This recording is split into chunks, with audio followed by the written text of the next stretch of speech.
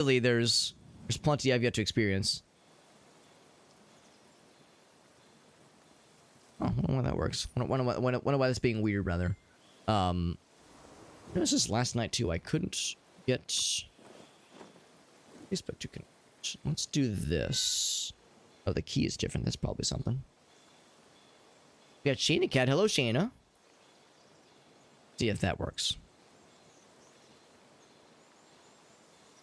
There we go. Cool. I'm not sure why the key would be different suddenly, but there we go. We got it. And off. Almost done on my end, by the way, with getting the multi-stream stuff set up. Here we go. Hello, Shayna. Yes, you are here. You're a kitty cat. What are the odds? That shit's crazy. So over here. And we are set. Here we go. He did get a movie. He got multiple movies. There was Borat and also the second Borat movie. There was Bruno. There was another one. Was that The Dictator? Or maybe that wasn't Ali G. But anyway, yeah, I know he's had multiple movies. So knowing that he got his start with the TV show that was, yeah, maybe more along the lines of like the, you know, the kind of edgy, cynical, push the limit of comedy, push the limit of what's acceptable styles of TV. We got Anthony in the house. What's up, Anthony? The Dictator is good. I feel like I feel like I don't remember much about it. All I know is that, yeah, I enjoyed Borat. I enjoyed Bruno, but I don't know. I think Borat was probably funnier, but I don't really remember a whole lot about either movie. I know the second one I heard mixed things about. The UK version of The Office, we did, but like only in a few places. It wasn't like widely as available as the US Office was. I think you could maybe catch like, well, for one thing, we do have the BBC available in some places, like on some platforms. So you might be able to catch reruns on like one of those kinds of channels, maybe, like the British channels that are available here through certain subscription services. I feel like I saw it on like, I don't think it was Comedy Central, but it was on, maybe it was Adult Swim. I mean, that wouldn't really make sense, but I saw it somewhere where they were showing like old reruns of it. And to be honest, I'm not a huge fan of The Office, the US version anyway. I don't like dislike it actively. I just don't love it. So when I saw the British Office, I also kind of didn't love it. So, but I think I'm not exactly like the target audience for it. So, because I know a lot of people say they love the US version and that the British version is kind of so-so for them. But I see it as like two different takes on, you know, the same kind of idea. So I wouldn't imagine a person who loves one version necessarily loving the other. But yeah, I wasn't a huge fan of either one. Now, what I am a huge fan of is Parks and Rec. And, of course, with Parks and Recreation, the first season tries very hard to be an Office-like. And the show, in my opinion, gets very good the second season on, once the writers kind of come into their own and they realize we can do our own thing. That's fine. The In-Betweeners, was that another show? Because I don't recognize that one either, admittedly.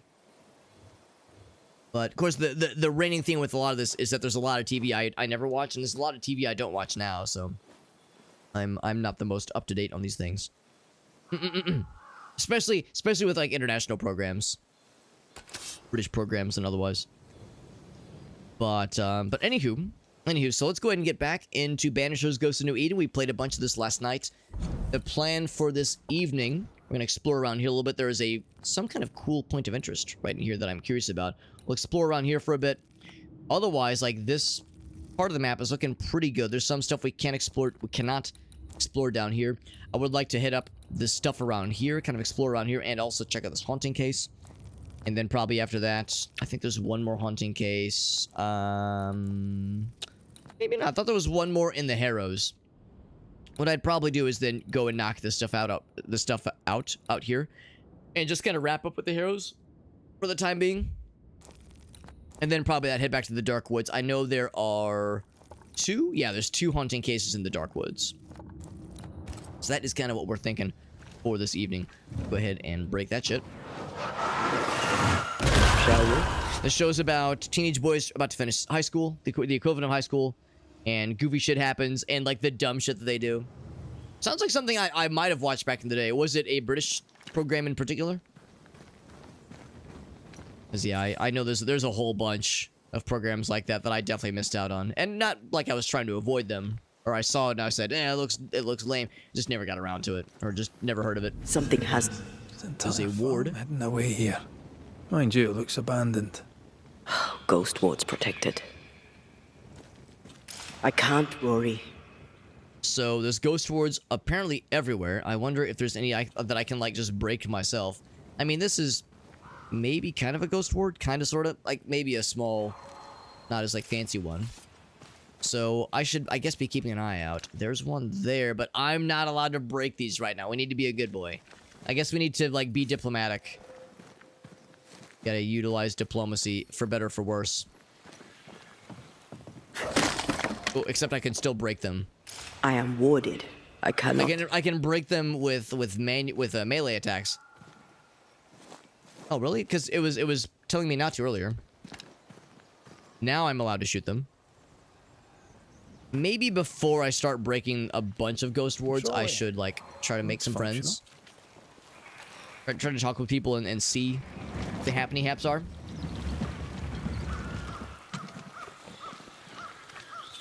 But didn't just block anything important. Hopefully, whoever owns this farm won't mind me just kind of rummaging around, pilfering their goods. That being said, there's really nothing here. Oh, I guess you would use this cart more for climbing onto things. Oh, and also I did notice that there is what we'll eventually need to use as a restrains me. As we'll need to use this to clear out these roots.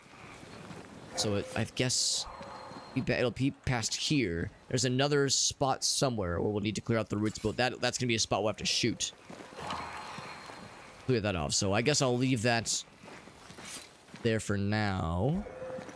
Just in the house, probably where somebody lives. I'm not exactly being subtle as I'm kind of poking around right now. I wonder if like we've made enough noise for them to hear us. Moving their carts around, breaking one of their wards. Very, very tranquil out here. Very, very idyllic. Just a little farm tucked away. It seems like so innocent and sweet and wholesome. Sorry, not this time. And still warded right now. Yeah, here's where we would initiate, I think, the root dispersal. Yeah, I was able to binge TV back in the day. Yeah, that's how I feel, Rossi. It was easier back then. Well, it was easy on the one hand to like watch a bunch of television and just kind of vibe out when we were younger. The downside, of course, is that, there was no subscription service. So the binging was a matter of just, watching television and sitting through commercials, maybe watching stuff we didn't really want to watch, but it was on, so we just kind of roll with it. Versus now where, we can actually like kind of mainline through a series or through a season at least. And have fewer interruptions, or even like, or maybe limited, advertising interruptions, that kind of thing, and be able to pick and choose what we want to watch. So it's a different vibe. It is and was a different vibe. All right, so yeah, these roots are everywhere, by the way. So if we're to disperse anything, we need to take care of the wards. I mean, like, this is okay to do, right? They wouldn't just let me do it if it was permissible. If it was not permissible. These roots are everywhere. And usually there's like a single spot where you can break them. There's the one spot right there. There's one here. If we break this wall down, we have this visible to us. Okay, it all starts here. So if we were able to lasso that thing, I'm not going to do it right now. Okay, I guess I can't do it right now. Shoot that guy. Get stuck in the wall. Shoot that one. We're out of time, unfortunately. Shoot that one, and then shoot that one, and then I think that would do it. But before I try that legit, before I try it in earnest, let's go ahead and see if we can talk to the person. Before I, like, get too ahead of myself with, like, breaking shit and causing trouble. Causing a ruckus. Because I'm guessing there's probably somebody who straight up lives here. There might be a knock? way to open this door from the other side. Or maybe just locked. Or it's like, or stopped otherwise. Okay, well, never mind. I was gonna be nice and diplomatic, but looks like we have to break this to get through. So. You were into Top Gear back in the day? Yeah. Yeah, I know you said, like, that was the one you stuck through all the way through, which is amazing. You aim for the heart. I'll destroy the roots. The fact that he stuck with it all those years is really respectable. Only really watch stuff with friends. That's kind of how I was too. I really only, especially nowadays, I'm really bad about that now. When it comes to like actually watching things that I want to watch. Versus just like wanting to watch things, but not really doing so unless like friends or other people are around. You know, watching something with Gracie, watching something with friends or family. And then just... Otherwise, just kind of you know, missing out on TV shows or movies I think I'd really like, but because I don't really set the time aside to watch things on my own. It's just a matter of time management, I think, really. I'm wondering if there's any reason not to push this cart all the way forward. Can I push it as far as it can go, really?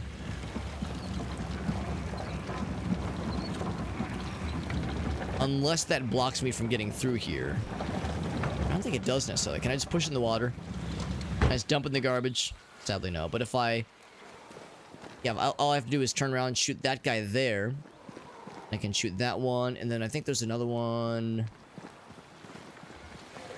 Oh, here, I suppose. Yeah, I guess that would actually do it pretty well, then. So, 1... 1-y, and a 2-y. And you know what to do-y. Oh, there's a fourth one. I realized there was a fourth one somewhere. Where's the fourth one? God dang, I thought I was a genius. Oh, is there one in here? There's one there. Well, that's sneaky. Alright. Can't get into there either, so we need to break that as well. So we would go... 1, 2, 3, 4. I think we can do that.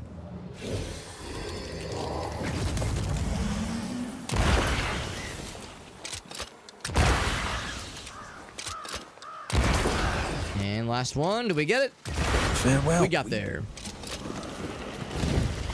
That vanquishes all the weeds, all the roots, of which there were several. Now we can use this to climb up if need be, and I think we're going to need to. Because there was kind of hard to see from here, but there definitely are platforms on top of here that are climbable in some way.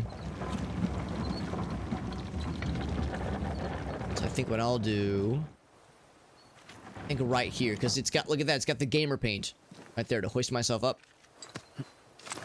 How far am I into this game? We've done a pretty good job, I think, of, well, like story-wise, I think we're like 3/4 the way through like the main story. And as far as like clearing out the map with like side objectives and that kind of thing, I think we've done a pretty darn good job for almost being done with the Harrows. Dark Woods has a couple of like clusters of stuff to do still. The Minor Marshes has a decent bit, and there's also like another region we've yet to explore. So we still got quite a bit left of the game. There's a lot of content in this game. And the side quests and like these story investigations are really cool, I think, and very interesting, but they're not necessary. Same with like the combat challenges and like the environmental puzzles, that kind of thing. Those are not necessary, but I do enjoy them. So, you know, we could be done with the game pretty like soon if we wanted to, but I am getting a lot of joy out of trying to like, you know, go for as much of the fun, like extra stuff as I would like to, at least. So they packed a pretty good amount of stuff into this game, which I appreciate. But I also appreciate that you don't have to do all of it if you don't want to. Because I think we've like leveled up our guy enough. We've got enough of like really cool resources. We don't necessarily need to get every piece of something. Also, there's another set of roots to dispense. It's kind of surprising. But yes, as far as number of hours, this is the 13th stream of this game. Because we started it back in February or March, I guess, and I'm almost 60 hours into the game total. So, you know, we've put some time into this game for sure. No question there. See, I was hoping the roots we broke, I was hoping that was gonna like open up a bunch of cool stuff. From what I can tell, it only really... So, well, maybe there's something else here, because there were roots over here that did get destroyed. There was like something you could reach now that was unreachable earlier. Yeah, nothing really jumps out at me, honestly. Don't tell me we did all that just so I can pick up that one little piss-ass, sad little bag of, what was it, like linens or something? That one little pickup bag. Maybe there's like something over here we can snag, but I didn't see anything that seemed reachable. A little bit further back.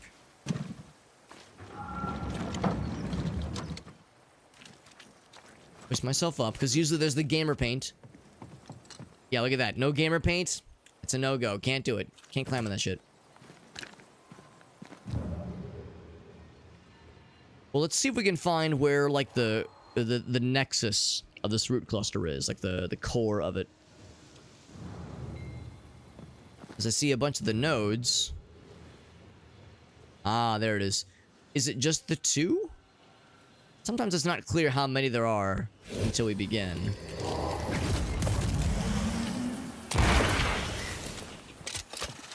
Oh, I'm a dumbass. Where'd the other one go? Oh, shit. What the? I saw that one. Oh, that's interesting. Yeah, I didn't see it like lit up, but maybe I was standing in the wrong spot. Maybe there was something covering it. See, I usually look for. Oh yeah, it's not there. Huh, that's bizarre. That's part of another cluster then. So this, well, that's bizarre. So this, probably another one then that is tied to this one that is not immediately visible. It's a mystery. I do see the witch runes drawn onto the wall there. I can't hoist myself up on this guy, can I? No, I cannot. There was something else we could activate or reach or shoot even. Maybe there's something you can only see when you're on the roof of this structure over here. Because they went to pretty great lengths to prevent you from jumping up on that guy. And the reward for doing so seemed pretty measly. So yeah, it wouldn't shock me if there was maybe something else going on here.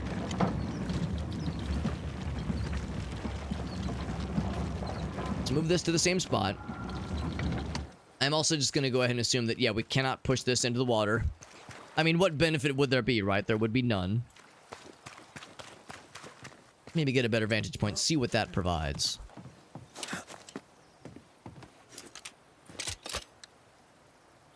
Anything that we couldn't see earlier, like, yeah, like something I could shoot to drop something down. Anything at all. And honestly, nothing. Nothing grabs me. In ghost mode, yeah, nothing here either.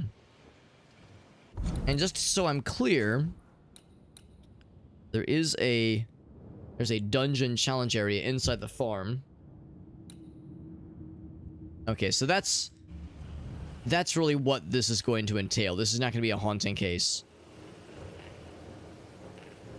Oh, what's that over there? Oh shit, I didn't notice that. Okay, so let's go back this way then. Oh, well, don't I feel silly? All right, well, this implies that there's. Here we go. We just weren't seeing the whole picture. That makes me feel a little better. So there's the other node.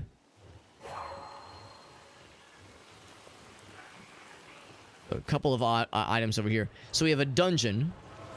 Basically, it's the equivalent of a dungeon. I think they call it a haunting ground, but it's basically a dungeon. You can now get into this little area.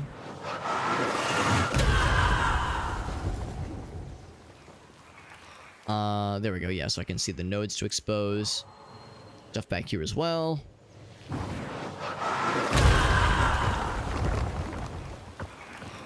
It's kind of hard to determine, at least immediately, which node corresponds to which, like, source. These little sources of the roots.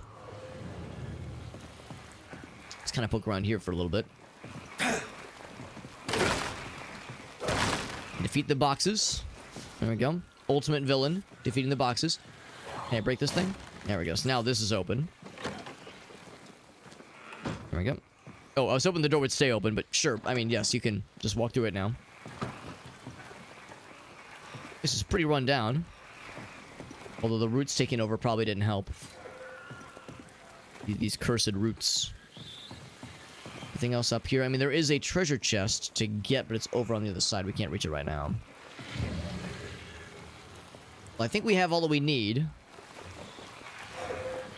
Again, it'll be a kind of a challenge of being able to activate the right spots. I'm gonna guess that that one might correspond to this node. I think it's more likely for these two to correspond. I hope I can reach that one from here. It's kind of in an odd spot. Let's just try it a couple times and see what happens. That's the thing. You almost kind of have to like be on this side to be able to see that. We'll try it.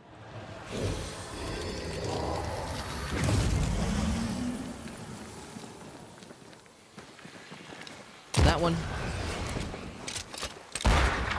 Oh, you can't get it from that angle. Dang, that's sneaky. What about this one? That one does not show up, so that's part of the other kind of cluster. The other clussy, if you will. This answers my question, then. We'll just assume for now that there's two of them. Wait, that one. And I'm just going to assume I have enough time to sprint around to the other side. That didn't do it, though. There's still one more.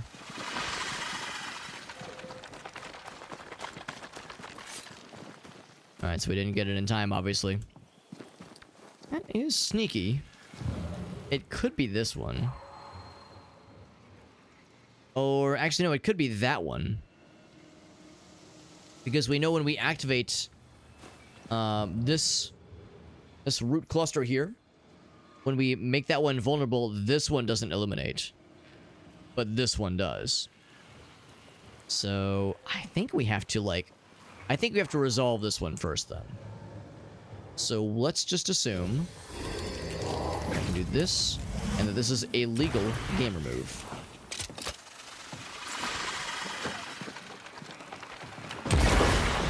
Did I do it? No, it did not. There's a third one somewhere. Damn, this is tricky. Is there one up here? There is one up here, man. Oh, but you can reach that from here. Oh, that's huge. That makes me feel a little better then.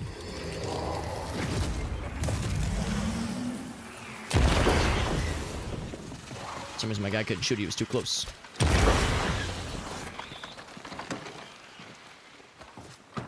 Am I still too slow? God damn it. This is tough. But I think that's closer. Maybe there's like a vantage point where you can shoot down through the trees on that one. Maybe there's like a way to do that all from afar.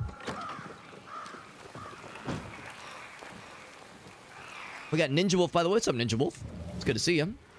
Spooky times. We're on the... This is October 2nd. Happy October 2nd. That's the second day of Halloween.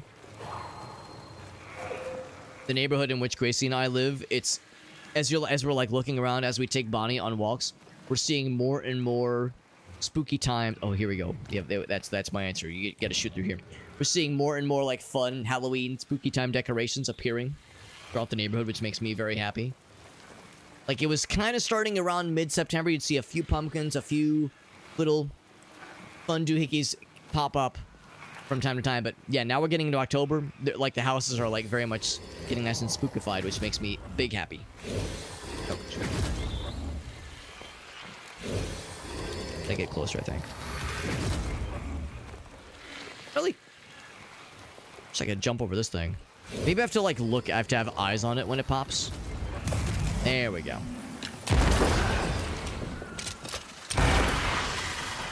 Once you've revealed the roots, I'll destroy them. And this one. Oh, what, did I get it? I think I got it. Yeah, barely. Barely got that shit. So that disperses one of the root clusters. The second one, second of three. Once September happens, then it really kicks in for you guys. That's awesome. Yeah, it takes a while here for it to really get going. I mean, ideally, yeah, by the time September happens, it has already begun. I know it is you know, maybe a little bit distressing to some, seeing slightly premature decorations going up in some instances. I understand. I understand, like, seeing like Christmas decorations in October is upsetting. But honestly, I wouldn't be upset if I started seeing Halloween decorations going up in, I don't know, August. I don't think I'd be too upset about that, honestly. I think I would handle that with grace. I think I'd be able to handle that pretty well. All right, so now I can kind of freely move around between those sides, which is nice. I got that one knocked out, which is good. And now we can actually go into this building. Let's see if I can get to the other side.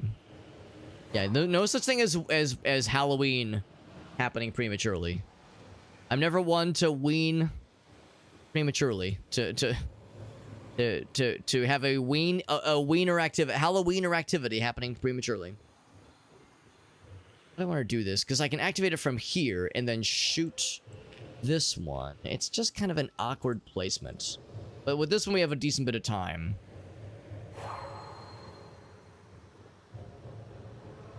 I keep looking back and forth. Is there like another ideal way in which I could initiate this?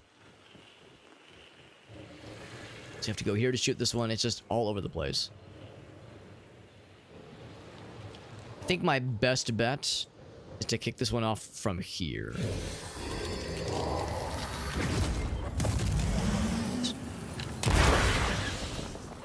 Just having enough time to shoot all three of them, like sprint from place to place and shoot all three of them. It's a shame that you can't shoot that third one from the position of the second node. Wait, Get it? enjoying the target practice. Like you need it. So that you're first in July, they're kind of weird neighbors. I'm okay with it, honestly. Yeah, once the 5th of July happens, they're like, all right, I'm over it. See you later. I guess that's a good point. Yeah, once 4th of July happens, like, what else? When it comes to, like, decorating fun holidays, because there's other holidays. There's Labor Day, there's that kind of thing. But when it comes to, like, stuff that is something that is, like, decorative, then I could see it. So all that for a treasure chest, that had some nice stuff in it for sure. And then this is the big one though. So you know there's a haunted whatchamacallit in here. I thought gardening was Haunted supposed to be relaxing. ground, I think. But gardening was supposed to be relaxing, he said. Got a whole little challenge area right in here. This little cave opening. All kinds of untold shenanigans down there. Climb down there if we wanted to. Anything else over on this side? Not really. Thinking maybe we'd go to the second floor. Actually, no, we know there's stuff on the second floor. I'm not sure how to get there.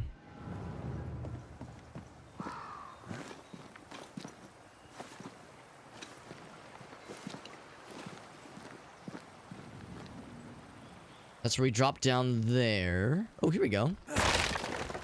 At least open this up. Is this locked?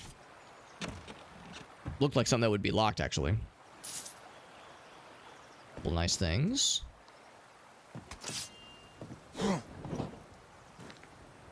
So still no answer on how we get to the second floor.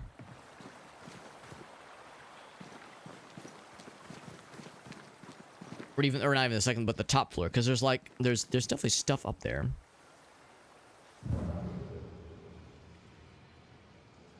Oh, maybe that's my answer. Maybe we have to break some more stuff, because there are more roots.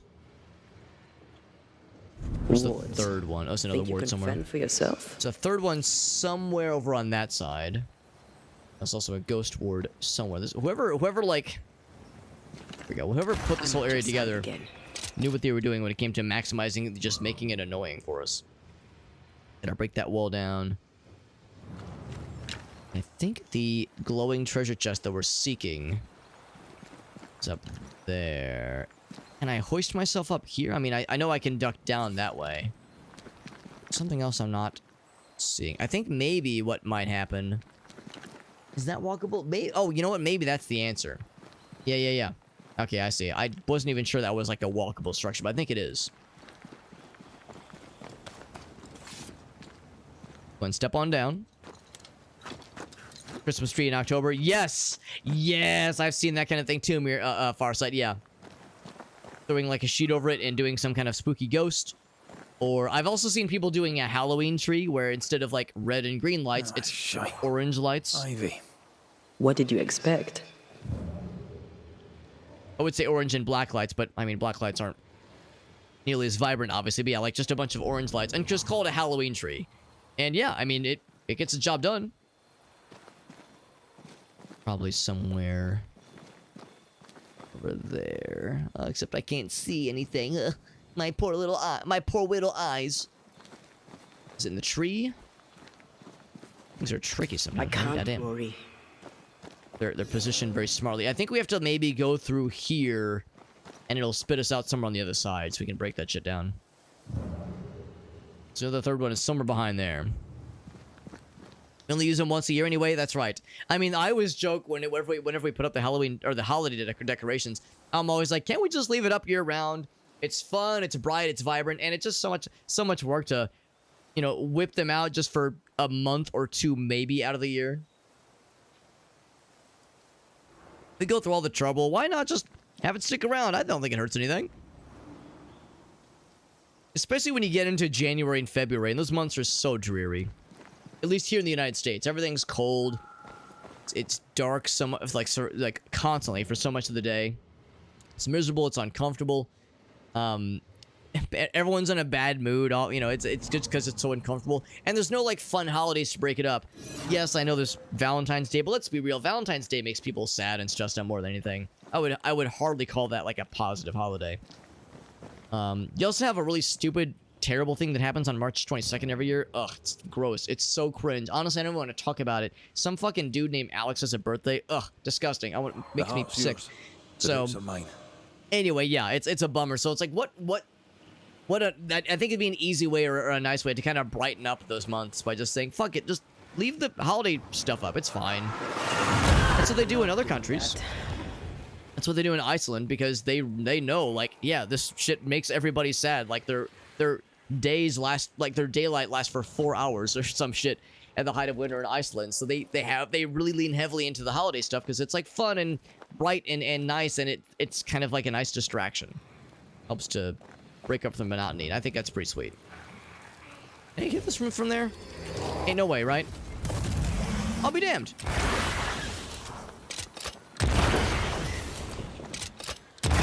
Can't believe that actually worked. Oh, it didn't kill it though. One more. Yeah, we're good. Now, Wards. there's still a ward somewhere. I should win. There's still a ward. Oh, what is the award? And it's somewhere really well hidden. Maybe you only see it when you climb up.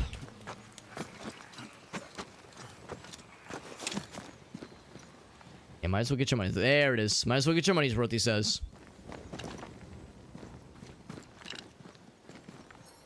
I can manifest now. So now we're Gucci in the coochie. I'll grab this. Celebrates Christmas every single day with gifts. Oh my god. That sounds exhausting. How like, legitimately, how is he able to do that? And also, is he okay? Is he, like, unwell?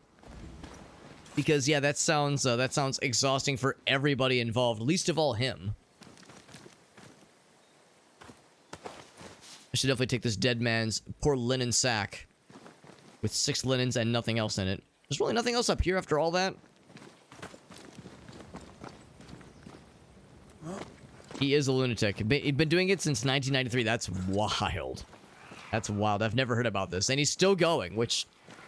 You want to talk about some dedication? It's always so satisfying to do. Alright, so now we've broken that out. The last of these fellers is right there. Gonna be a little bit awkward. But I think we have enough time to do this.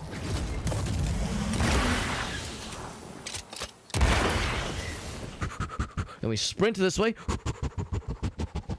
Make a lot of weird noises. I hope this was worth the effort. I hope so Where's too. your sense of adventure? That'll allow us to cross into that area. I am also kind of curious if there was anything else in here. I wasn't really paying attention to what was inside of here just because I knew this was like a path to get to the other side. But I didn't really think to look if there was anything like of worth. So now that we've cleared those annoying ass ivy root thingamajiggies. Those vines. Yeah, I'm not really seeing anything of value in here, unfortunately. I was thinking maybe there'd be something hiding in there. Yeah, no dice. But the good news is we can climb this thing now. All this to lead to a treasure chest that might have something really cool in it. Or it'll have something that is, like, very disappointing. And it'll be cringe, and it'll be sus, and I'll be sad, and I'll be... Actually, maybe I won't be sad. I won't be mad, I'll be disappointed. That kind of vibe. Disappointed dad energy. Let's find out. For all this build-up, what could it possibly be? Here it is. Your moment of zen. It's... That was fun. Oh, so you do like gardening. a... I can't get enough. something for Antea. Let's see, what do we have right now? We have this guy. So it's significantly more banished damage, but no strength bonus. It is less... It's... Hold on, vitality and health? Those are the same thing, right? Oh, I see. Okay, so it's less... Less health for Antea, more health for red. More damage for Antea, less damage for red. Manifestations consume health, but deal a fuck ton of damage. I don't know if I want to have this thing cost health to deal damage. I don't know. It's cool. Good. Because I'm But- sure there'll be more of it. I don't know if I'm like the biggest fan of really glass canifying ourselves. But you know, this is one of those cases where it was it's the journey. It's not the destination, it's the journey. Let's go ahead and mosey over towards the next haunting case. That I think is much more in our wheelhouse. There might be... You know what? I don't think there is. I was really hoping there'd be like a really neat like shortcut to just go and just kind of pop over to that side. Don't think that's gonna happen. I think the best we can do is kind of go back the way we came, cross this bridge and swoosh around. I would say to fast travel, but really by the time we get to the nearest fast travel station, which is Hill's old house, will be... It's like almost equidistant from our destination, because Kate's bivouac is pretty far out and is kind of tucked away in some caves anyway. So we're just gonna hoof it. We're just gonna hoof it. Not huff it. We're not huffing paint. That's for later. That's after the stream. Now you know why I'm always in such a good mood. That's my secret, Cap. I'm always cracked out. I'm just kidding. I'm just fucking around. Actually, that's like such a thing, right? Like, people huffing paint, like people do that shit. Come on, just smoke weed like a normal person. To, like, get high. Like, huffing paint, that's such like a weird way of doing it. Like, bro, just smoke a joint. It's not hard to get nowadays. People like getting high off like I don't know, like wood lacquer, that kind of shit. It's like, bro, it's too much trouble. It's easier and probably cheaper too. Just fucking buy some weed. It's not hard. Goddamn. Oh, we got Gory in the house. What's up, Gory? Appreciate you popping in with some lurks. Always appreciate you, buddy. Playing more of a cool game that we started some time ago, early this year. Doing some more progress. An artistic way to die. Like like huffing paint, but like overdosing on huffing paint. I mean, I'm sure that shit causes some damage, man. I'm sure, like, especially like repeated exposure, I'm sure would kill some brain activity for sure, or hamper some brain activity. I've never heard of somebody dying from huffing paint too much and it fucking scrambling their circuits, but I'm sure that like someone has had some kind of health complication come up from it. Wasn't that a thing in It's Always Sunny? Charlie always like sniffing glue that he keeps in a bag, in like a nondescript paper bag. I feel like that was like a recurring theme in like the first couple, like several seasons. Admittedly, for a while there, Grace and I were watching a lot of It's Always Sunny. We got up to like halfway through season 4, and I was really digging it, but after a certain point, Gracie was like, man, this show is so dumb. Like, I think her tolerance for extremely stupid television is maybe not quite as built up as mine, which fair, it is extremely dumb. But I was like, I'm down to keep going though, man. And according to some of my friends, like, we haven't even gotten even close to the real good shit. And I was already having a fun time, so maybe I'm just easy to please. So we have not been up there before, as evident by the lack of a rope shortcut. So we've been here. We got that cursed chest earlier. We haven't like been up to that spot yet. Lost memory for several hours. Woke up staring at a light bulb and painting your own hands. Staring at a light bulb. Was the light bulb at least not lit? Because that sounds like it'd be painful on the eyeballs. On the old oculars. Whoops. All button. And that headache was something else. Yeah, I could see that getting pretty rough. But that's the thing, Meerkat. You were probably, I'm gonna guess you were like 17, right? You were probably like a young, impressionable age, and marijuana was not that, you know, not quite as easy to get back in those days. Like, you had to know somebody who had a connection, and if you and your friends didn't know somebody that had a connection, then yeah, you were out of luck. The light bulb was on, and it was a work light, so that shit was bright AF. I hope there was minimal permanent damage. I mean, I'm sure you recovered fine, but like that does sound uncomfortable. What do we get for our troubles? Is it more linens? It's more linens, baby. Linens and things. Oh, but it was not an intentional high. Well, that's a thing that can happen too. That's a fair point to mention too. You can just sometimes get got by like just an unfortunate circumstance with like a lack of ventilation. That can do it. This quick mist is different. How so? Like it's fortified for protection. A love dead and buried. Can't go down that way. But there's this whole big old miasma. We've seen these before, but Antea seems to believe it's something maybe slightly different. Thought it was well ventilated. It wasn't. Yeah. Yeah, that'll do it. That will do it. That sounds uncomfortable. Go up top if we wanted to. And we'll probably need to eventually. I'm kind of looking for that other shortcut that we saw. I'd like to go ahead and open that up. That should be thick.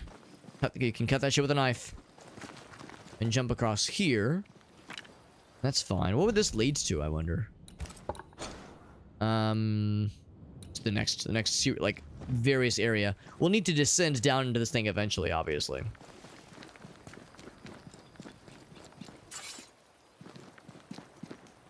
I can't go down that way. What about up this way? Oh, this does not. I thought this was like climbable. It is not climbable. What am I doing moments? How did this happen? How am I on the floor? I would like to get off Mr. Bones' wild ride. Yeah. That sounds uncomfortable. And were you by yourself, Meerkat? Because that also sounds like pretty unpleasant. If after that whole experience you were like, oh shit, like this could have really been bad. Thought you were able to kind of get out of that shit. Let's jump up this way. I'm more inclined to kind of go deeper this way versus skipping across the gap there. Actually, I say that. Well, yeah, let's go ahead and check this out first. Because this might end up being beneficial. And plus, we'll have the high ground, and Anakin won't fucking stand a chance on our ass. You worry about yourself. Yeah, so that's also unpleasant. I mean, unpleasant is a nice way of saying it. This is also unpleasant.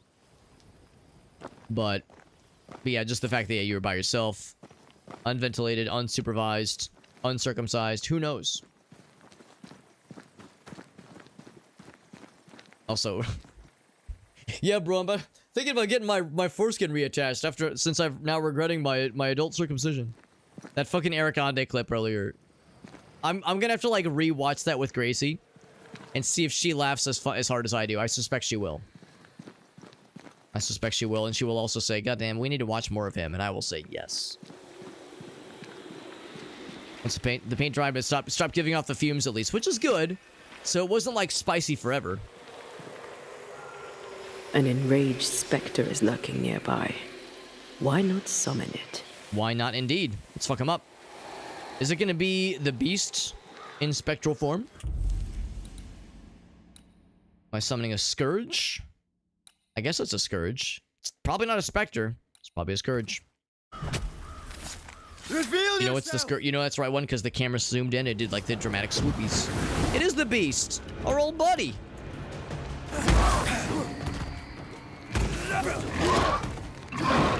More light attack and punch attack damage, which is fine because light attacks are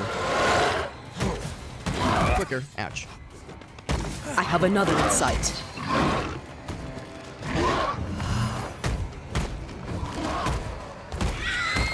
Summoning some friends. Oh. Ouch. Now some of the other fellers. Whoop, wrong button. Shit. I'm not. I did some kind of shortcut just now.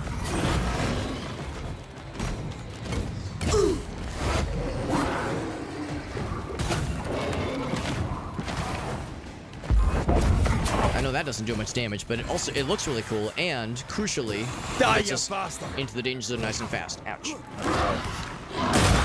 Ouch.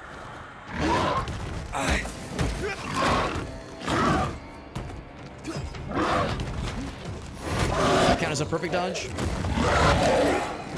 Think you could take on a ghost? And he's out of there. That's pretty easy. But we're not done, though. Okay, now we're done. Wasn't so bad. That was actually a really beneficial and kind of easy modifier where your light attacks just do a lot more damage. Like, that's great. Give me more of those, please. If we wanted to, I think we could resummon him again. Oh, maybe not. That's if it's an endless scourge. This was an end full scourge. A limited time offer scourge.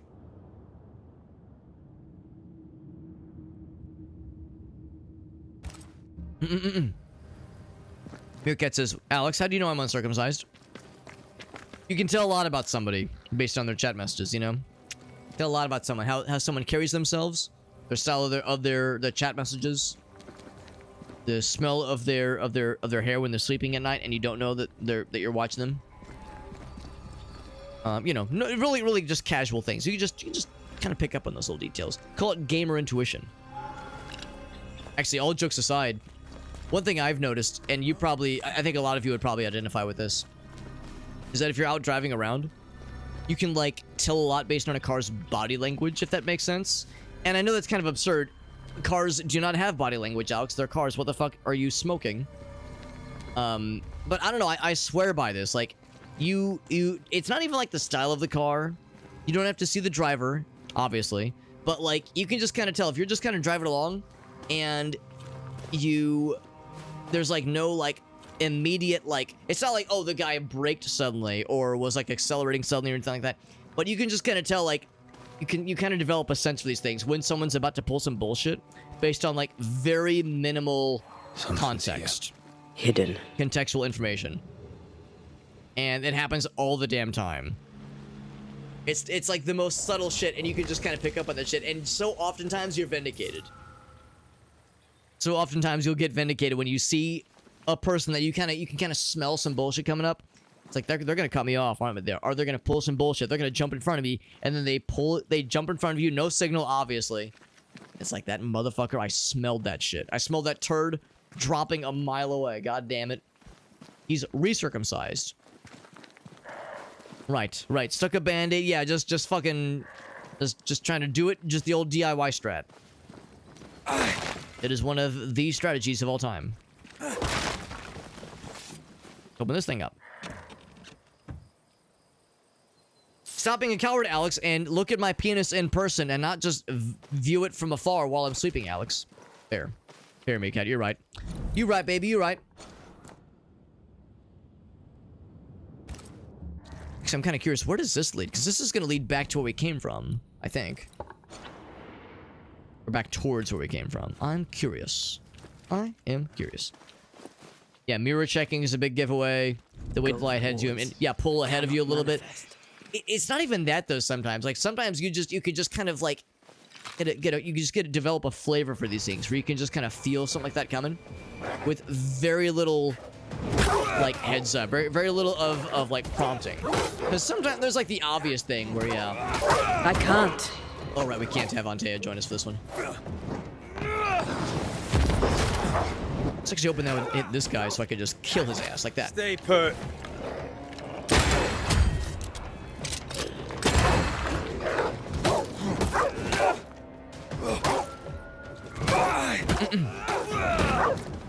Yeah, I realize it's kind of hard to like get into the particulars, because I know I'm like describing it with kind of vague terminology, but yeah, it's one thing, like you said, like someone checks the mirrors, someone kind of like holds back on something, like you said, like they wait at the light ahead of you and like then pull it forward. Like sometimes you can kind of like see those little moments, but other times it's even more subtle than that.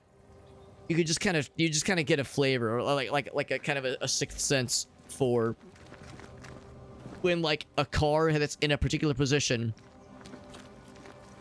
knowing that like the thing that they might want to do is going to be risky, and it's like still not a good idea. You know, like you're looking at the car, you're like, they're gonna try this thing, aren't they? They're gonna try to jump in front of me or the guy next to me. Like they're gonna try to pull some bullshit, and they know it's a bad idea, and I know it's a bad idea, but they're like in the position to attempt to do so.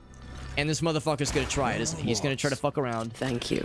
And hopefully he won't find out, but I mean, yeah, that's the kind of shit that I see very frequently. I don't know, maybe it's confirmation bias, but I've been feeling it a lot more lately. And Gracie's been with me for a bunch of them, and it's the same thing. Like, she thinks the same thing. She's like, I saw that shit coming too, bro. What the hell? I want to see road rage, Alex. Gracie can tell you it takes a lot to, like, legitimately make me angry. A lot of the times, I will do the disappointed dad thing. I will do, like, the, oh, really, bro? I'll do, like, the, man, you really tried one of those moves, bro. I'm, like, disappointed. Like drawings on the map. So I will pull the disappointed dad energy out. I'm not mad, I'm disappointed. I'll pull that out sometimes. I'll pull out like the wow, motherfucker really just tried that, huh? Like, you know, the just like surprised. I'll pull those things out. And sometimes I'll be like, ah, that's fucking stupid. You know, I'll like be frustrated for sure. But not full on like, yo, fuck this guy. Like, you know, not full on Madge. It takes a lot to make me actual Madge. Actual molding. To mold out. Pull some bullshit and get mad at everyone around them. Yeah, sometimes it's like they're embarrassed, I think. I've seen that too, where like they kind of lash out and it's like, bro, you brought this upon yourself, man. Don't know what to tell you, homie, but that's on you, big dog. That is how that happens too. No, we don't carry guns here, says Rossi. Yeah, I mean, road rage incidents are a thing in this country, and it does get, you know, beyond violence sometimes. Thankfully, not as often as you might think, at least not here. I mean, we're a southern state, but we're not Texas, so maybe in other parts it's a little bit more extreme. But shit's a little bit wild. You have to like kick a puppy to make me mad. Yeah, it's like, what one guaranteed way to like make me genuinely mad is to like, and I think a lot of us are probably like this, right? I don't think I'm special in this regard. One like really good way to make me mad is to like openly fuck with like a friend or a loved one. It's like, dude, come on, man. Like because that's the thing, right? We're all big boys and girls. I can take it, right? I can take with someone fucking with me. Around the locked door? Like, yeah, it's like, yeah, I know. Give me the business, whatever. Like, yeah, fuck you. You know, I can handle it. It's fine. But like, yeah, if like someone's like trying to pull one over on a friend of mine or a loved one, that's when it's like, all right, that's not cool. Like that's when it like a line gets crossed. I think that's how it is for most of us. You know, we're more defensive towards those around us. You know, so I don't think I'm special in that regard. I think that's like a thing. It's like it's got like a protective thing that a lot of us have, especially like if someone's being taken advantage of or an attempt is being done to exploit someone or something.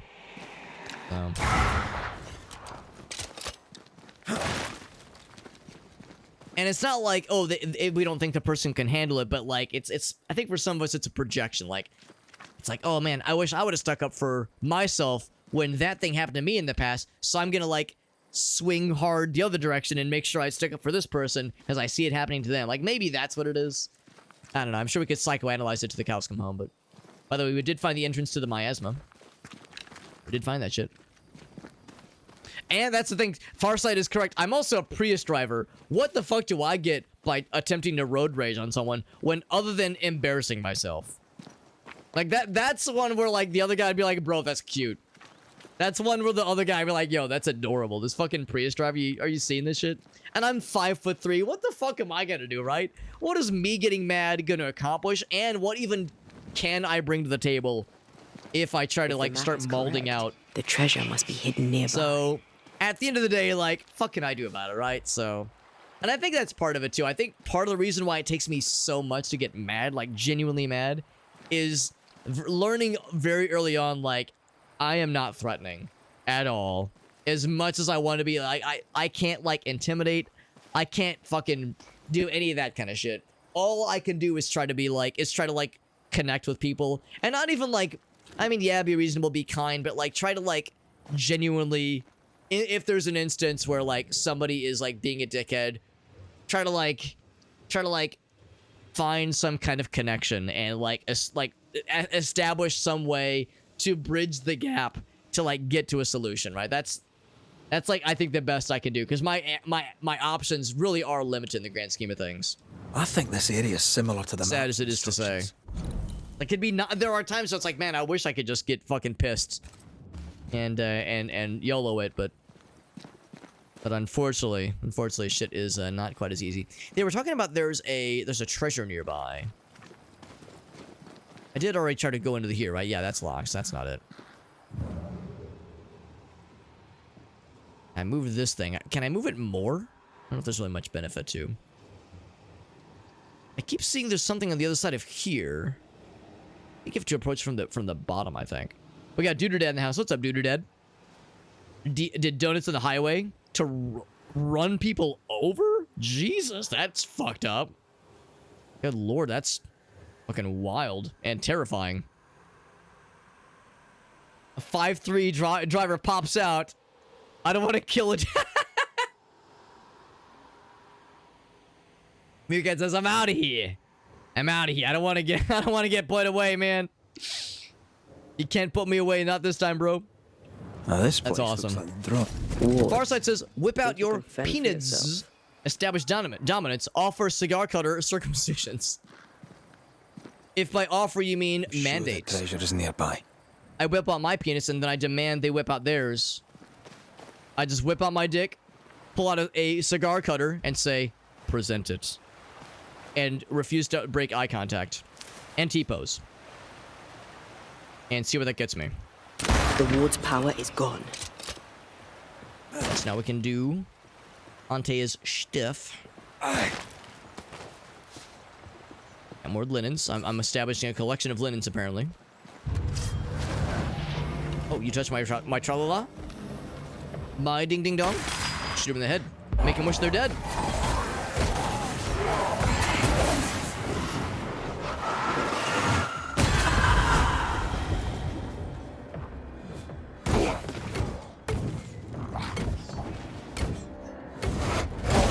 Man.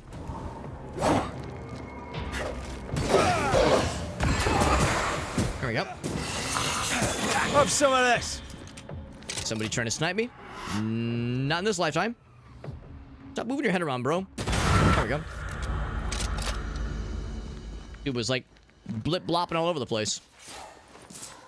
Then I blip-blopped all over his face.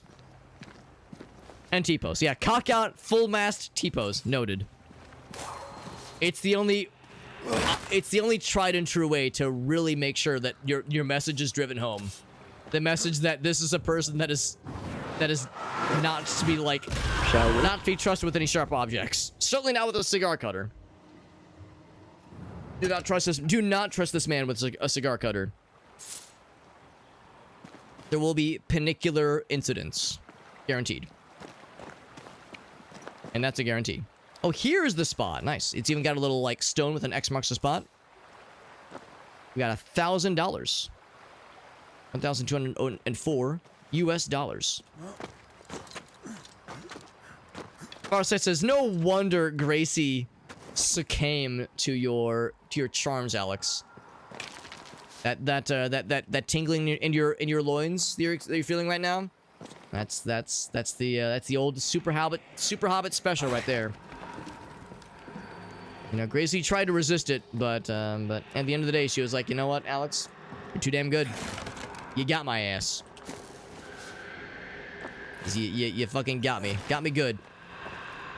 All right, so now after all that, here's the other thing we were looking for.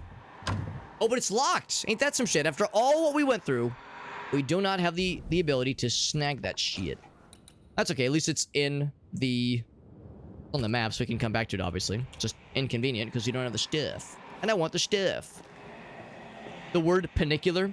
I wish I could take credit for the word panicular. Would it like, shatter your worldview of me? If I were to tell you that paniculars was a phrase that I heard another streamer say, and I loved it. And I, like, selfishly absorbed it into my lexicon. It's like when you see a really good movie that you like, and you're like, wow, this movie's really cool. I'm gonna make this my personality for the next, oh, I don't know, 17 years. No, maybe not quite to that extreme, but anyway.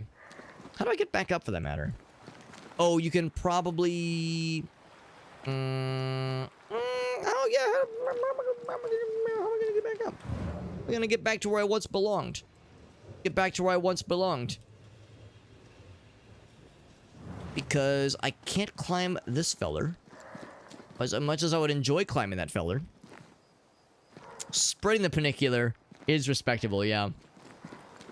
Yeah, I think I first heard it from Vinesauce in a recent stream, and I was like, that's a fun word. Usually if I'm describing as something being penis-like, I say penis-like, or I say phallic.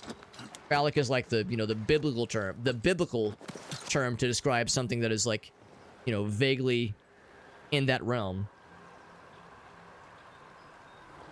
But yeah, that's a much more fun phrase, let's be real. Oh, I'm a fucking dumbass. I forgot this door is unlocked now. Because in my mind, I was like, that door is locked. But I just unlocked it. There we go, baby. There we go. So now, go back to the major thing that brought us here. And I'm assuming we need to delve deep into the miasma.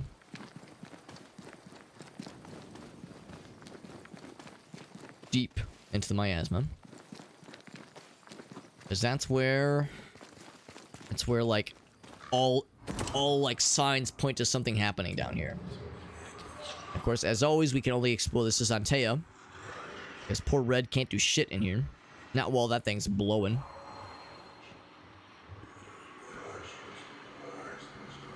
Uncover this real quick. Can you start calling me Phallics? That would be a really good screen name. Switch over. Remember how I was saying how technically the term hobbit or the word hobbit is copyright protected by the token estate?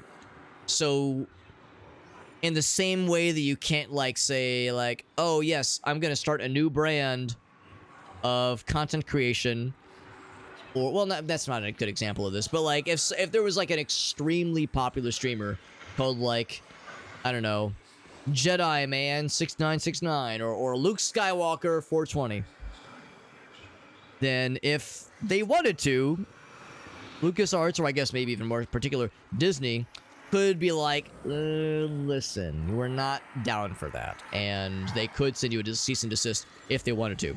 So to that tune, the Tolkien estate could potentially, if they really want, if the proverbial Eye of Sauron were to notice me, they won't, but if they were to notice me, and I don't say Eye of Sauron because it's the Tolkien estate, I'm just meaning like, you know, the general phrase of somebody being noticed by a larger corporation, an individual being noticed by a larger corporation. If the Eye of Sauron would have noticed me, I might have to change my screen name. So there we go. We'll keep that in our back pockets. If things get dicey, and the Tolkien estate says, this whole Hobbit guy, get his ass out of here. Super Phallics might just be where we go from there. Off with you. Elizabeth. I remember you. The Banisher from New Eden Town. When we met, I thought you alone. In truth, a ghost walks with you. Aye. Invisible. Indivisible. You should not be here. The same could be said for you, lady. Was she one of the ladies she was like, we were like semi-flirting with at one point? When like we picked up on it was either the Scottish accent for her or maybe her friend. Oh yeah, because she had the fever. Right. Yes, and that is my business. I'll mind you to tend to your own. Yeah, there was like a vague little hint of like, little something going down. We got Bum Rocky. What's up, Bum Rocky? Bum Rocky, how have your streams been going, buddy? I was lurking a week or so ago when you were doing, it was, I want to say it was like some kind of roleplay stream. If I'm thinking correctly. Did the fever take you? Inevitably, yes. I, and I alone, because her sister was with her. Maybe her sister was the one who was like getting kind of horned on us. Sister. Yeah. Stay away from me. Yeah, Mary Claire. She was getting kind of horned on us. Leave us. Oh. That's kind of out of nowhere. Wasn't expecting combat like suddenly. Move. Elizabeth cares. Deeply.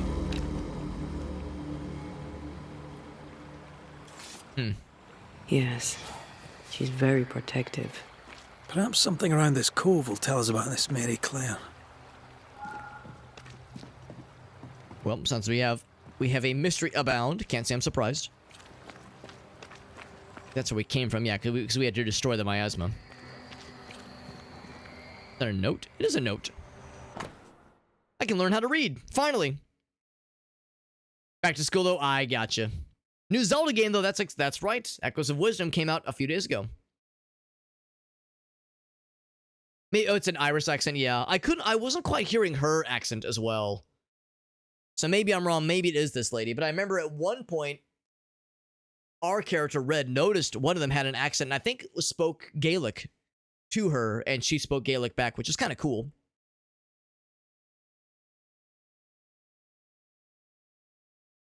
I'm not going to read this out loud, but I'm going to try to, like, pick up on what it might be referring to. Longing hands. Home thou misseth. Warmth into our meal. Let us taste rest. Quiet and soft and still. Our grief for Ireland and the strength of our resolve. I mean, nothing jumps out towards me, rather, as being, like, weird or desperate. If I had to guess, just being homesick. Weird. She seems hostile, but also tries to guide us towards something. Already able to control wisps. Her ghost grows strong fast. I'm gonna go back real quick because we couldn't explore this area as Red earlier. I'm gonna do a quick sniff. Do a quick sniff around to see if there's anything that jumps out at me. Like, this is pretty empty already, though. Like, there wasn't anything to grab over here or anything. I think we good. Yeah, there's this corpse. We got nothing there. We Gucci.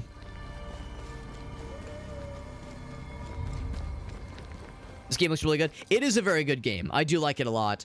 It's an interesting combination of, like, detective stuff. Like, there's a lot of, like, trying to solve mysteries, being sort of a detective, or a Ghostbuster, kind of, and also having some Assassin's Creed style, like, overworld, like, stuff to do, and tasks to resolve, and, of course, side quests to knock out as well. This is a little bit of that as well. It's pretty good so far. Same developers as Life is Strange, which I've never played, but I've heard is extremely good. That game is less actiony.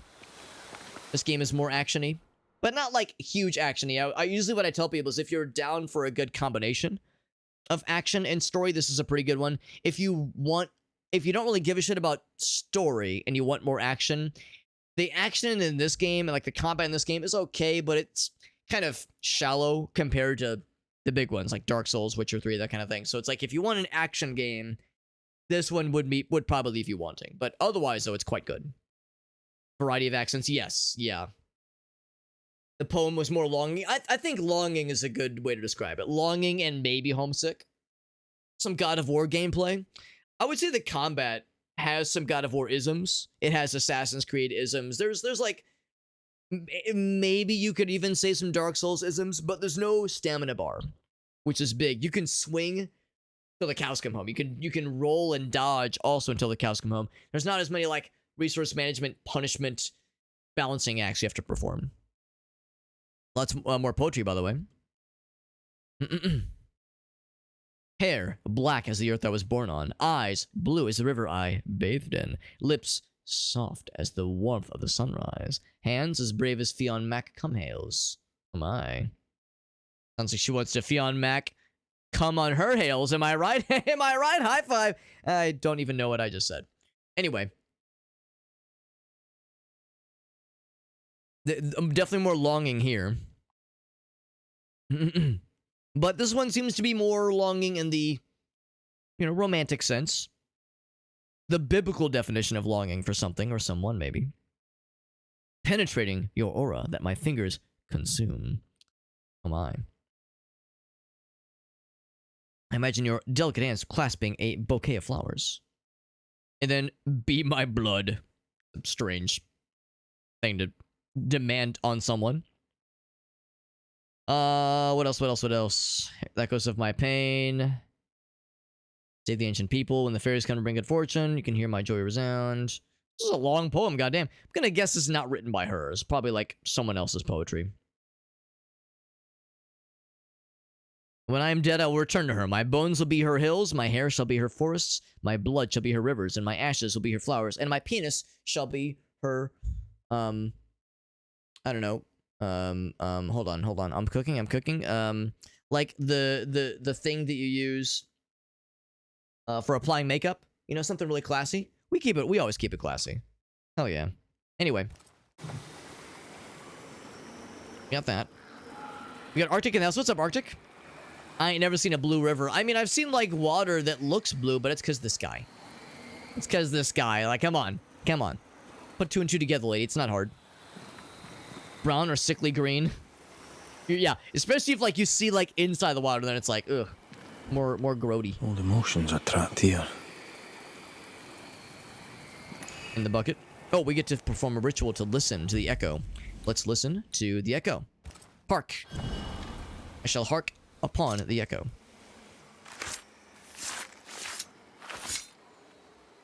Good to see Arctic. Rub-a-dub-dub, thanks for the grub.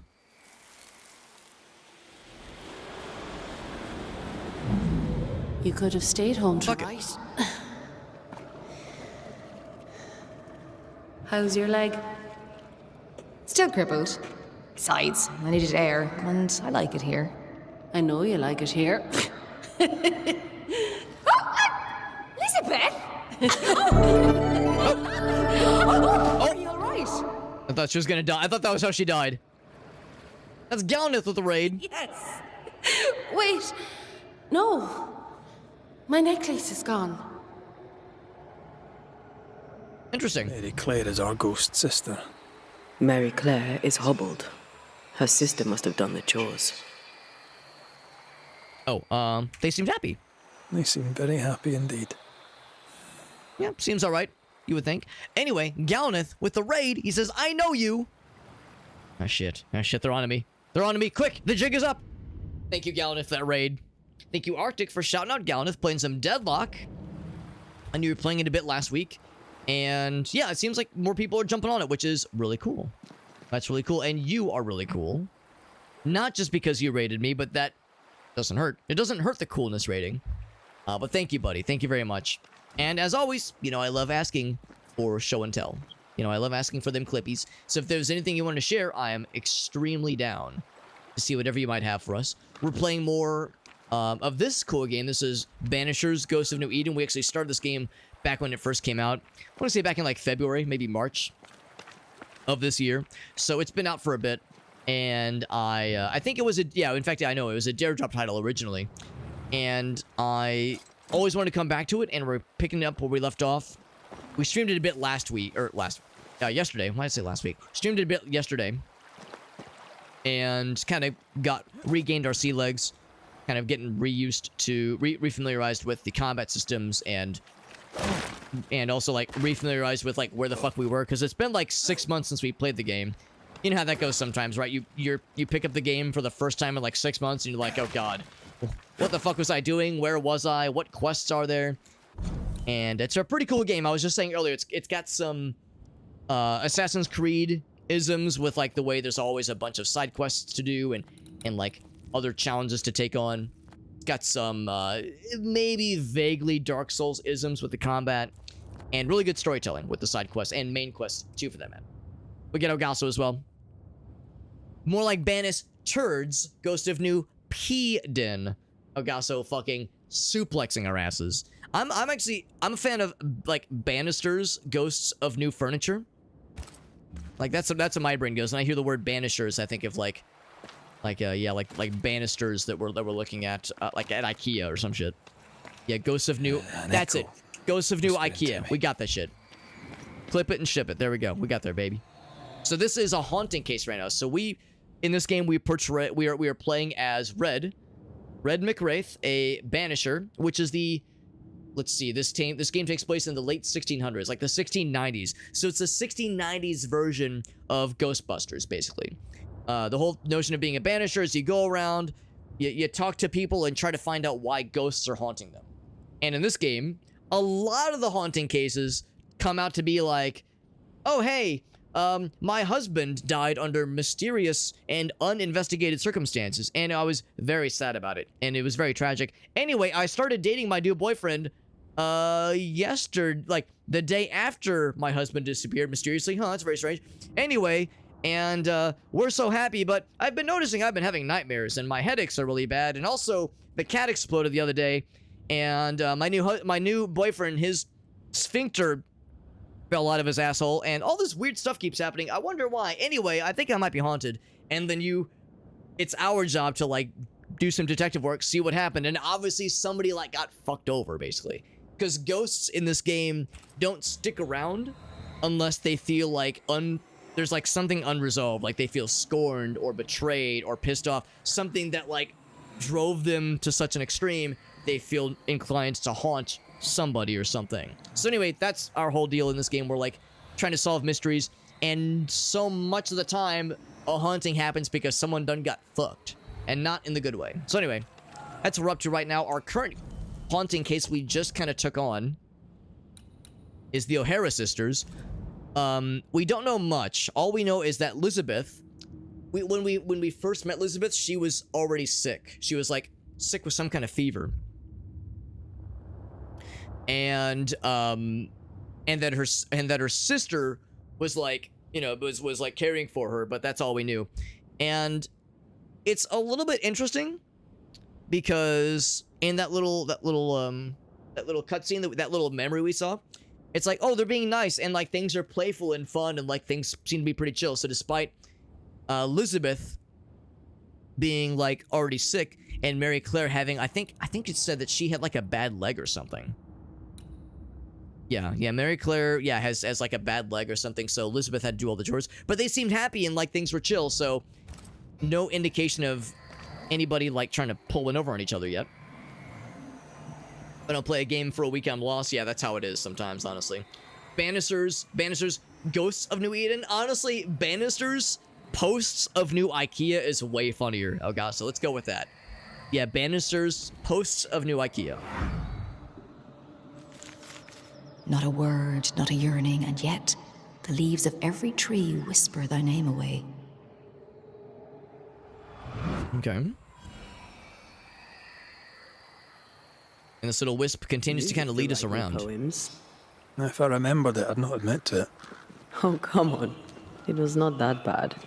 At least maybe I'm wrong. Maybe the wisp isn't like leading us around, but it's probably leading us to something up top. So let's go up top anyway. I'm also thinking more about that cutscene. We've been introduced to these two characters as sisters. Oop, one thing just kind of wigged out for a little bit there. We've been introduced to these two characters as sisters, and that's what they continue to describe the situation as. Is it possible that they are not sisters, and that they're not related, but that they say that they're sisters so that nobody questions their closeness? and that there's something else going down. It's one of those kind of situations. One of those like, oh yes, the history books will call them roommates. We'll call them close friends. So, I don't know. That like little moment, like, oh, they were splashing water on each other. It was nice. It was like fun and carefree. I'm saying, what if it was? What if it was? A little something, something.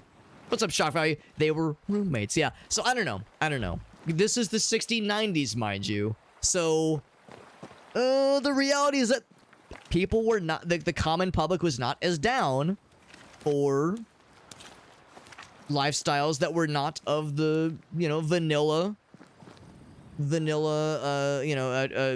standard definition of these things. So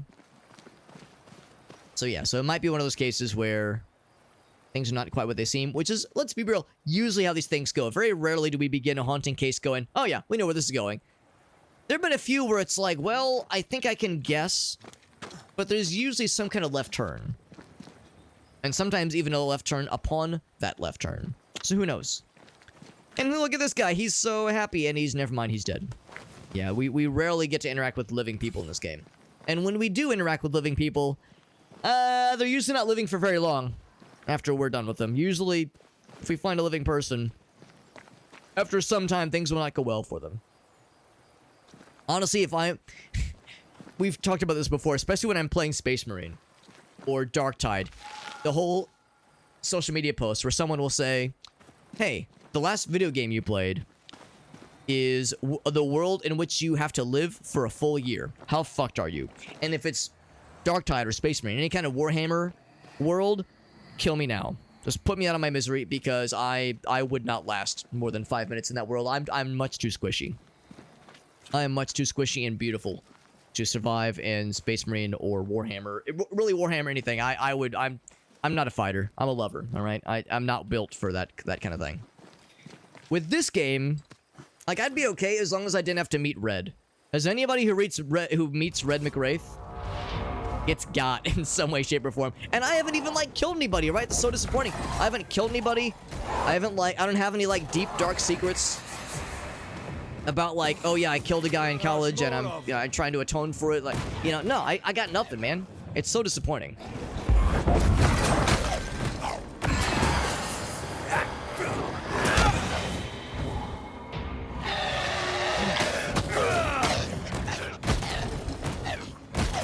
He was trying to, like, buff something, but instead he's getting heckin' got.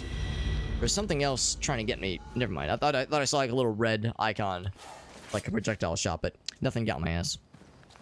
Nothing got my ass. My ass remains unattained. There we go. Got some stuff down there. I think I've not been here. I've not been there because that place is not opened up yet. We haven't opened up that pit yet. We came from that direction. I think the wisp was beckoning us this way. So I shall follow. Like a picking up something like a noise spectral nearby.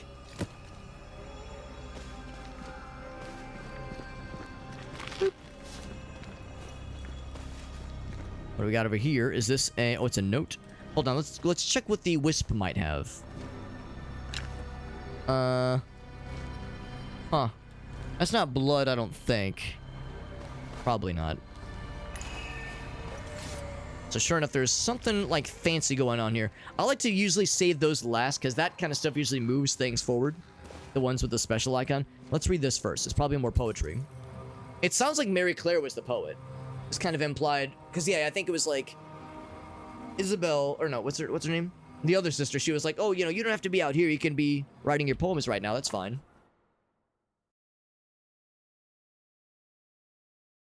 Mistress of mercy, anoint my lips with blessed sweetness of passion. Queen of heaven, unfailing, I drink from thy fountain of wisdom and joy. Till the morning I burn. The covenant that binds us. I don't know, man. I don't know. The Queen of heaven, blessed sweetness of passion. They were very close, okay? They were roommates. They were besties, okay? They were best friends. Yeah. I don't know. It's, like I said, they just... Maybe I'm... Hold on. Maybe I'm wrong. Maybe they aren't sisters. Maybe the knowledge is they aren't sisters. No, they're called the O'Hara sisters. Oh, no. Wait. Is that her, like, full name? We don't know. They're called the O'Hara sisters. I just had a moment where it's like, oh no, what if there is something going on, but they were actually sisters? Oh boy. I don't know. Let's just kind of assume it's not going to take that turn. Let's listen. She is the leaf brightening upon the breeze. Where'd the wisp go? Wisp goes... How did it the go? tree. The light in your eyes. The warmth in thy eyes. Aw, he remembers. You do remember. Good job, Red. You're a bit of a softie sometimes, aren't you? Go back across. Actually, I guess I can just drop down, I think. I'll drop down there. We're gonna have to fight some dogs, though, because I saw the caves. I got that dog in them. What's this tree? Oh, no, it wasn't. It was over here. So I thought it was. I thought I saw the wisp fly over this way. Got that from the tree. Yeah, more linens. Always with the linens. Yeah, anytime you see a little hovel like this, usually it means the wolves will come out to play at some point. Something has me. There's a ward nearby. Usually, actually, it might even be behind here, so I can break these. I can't break this one, though. We need Ante to break this one for us. Good shot, Red 2. Good shit and good shot. I'm at your side again. The ghost ward taken out. She can blow this thing. Let's blow this thing and go home. Cannon powder. I think this is... Okay, more poetry. Black Rose of Ireland. Give thanks for thy hardship, thy suffering and woe. Okay. A maiden upon the wondrous water, where in anguish thou yearn to be drowned? That's a little bit out of left field.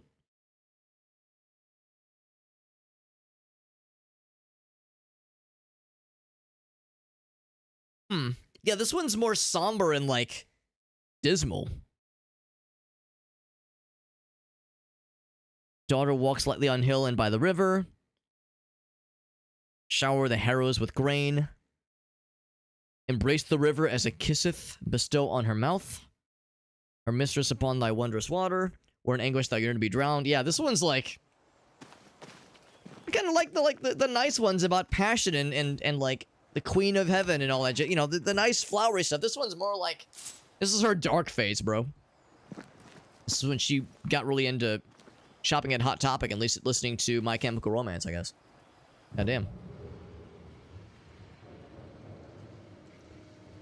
It's possible I'm a big dumbass. I could have sworn I saw the... Oh, there's the wisp. It's down there. Okay. Because, see, I thought I saw it go by that tree over yonder. So that's like the next major location. Before... Oh, hello, Sheena. Hello, Sheena. Before we go that way, kind of explore around this little ledge. Sheena's here, by the way. This is Sheena the cat. She's very happy to see all of us. And by happy, I mean demands that we all give her attention, and if we fail to do so, she will inflict violence. Crimes against personnel will happen. Banks will be robbed. That's how it goes. Robberies will occur. That's how it is. Already been over there, and I don't know if I really explored everything else on this side. We know there's some kind of hidden thing somewhere. Oh, this guy. Will it be a clue or just a nice little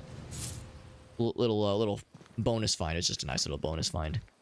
Not exactly a clue. In fact, for that matter, this is a dead end. Okay. I guess I'll go ahead and jump down. Then go off to that little area next to the riverbank. just jump down over here? I don't think I can, actually. Walk across. Can't jump down right now. Oops. No, no, no. Go and jump down. There we go. There's apparently something else that is causing my hand to glow. Somewhere. As we were walking across this thing. See anything, though? Is it down here?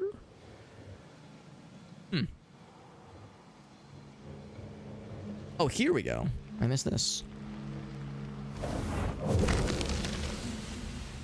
A regular corpse. Has a couple nice things. Yeah, nothing too crazy. It's a shame we didn't really get anything out of this. I would like to know what happened here with this painting. Maybe we'll get a little something out of that, but we'll see. You're wondering why my mouse keeps like jiggling that much. Just because Shayna's like rubbing her face against my arm. She's very happy, right, Shayna girl? And by that, I mean she's like, I need attention or I'm gonna fucking kill somebody. Which, you know, how it goes sometimes. Gonna summon some wolves. A little den where they could pop out if they so chose. I'd love to go the wrong way first. I like to investigate the optional story items before I go to like the big required ones. Something else that's hidden somewhere. Is the big one. The basket. I think that's going to be another hearkening, I think. Yeah, that little kind of charm, that little chime noise usually requires a hearkening to like reveal an echo. The dainty sparkle of Helios's lamp shining through the space of each quivering branch. With each quivering branch. Her branch quivers rather.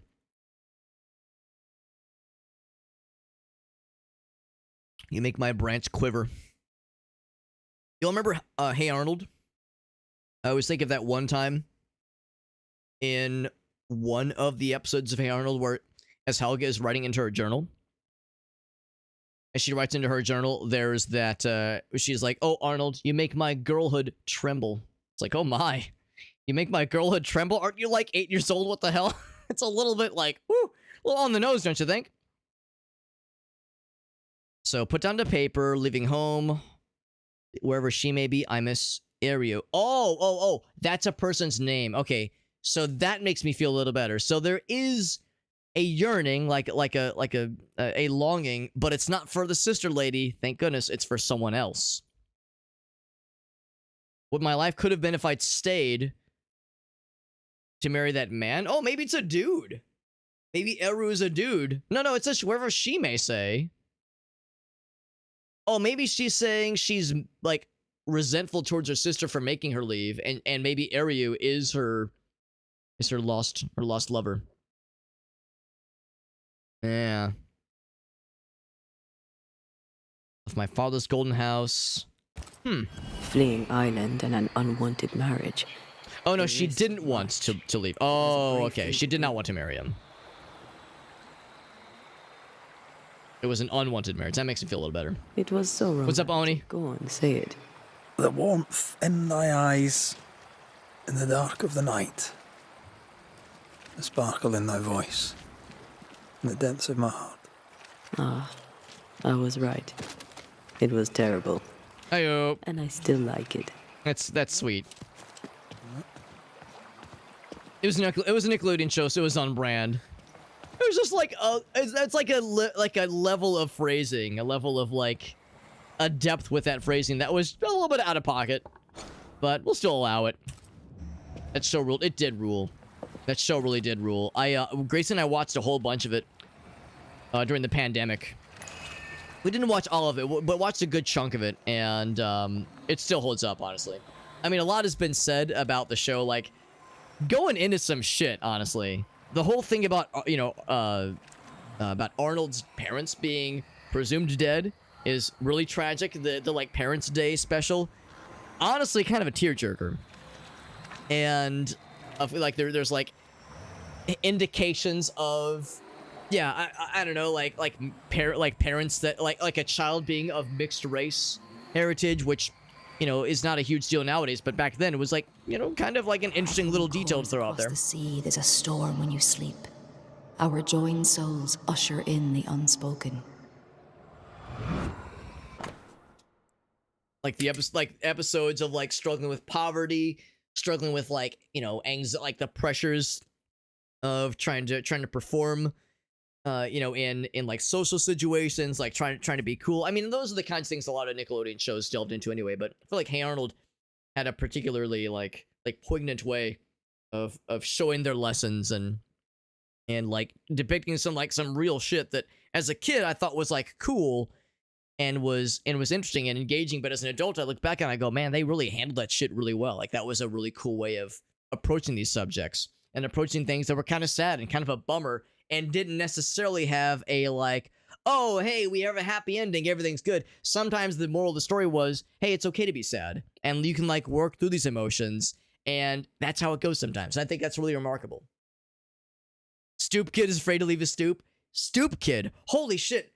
The idea of like a character with like just destructively like oppressive social anxiety, or maybe it's not social anxiety, maybe it's agoraphobia, whatever you want to call it, and like Arnold helping him through it, and like I think that's remarkable. Yeah, Pigeon Man, same kind of shit. Like, you know, these oddball characters that as a kid we think like, wow, that character is weird, and Arnold is helping him out. That's cool, but also like, yeah, there was some shit going down there, man. So I think it's pretty remarkable. It's a good show and it still holds up. Still holds up really well. So here we go. The names Moira, Tynan, and Elizabeth. So Elizabeth, maybe Elizabeth was the poet. I thought Mary was the poet, because I thought it was implied that Mary was the one who was writing these poems. Maybe it was Elizabeth. And she said that she missed Eru or Ira. Was that the name? I'm not know. Maybe Moira is like a symbol, like a alternate pronunciation or spelling of it. Hard to say. But we can use this to call the ghost forward. Moira Tynan. Have we heard that name before? We have now, and we found our tie. Who is Moira Tynan? Oh, there she is. No, no, no. Please, leave it alone. Leave it be. Stains. I can uncover the traces. Another bit of poetry. Trail. This way. How are we talking about positive stuff? It was because one of the lines in the poem earlier said that my branch quivers, and I was like, oh, you make my branch quiver. And it reminded me of Helga and Hey Arnold, as she's longing for Arnold and writing in her poetry journal. One of the lines that I always remember is, oh, Arnold, you make my girlhood tremble. And I was like, oh my. Making the girlhood tremble, but bro, I mean, doing something right. Good for you, bro. And also, she was like 8 or 9 years old, so it's like, you know what that, like, why are you able to write these things, lady? Good lord. Let's see, what's this one got? The last couple were like of varying levels of like kind of more dark stuff. This one might be maybe more nice. Caress of a gentle lover. Okay, now we're getting back into like the nice flowery stuff. Heaven's sweet rumble sighs. Clamor spreadeth cross mine own skin. There we go. Let's see. Hurtle back to the silence that haunteth the cracks between the pauses of the storm. Maybe the cracks of something else, if you catch my drift. Not a word, not a yearning. The leaves of every tree whisper thy name away. So this is still very romantic. The spirit stamped this place with its presence and left a trail. Want to follow the wisp again? Or is it just kind of vibing? Actually, maybe I need to go into ghost mode. I think it's just kind of hovering. I don't know. I don't think we have to follow the wisp anymore in particular. Let's keep going this way. The dead left a mark here. I can reveal the stains.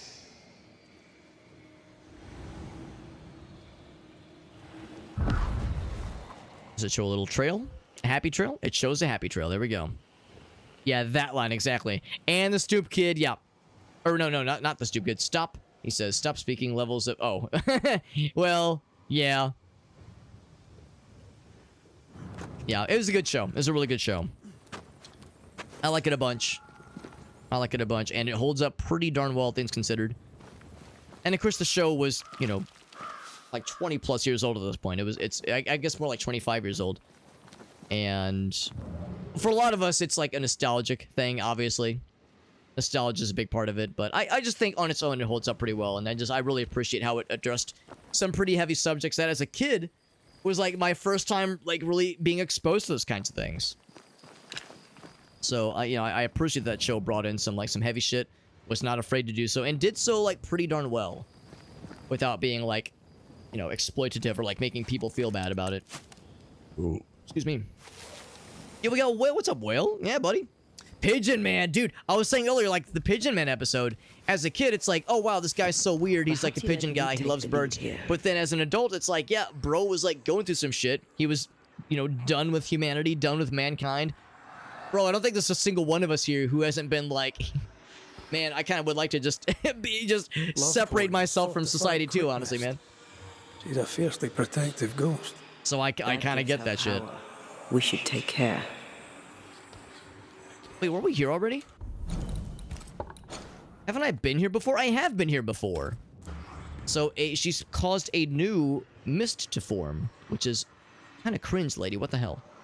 Keep following this thing. I'm guessing I'm going this way. Although maybe this guy always looks like this. No, I don't think it always looks like that. That's definitely something. Oh, this thing. Because we've been here before. Yeah, that's a fucking mood. It is. It absolutely fucking is. So yeah, the Pigeon Man episode. But like, then Arnold meets him, and he's actually like a pretty normal guy. Other than the fact that he's like, yeah, I'm just kind of done with society, bro. Just kind of done with that shit. Again, can't say I really blame him necessarily.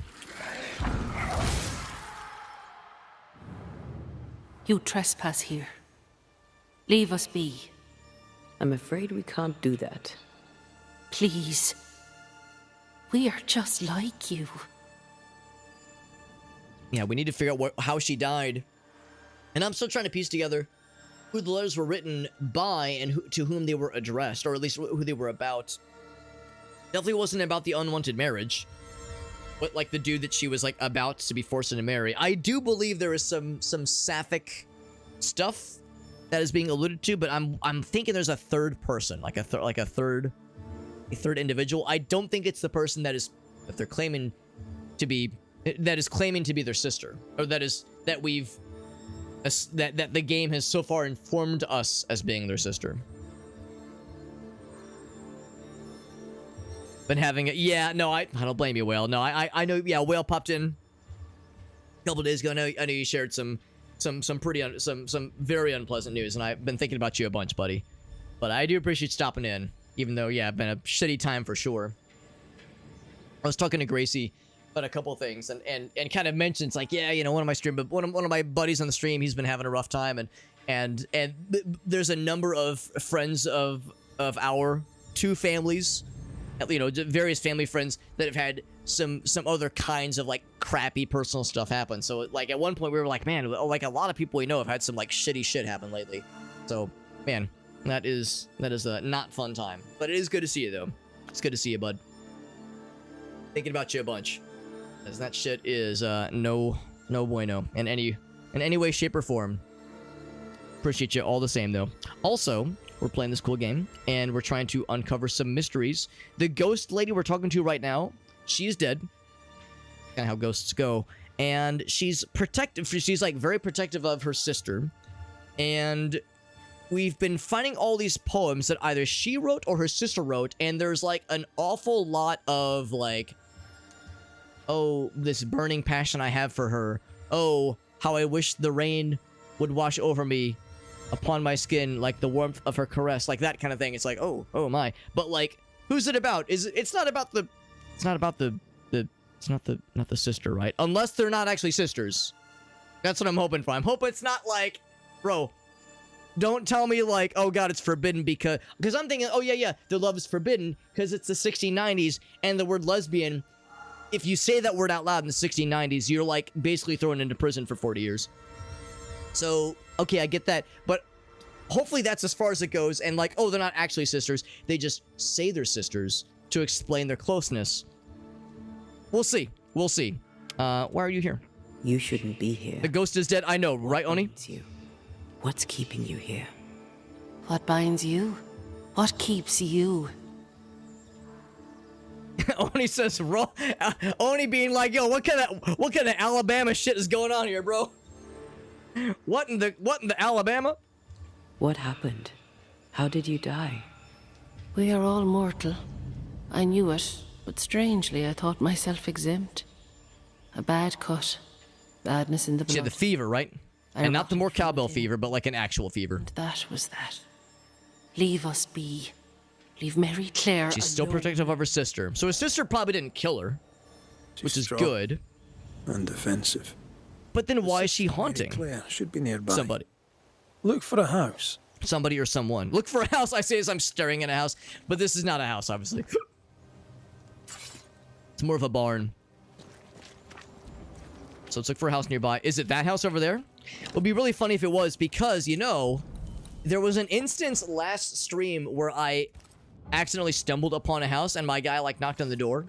And there was a person that would refuse to answer. And I remember saying, like, oh, that's weird. That's either for a quest that we've already done, the game bugged out and is delivering that dialogue again, or it's a quest that that we haven't started yet, and the game is, like, maybe not supposed to show us this dialogue prematurely. I think it was this house. Oh, it's even got the telltale shimmer of Voices something going down here. Waiting to be heard. I see the apron you wore to the river. From across the meadow, the blossoms and leaves. I see its wings rise like sails in the harbour.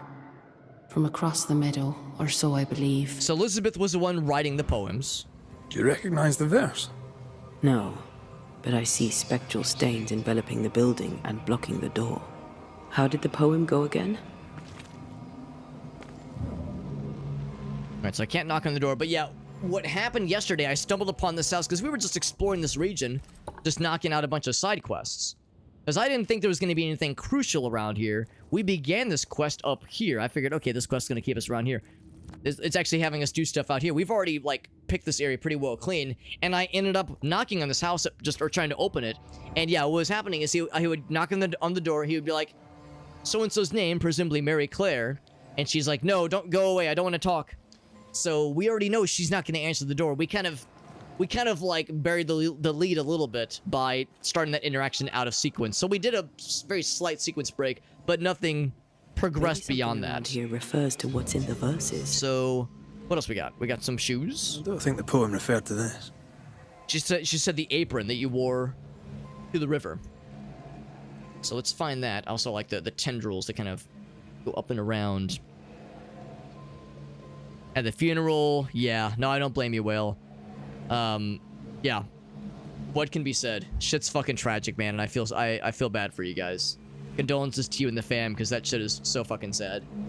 When my friend Kyle's dad passed away a couple months back, he was like, the friend of ours from high school, Kyle, like his house was like where we all hung out when we were in middle school and high school, and it was like our go-to place. So we were all super close with both of his parents, and when his dad passed away, his dad was like in his mid-80s. Well, I wouldn't say close. Yeah, I think he was like late 70s actually. I think he was 77.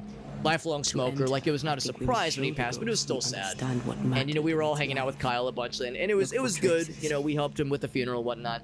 And afterwards, I remember our buddy Ryan, who pops in sometimes, he was saying like, guys, we need to like check up on Kyle every so often, because like now that the funeral's done, to a lot of us, the funeral's done. That's sad. We can move on. But for people like Kyle, for people that like have to live this shit, it's not done. Like the mourning process is a whole much more long-term thing. So it's like, this is a reminder, like, we need to check up on him, make sure we can, try to do what we can to help him out, because yeah, this shit's fucking awful, and it's anything but done, for him and his family, his mom, obviously. So yeah, same kind of thing. It's like, I recognize this shit is a long and miserable process, but they say the only way through some kind of tragic, like, or the only way to deal with something like that is to go through it. So it's like, we just have to face it head on. It's fucking tragic. Just awful. I see all the milk you sifted this Rough for the morning. friends too, yeah. And across the meadow, the blossoms and leaves. I see all its freckles braid onto your clogs. Oh, the clogs, we Across sell the those. meadow, or so I believe. So we'll go next. Ireland was strict. Oh, Catholicism was a thing back then too. Well, yes, Catholicism was a thing. What I mean to say was the thing for back in, well, let's see.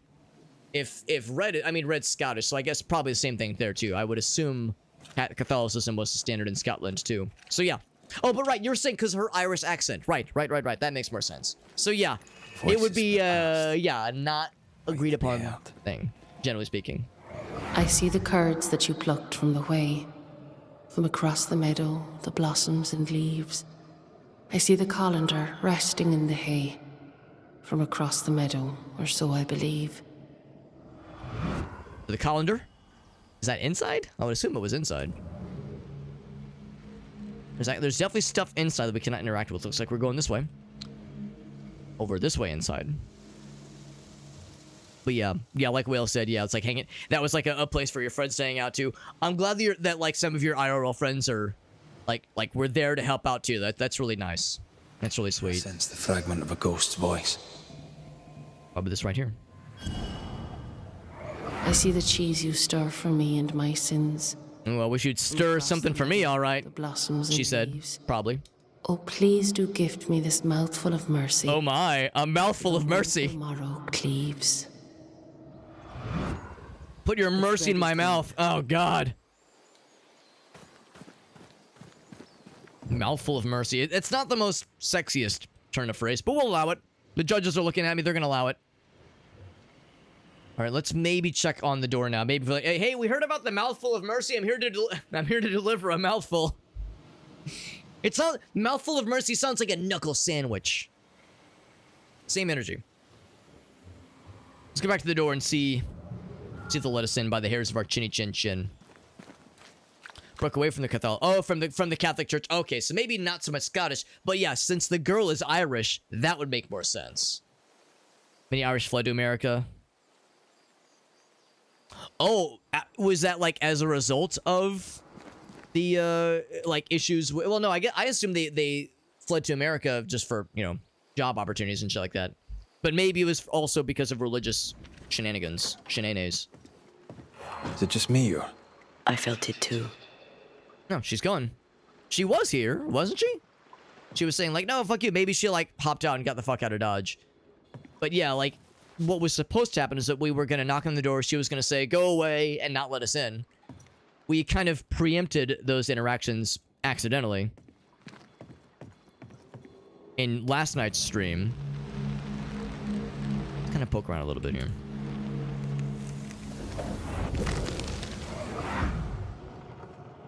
By the hearth, the bed is made, the goose is cooked, the bread is baked. What about this one?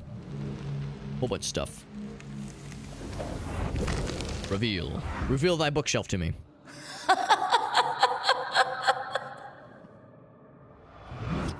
Giggling. That sounds pretty chill.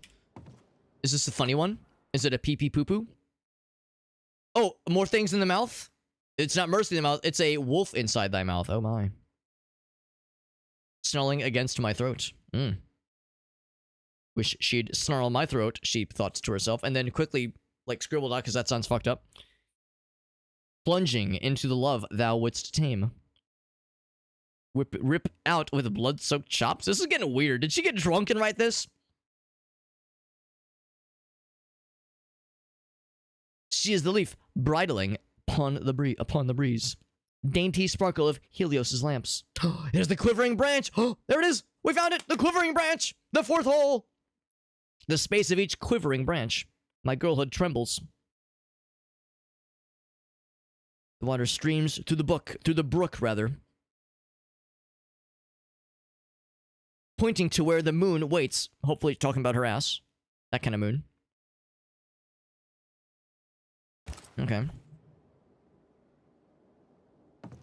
And a few more spots to take a look-see through. There's also one over here. Do that one last. This is getting weird. Farsight, it should get a little bit weird here, Alex. When do things ever get weird in games like this? It was an awful lot of similes. It was never like, oh, I want the wolf to do things to me. It was always like, oh, yes, do things to me, much like a wolf doing this to something else. Go a-courting. Okay. And then, I'm sorry. I saw hand lines hold. I thought they meant like, oh yes, let's hold hands. And let's be real. Premarital hand holding in the 1690s. Oof, that shit'll put you in hell and also make you pregnant. So you gotta be careful. Okay. You'll go to hell and get pregnant and die if you hold hands before marriage. Back in those days.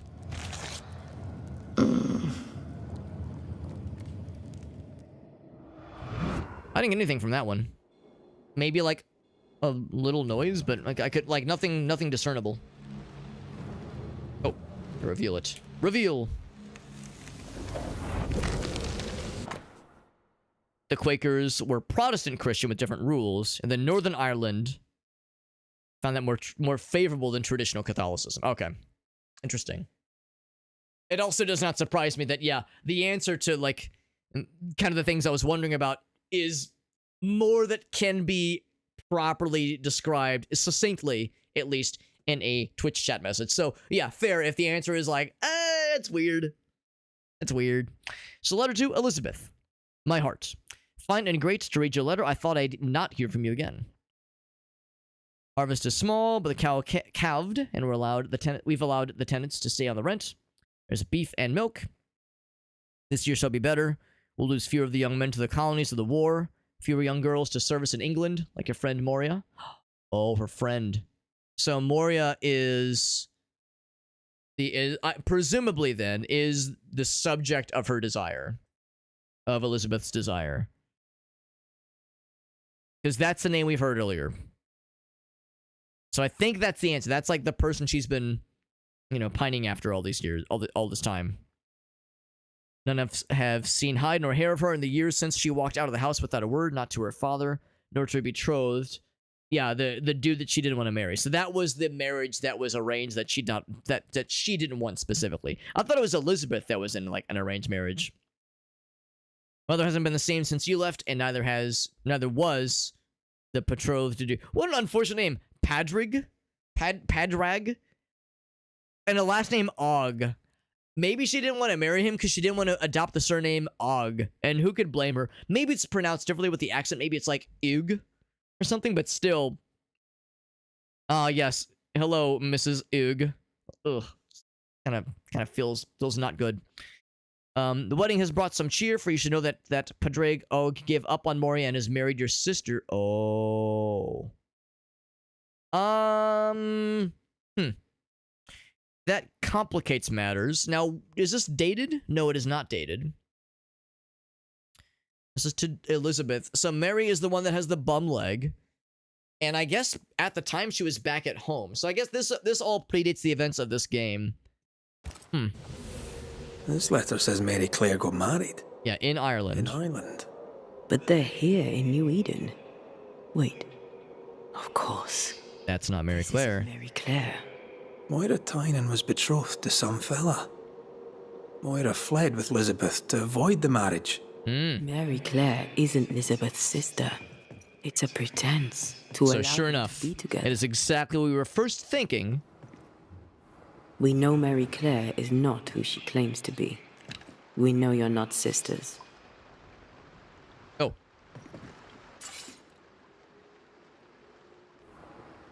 Mary Claire remains at home. They were in love. Their love binds them together yet. I hear it happens. Let's go a wee chat with them. So there was like a moment where it's like we noticed the walking stick, right? Because she doesn't actually have a bum leg. So sure enough, this is not the actual sister character. That's kind of a relief, honestly. There was also a weird moment where it sounds like there was a conversation that was supposed to be happening that we weren't really seeing their side of.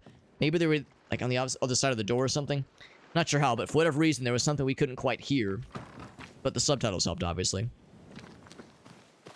Well, let's see where they are. It also begs the question of, like, what is the next step? Because it doesn't sound like Mary Claire, aka Moira, actually killed her or anything.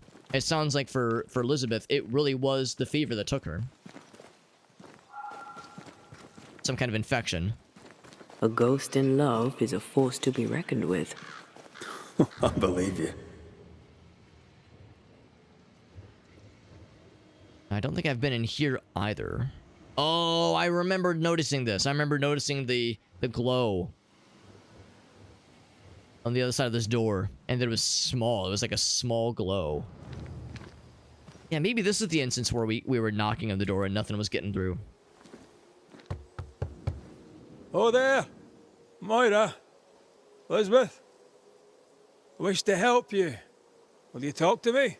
Be off with you, Scotsman. Moira, I only wish to talk.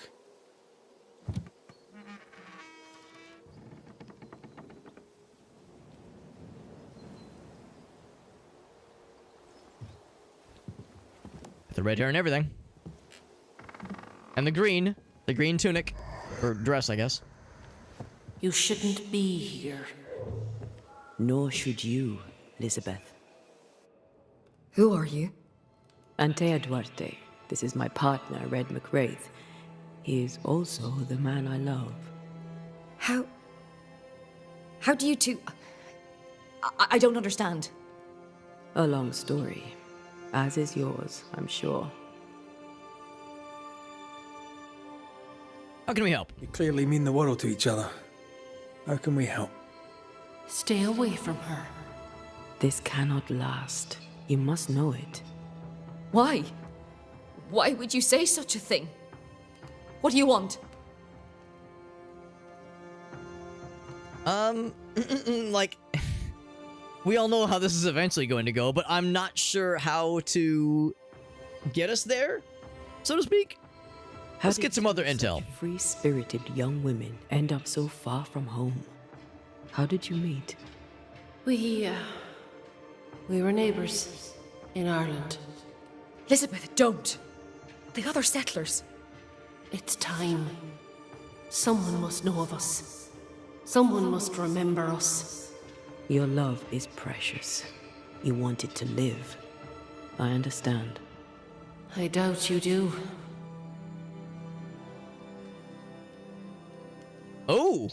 Oh, should we like throw that little number out? You know what? Fuck it. Why not? I Hey, Bonnie. also loved a woman once. Javiera Sepulveda. Okie. Hell had no fury like her. Big-mouthed, loved to laugh, loved me. What happened? Life happened. I had work to pursue, and so did she.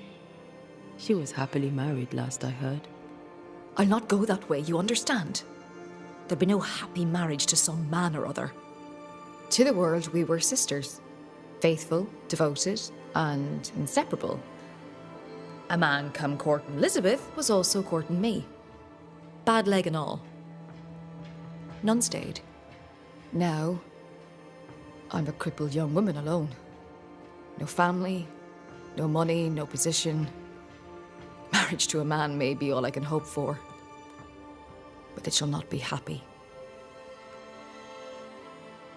Let's kind of ask, like, yeah, how did this whole circumstance arise? People here, well, let's say they lack understanding. How did you keep up the charade? Where did you find the courage? Spite. We know what they did to the schoolmistress. We know what they do to free women. We took our place amongst them and acted as if we were them. Harshness was the facade behind which we could live. A false face to the world so we could wear the truth at home. Pretending to the outside world is one thing, but you can't pretend to yourself. So you grew up together? Our families had business. Moira's dad worked the sheep farms, mine traded wool. I was 16 when my leg broke. Doctors said I'd not walk again, that the shock would likely kill me. I showed them. I I lived went out of to the spite. O'Hara's to learn the wool trade. We grew together.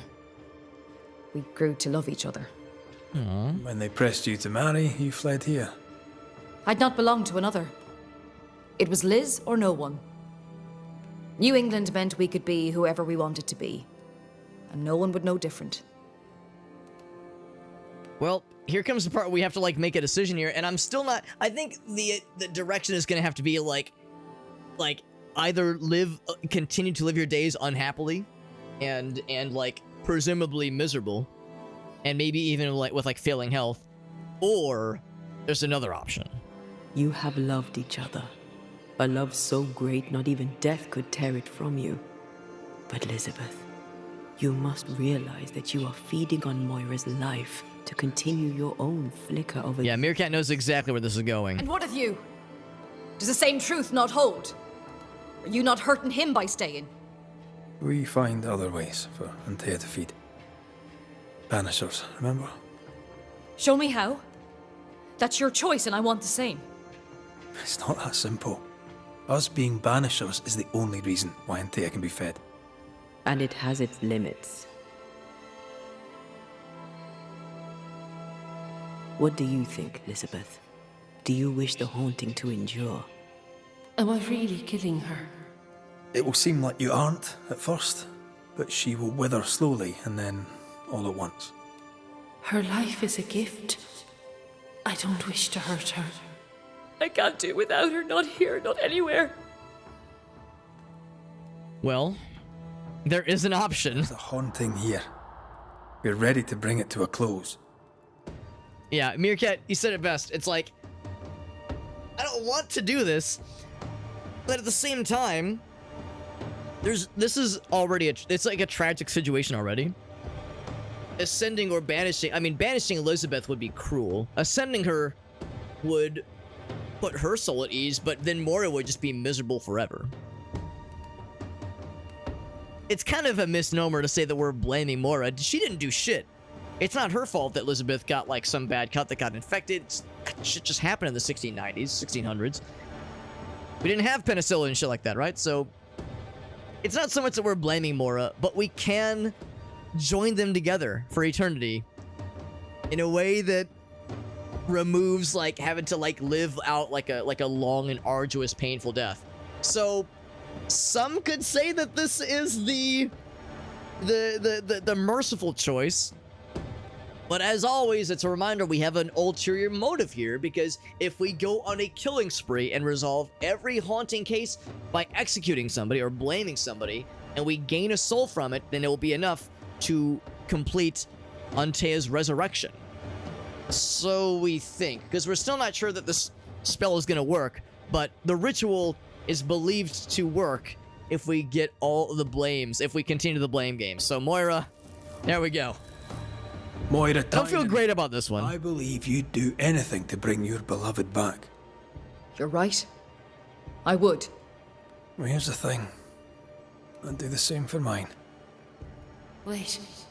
You can't. You can't mean to. Don't touch her. I'm sorry. Moira! I'll get you. I'll get you both. I was hoping he was gonna phrase it in a way that was more like, listen, we could put you, you know, we can resolve this for you.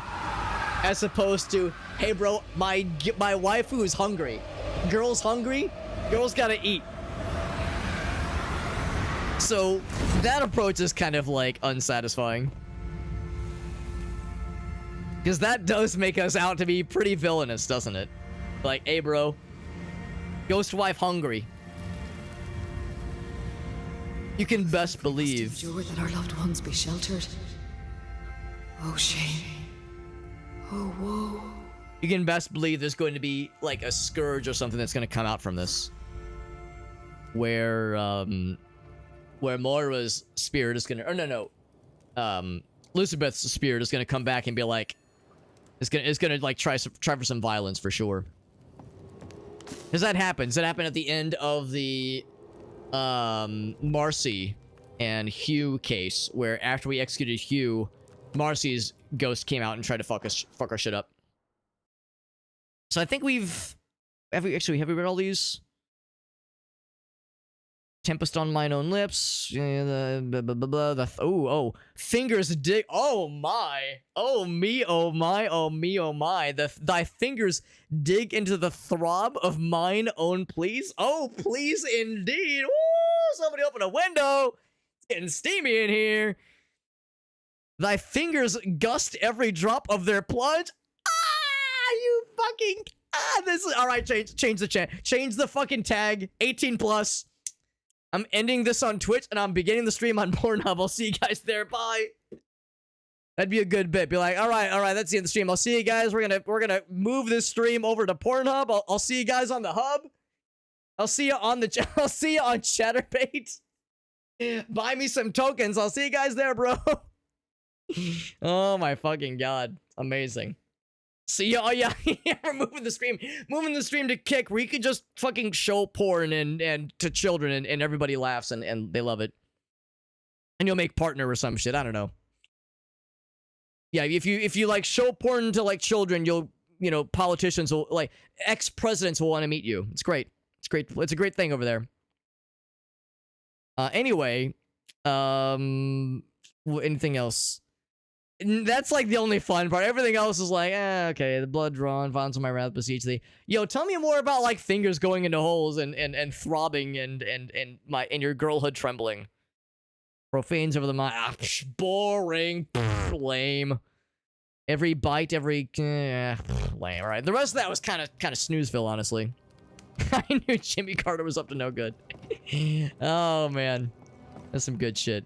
That's some real good shit. And was that what this one was, or did I? Yeah, that's what I just read. Okay, cool. That was amazing. Some good shit. What's this one? Poem number 3. The bog is brown. Sky is dark above the town.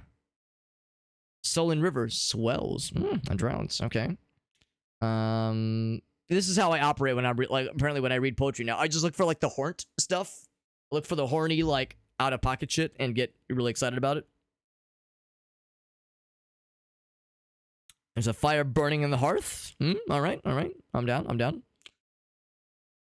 In honor of the coming queen. I mean, hey, if you do your job right, if you do your job right, she'll be the coming queen. All right, or if you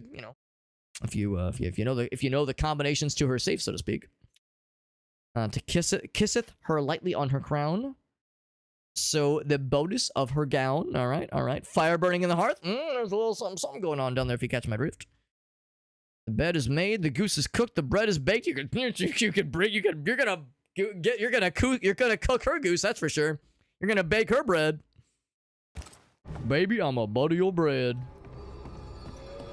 I'm over here like, I'm such a dick. I'm such a fucking penis. I'm over here like reading all of her poetry. Fucking like dunking. I'm like, oh fuck, we're plunging the fingers. Ah, fucking air horns. And all the while, all right, she's just dead over here.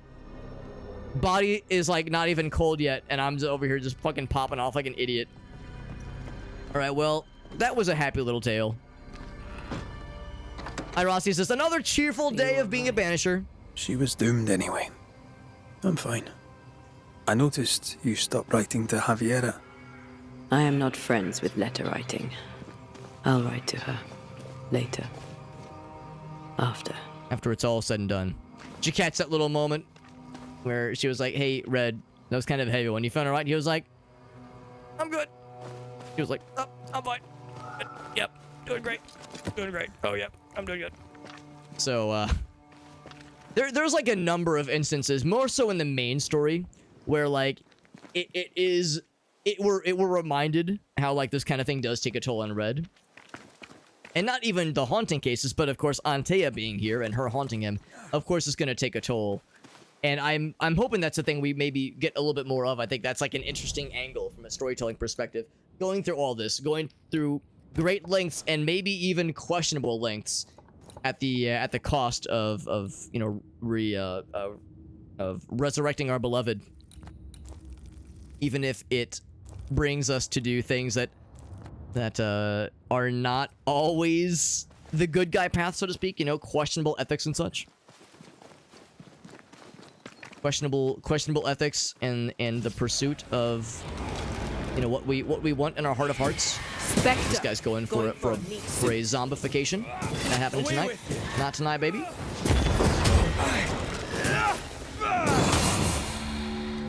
Not too bad. Couple little baby combat, little baby fights. Fighting a couple ghost babies, you know how it is. Get back to this guy so we can do some fast travel-ins. Those guys. 17th century porn fanfic. Sign my ass up. That'd be fucking dope. I would love that. I mean, that's basically what we were reading, but like, give me the full deal. I want the whole, I want the whole article. The whole issue. I think the place we are going is... Actually, where are we going on the map? Gonna be down this way, so I'm like looking off to the side. There we go. I see the little wisp, the little like blue kind of smoke signal to beckon us forward. Gooning over her literature. Yeah. Literature gooning. 24/7 over here. Harvesting souls to bring back the dead. Yeah, basically. Yeah. We are kind of a comic book feel. Yeah, it's not the bestest of looks. Now, in all fairness, a lot of the times the people we're killing are doing bad shit. This was one where nobody did anything wrong.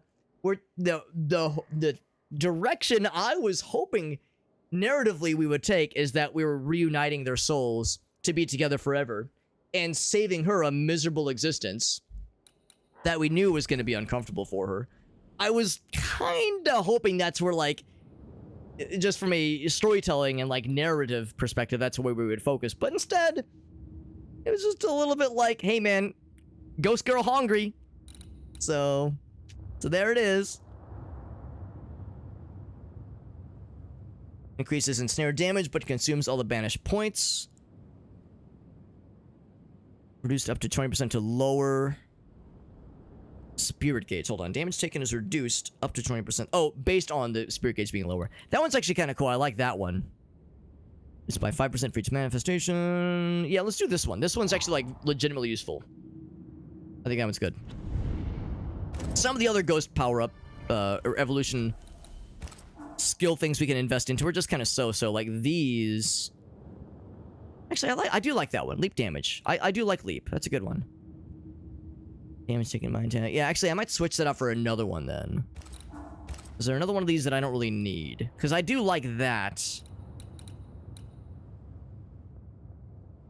That one's pretty good. That one's really good. I like that one a bunch. Yeah, kind of like...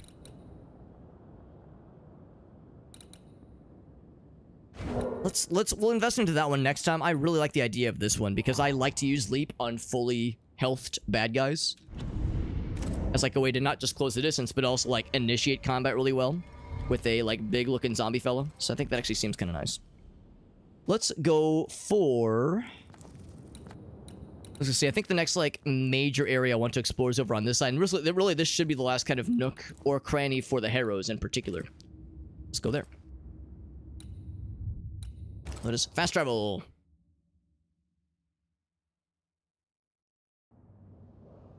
If we had a steampunk cosplay with coal-powered vibes, that... Well, I mean, you're saying that's kind of what our guy has, because... Yeah, I think the armor and, like, the runes and whatnot that he has inscribed, I think that's actually more, like, witchcraft runes. Well, witchcraft, which is to say, like, this universe's version of witches, which is kind of like an... has, like, some, like... smatterings of like paganism and also like some vague... I mean, I see like Dreamcatcher on the chest piece there. So when I see that Dreamcatcher, it's like vaguely almost like Native American, like indigenous people kinds of relics. Oh, and porn genres. Yeah. A steampunk cosplay, coal-powered porn fanfic. Sign my ass up. I'm down. What I'm also down for is that my bladder is very happy. I'm having a very good time. I need to use the little hobbit's room. So I'm going to use the little hobbit's room. I'll be right back, friends. Give it a couple minutes, and we'll get back into the games. I'll be right back, and we'll play more Banishers. More Banisters, posts of new IKEA. See you in a few minutes.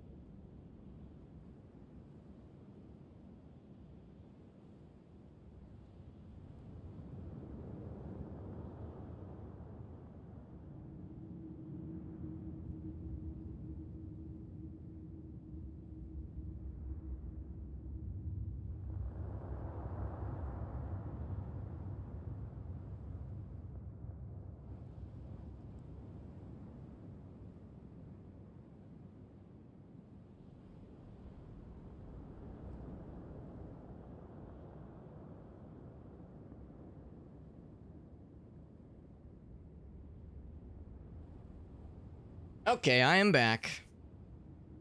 I am back, and did I hear a noise while I was upstairs grabbing a water refill? Zoop. Back to it. It was woo. Was that a woo raid? Oh, it's a good day. It's a good day when you get a woo raid. Life is good. Life is good when woo pops in. What's up, bud? We got Kubos back as well. Good to see you, Kubos. We got Rajul. I love the bomber friend. I love a good bomberman emote. That's delightful. Hold up. I wanna zoom in. A little bomber friend. Love me a good bomber friend emote. Oh, it's V-Sweat. That makes. Or yeah, is that how you pronounce the stream? I do follow him. Yeah, I like his bomberman emotes. Anyway, got Woo in here. We got Tonkadelphia. What's up, bud? We got Claybird playing it as well. It's a pretty cool game, isn't it? It is a banger. Yeah.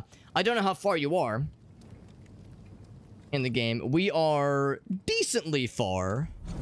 Hopefully, without spoiling anything, I will show that we're like we're about to wrap up the last of the side quests in the Harrows. There's a couple also side quests in the Dark Woods and some stuff in the Minor Marshes as well. If you have gotten decently far in the game, you'll notice I haven't even entered the 4th area. So there's still some stuff up here I've yet to explore. So I still have like some ways to go, but we're kind of clearing through a couple of things I've kind of left behind, or things I've yet to properly resolve. No, I'm liking it a lot so far. Drop the kids off of the pool. I did have to use the restroom, so yeah, I did take a little tinkle. Thank you, Woo. I see that that Elgos gave you a shout out. You're doing some zoocosis. Is that the one where the zoo animals are like mutating and it's fucked up body horror and it's wild and weird? Because that game looks awesome and terrifying. It looks like genuinely distressing. So I hope it was a fun stream. Thank you, Woo. I appreciate you. We're playing Banishers Ghost of New Eden. We actually played this game when it first came out, but we didn't beat it, obviously. We played like a decent bit of it. We played a decent bit of this and got pretty far, like I was just kind of describing, where we have like the first three areas available to us, and we're wrapping up a bunch of the side stuff in the Harrows, but still a decent bit in the Dark Woods and a bunch, well, maybe a little bit in the Dark Woods and a bunch in the Minor Marshes. But yeah, we have some what I suspect will be a combat challenge and a couple of other nice things to snag. I don't think I have the ability to unlock this yet, although I'll try it. I'll take a look. A couple of other points of interest to find and identify. So we got some stuff to follow up on in this area. We're just kind of like taking care of business, going back and clearing through some areas that are so far unresolved before we move on to the main quest. Main quest has a number of things for us as well. Yeah, it's a good game, though. Like Claybird said, really good game overall. I think it's a nice marriage of pretty good action and very, very good storytelling and character development. It's one of those games where if you're playing it just for the action, it might be kind of disappointing because the depth and complexity of the action, it's no Dark Souls. It's kind of shallow compared to other action games, Witcher 3, that kind of thing. But if you're down for that and storytelling together, it's pretty sweet. So yeah, I like this a lot. I don't think we're going to be beating it tonight, well, probably not even this week necessarily. But it's a fun game.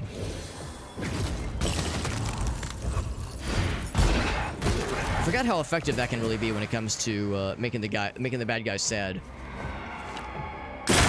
Die, you bastard! That entanglement ability. I never really think to use it when the chips are down, but it is kind of useful being able to snag them like that. Woo says he got a new job. That's exciting, bud. Is there, without like, I don't want you to dox yourself, obviously, but can I be nosy and ask if there's like any details you'd be comfortable sharing about this new job?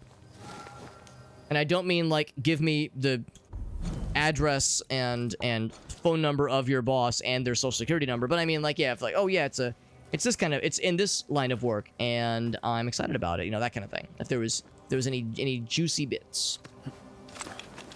Claybird just took on the Beast, which is a pretty badass boss battle. I remember that battle very vividly, and I liked it, and it was also a really interesting turning point in the story. Because when you realize that the Beast is the spoiler, and then when the spoilers,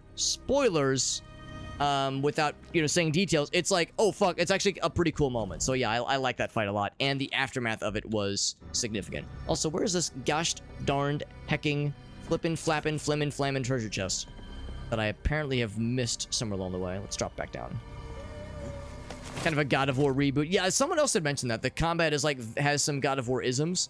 It's not nearly as, I would say, probably not as engaging as God of War is. I've actually never played a God of War game, so I'm kind of a fake gamer, but probably not as engaging or as like challenging. Generally, it's like it's more on the easier side generally. But yeah, I think you're probably right though. As far as like overall, it tickles similar pickles. Like the systems are similar.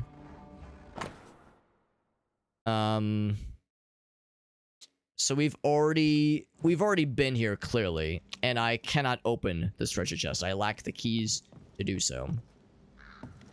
Yeah, we've definitely already been here though. So instead, I will continue on my merry way. So I just wanted to check in on that, see if we had what was necessary to grab this stuff. Oh, by the way, Woo, where are my manners? Whenever I get a raid, I always like to ask for clips. Because, and Woo, you've heard my spiel before, so it's worth mentioning. Whenever somebody raids, like asking if there's anything you would like to share with us. I'm a big fan of show and tell.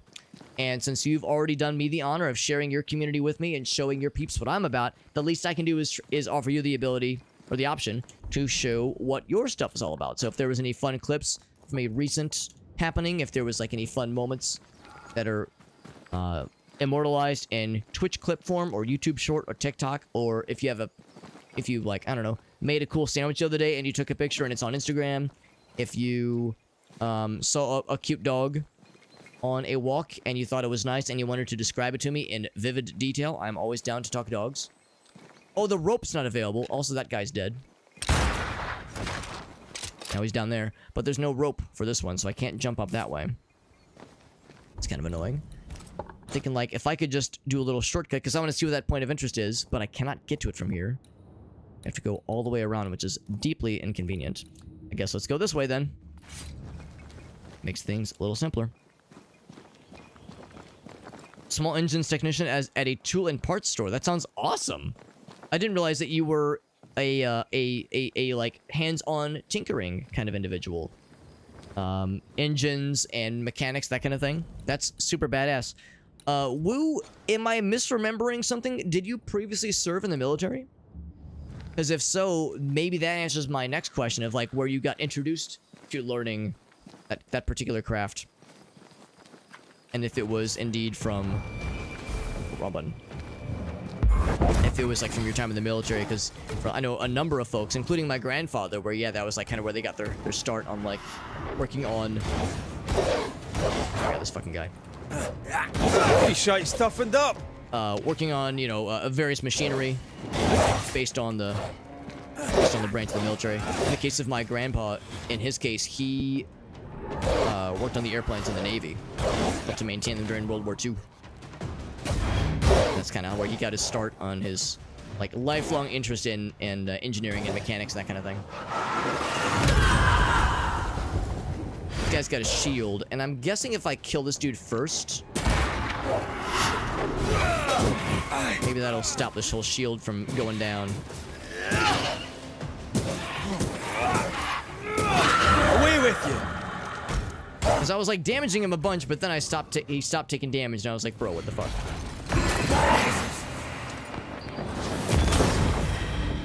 We good? We good. Reload my gun. Mechanic in the Air Force for 22 years. There we go. There we go, baby. So that makes a lot more sense. That makes a lot more sense. That's awesome, man. That's great that you've been able to carry that kind of know-how and skill set forward into your current job. That's super fucking cool, bud. It sounds like a perfect match for you, dude. It's a means to an end. We're gonna put that knowledge to good use. It sounds like you're a natural, honestly. It sounds like you're gonna fucking, if you haven't already, it sounds like you're gonna knock their socks off. You're gonna knock their dicks off. But maybe don't knock their dicks off. That probably would have some downstream effects. But still, that is exciting though. I like hearing those kinds of dubs. I like hearing those kinds of good news things. And thank you again for that raid, Woo. Offers on the table if you have any clips to share. I love that shit. Is this a dead end? Am I a big doofus? The answer to both those questions appears to be yes. We're gonna be playing this game another hour or two tonight, and then tomorrow probably... Hold on. Yeah, that's right. Tomorrow's Thursday. So tomorrow we'll probably be playing an indie game that I'm excited about called Victory Heat Rally. Really cool retro racing game. Kind of like Sega Genesis, Sega Saturn, somewhere in between there. Kind of game that looks really good. I'm trying to see how I get into that. Maybe there's like a little path this way, maybe? I thought I was already going to try that. Or maybe we have to go around here. I'm like, how do I get here? How do I get over there? Because I think I've definitely been here before. Just trying to figure out how I got here before. Gonna see if there's something else here. Otherwise, we'll just try to go all the way around. Yeah, we'll be playing that game tomorrow because it launches tomorrow, and I believe we should be able to get a review key for it. Actually, no, I don't believe. I'm positive we have a review key for it, so that'll be good. And I'm excited for that. And then I think this is the answer. Unless this is a dead end, because this is where the resting space is. But can I go out this way? Yes, here we go. That's the key. So we'll be doing that tomorrow, and then probably over the weekend we'll be doing more Warhammer games. Ask for help if you... So we've been playing a lot of Space Marine 2. Probably do some Space Marine 2 on Saturday. I'm sorry, on Sunday. And then probably on Friday we'll be doing some more Darktide. We actually have a Dare Drop campaign for Darktide, so I'm looking forward to that. Probably no stream Saturday, though. I will most likely be busy for pretty much all of Saturday. Hanging out with some friends for their birthday shenanigans that evening, and I probably won't be back till kind of late. So now that we're here, let's go back this way. That'll lead us to the goods. But first, could I potentially... Because I was hoping to, like, find if there's a shortcut. I'm actually going to go up and around, see if there's, like, a shortcut we could maybe unlock. From up here. I think that'd be really neat. Really neato. No clips that I'm aware of. That's perfectly fine.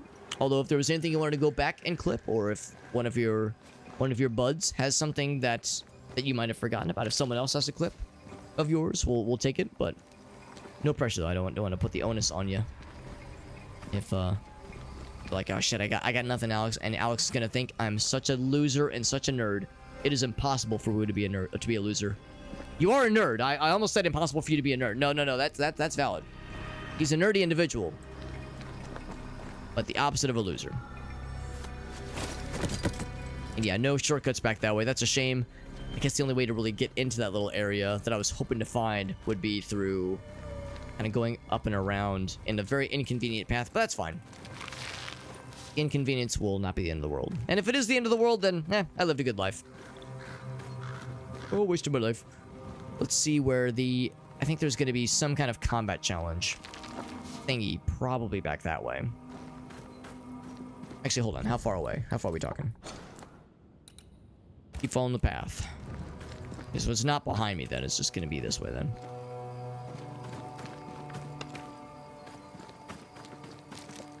I see more doggos. Ishmael, is he here? Ishmael Law. I remember him.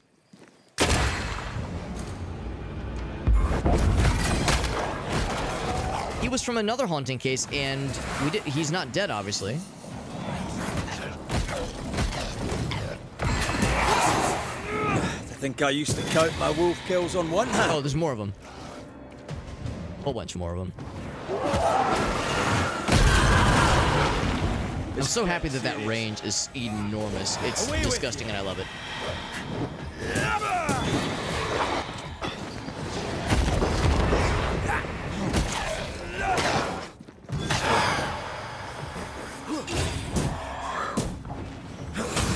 Ouch.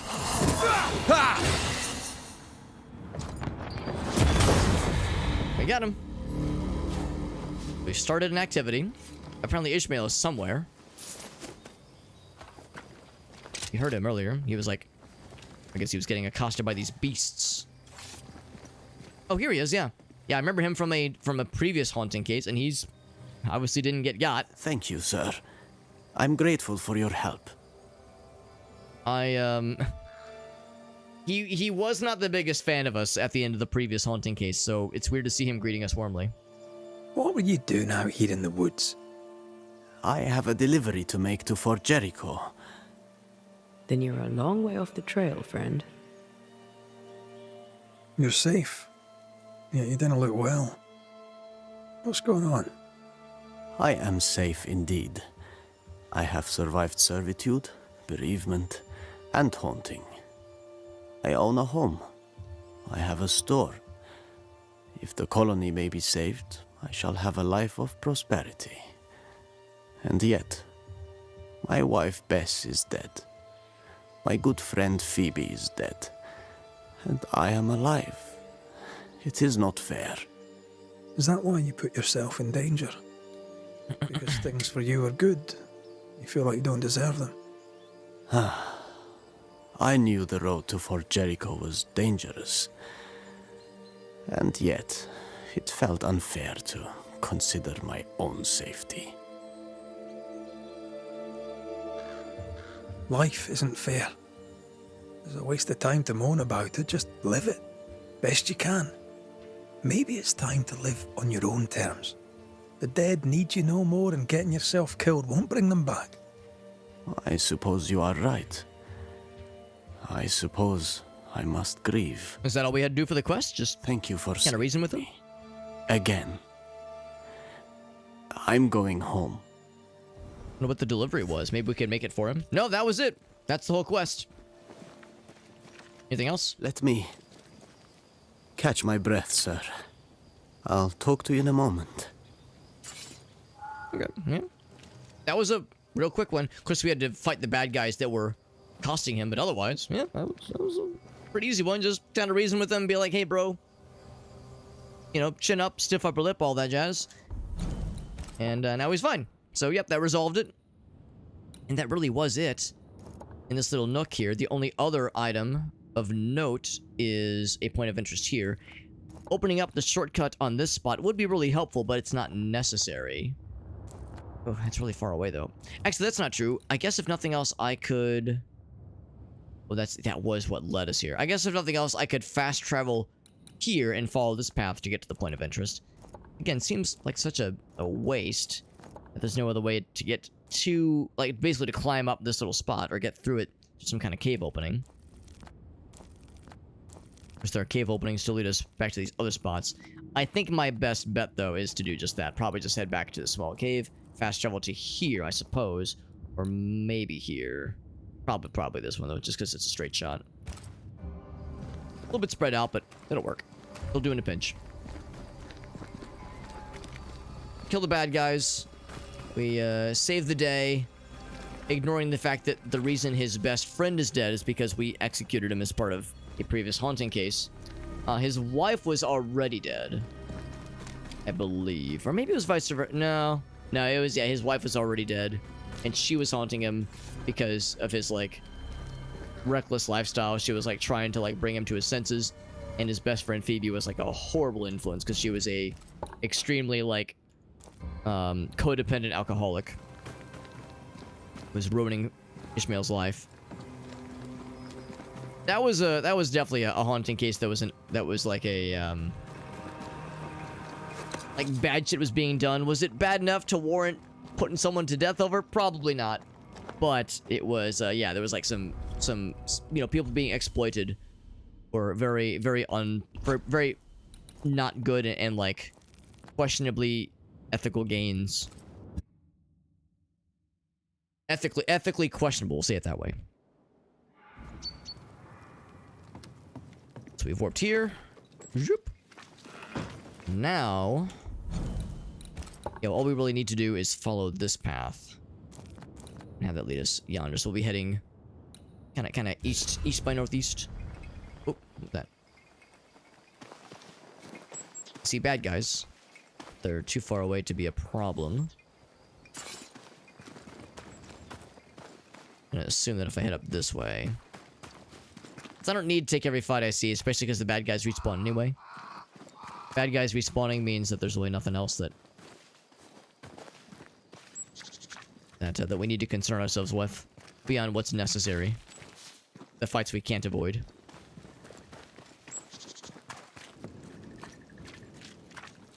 So we've already cleansed. We've already like looted through a bunch of this area. So unless there's new paths that were previously unavailable that are available now, we can just kind of skip most of this stuff here.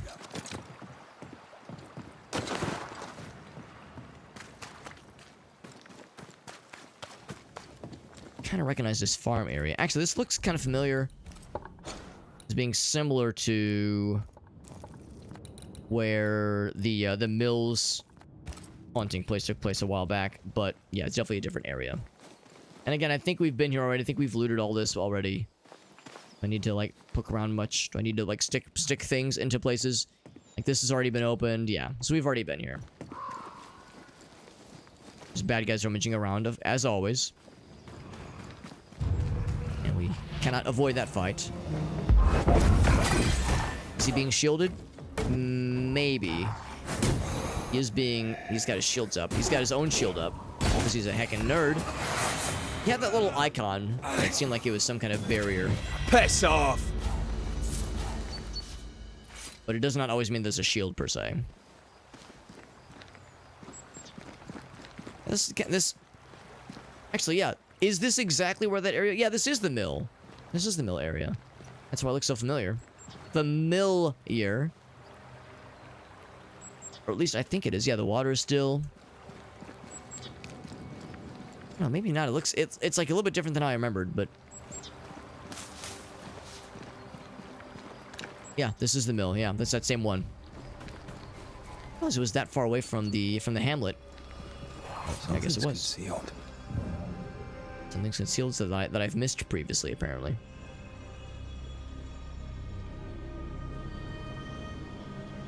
On this side?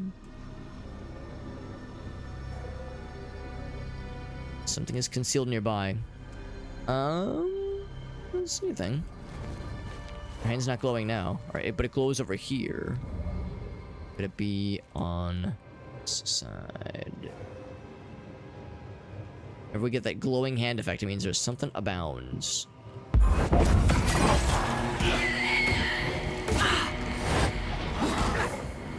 For anybody curious, the reason why we're doing so much fighting as Antea against the Zombino fellas, because Antea does a lot more damage to the whatever it's called. They're not called zombies, but what is it? Essentially a zombie. Oh, there it is. I see the spot we can uncover.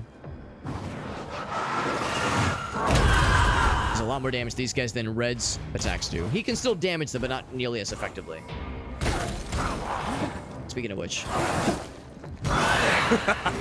when they're in ghost form, then we can fuck them up real good. Red is extremely good at Yes. that. Something's here. And all that jazz, and now... What was hiding in here? It's probably nothing significant. Might be some nice trinkets. And a dead person, which is its own reward. You know, so fun. So great, so hilarious. We got a couple of resources.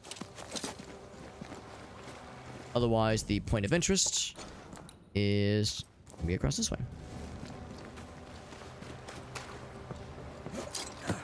And of course, we've already explored that area pretty darn thoroughly.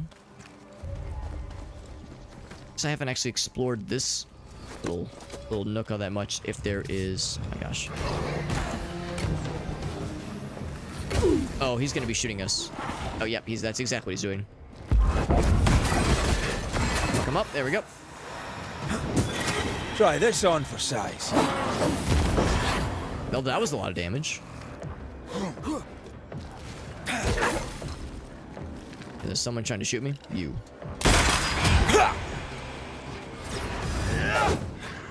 Motherfucker just teleported around. I think you're so cool, don't you?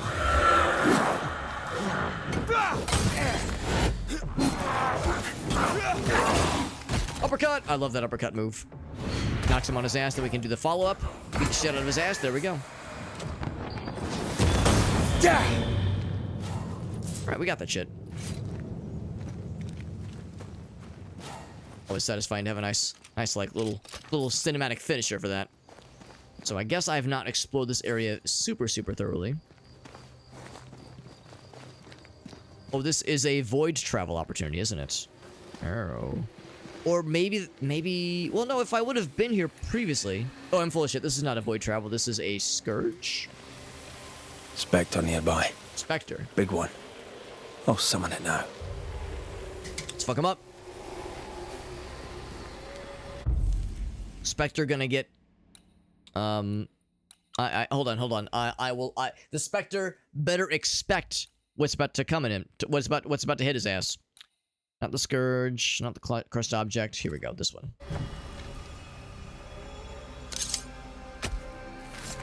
Unveil yourself. Spectre better expect her, alright. Nothing? You losing your edge? What? I mean, maybe they said Spectre, but what they meant was Scourge? That makes sense. Yeah, it's a Scourge. I was right the first time, bro. Game making me question myself. Infectious Harvester. Let's see. Each attack increases damage, resets on being hit, so just don't get hit, bro. Ouch. What's that about not getting hit? Just don't get hit, bro. Just get good. Ouch. Can't outrun a ghost.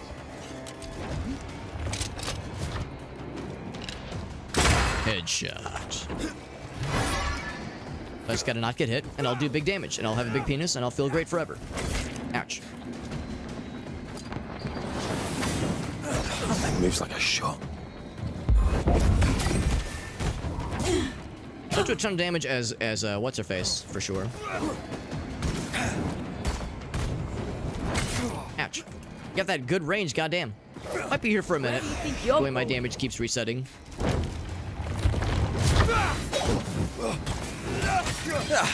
They What if brought that actually does a lot of damage? That I'm somersaulting against defense. That little AoE. Quite an impressive reach. I gotta play a lot more carefully. Yeah, that little like about.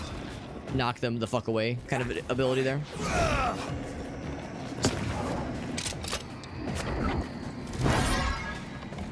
Someone's doing some shit. I don't much appreciate that. See you later. Ooh, big damage.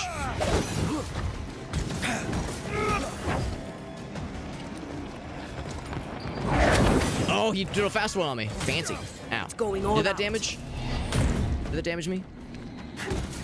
It looks like it did, because it did reset the damage I'm doing to him. Like, the normal attacks are pretty well telegraphed, but yeah, when he's doing the little, like, AoE kind of pop thing to force us away. Off.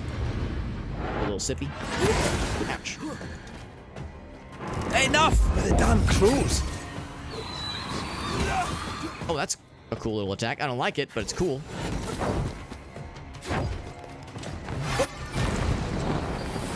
I got a powerful attack of my own. I think he's so cool. I don't think we've actually fought this guy in the vanilla game before. We fought the Beast, of course, and we fought another version of him earlier. Oh, made a new friend happen. That's so nice.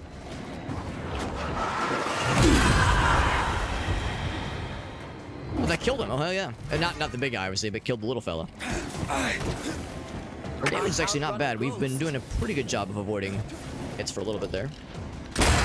Think you could take on a ghost? Oh, he's like making the little buddies happen? Yeah, the ranged attacks. Might be able to just shoot them. Oh, he did hit me on that, unfortunately. Hold on, this guy's summoning some shit. There's some projectile shit. No, thank you. Get it out of here. Ouch. My gun versus your birds. Running away, are we? Listen, I get it. You liked that ranged attack a lot.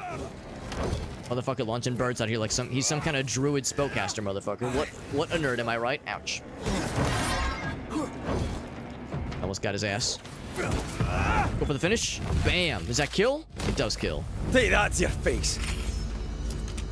Got a Scourge accretion after all that, which is big good. Not an easy fight. More of a defeat by attrition. As opposed to, like, you know, big fancy tactics and big impressive swings and big hits. It's more of just, you have to kind of whittle him down little by little. Emerge victorious. That was the point of interest. It indeed was interesting. We made a point to be interested by it. I think that was really it for the Harrows. Harrowing tale indeed. Smell shop is still there. I wonder... Yeah, there's a treasure chest there that we also could eventually loot. None of the farmer's chest. We also don't have the ability to open this spectral web. So we're not done with this area. But there's things for us to eventually come back for. Instead, I think I'm more inclined to go back to the Dark Woods. Nothing here for us. Nothing down here either. A few things up here which I think will be pretty quick. So I'm going to warp up to Jacob's Lean-To, which was our very first haunting case.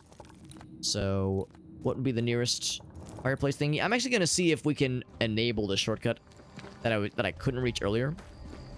The off chance that would be helpful later on. Because we might have to come back here later as other side quests open up and as we eventually gain access to those last couple of items. So I think it'd be up this way, and then I'll just head to the fast travel, the campsite basically, and just fast travel back to the Darkwood. I feel something close. One thing is this. Can I pull this out? I'm pulling out. Always have a good pull-out game. That's my advice to any and all of you. Always have a good pull-out game. There we go. There's no way that guy's anything worthwhile, right? That one dead dude. Seems like a long and out of the way kind of placement. There's no way that's anything good, right? That one little spot. I shouldn't be wasting my time, right? It's just locked. Oh, I will unlock it.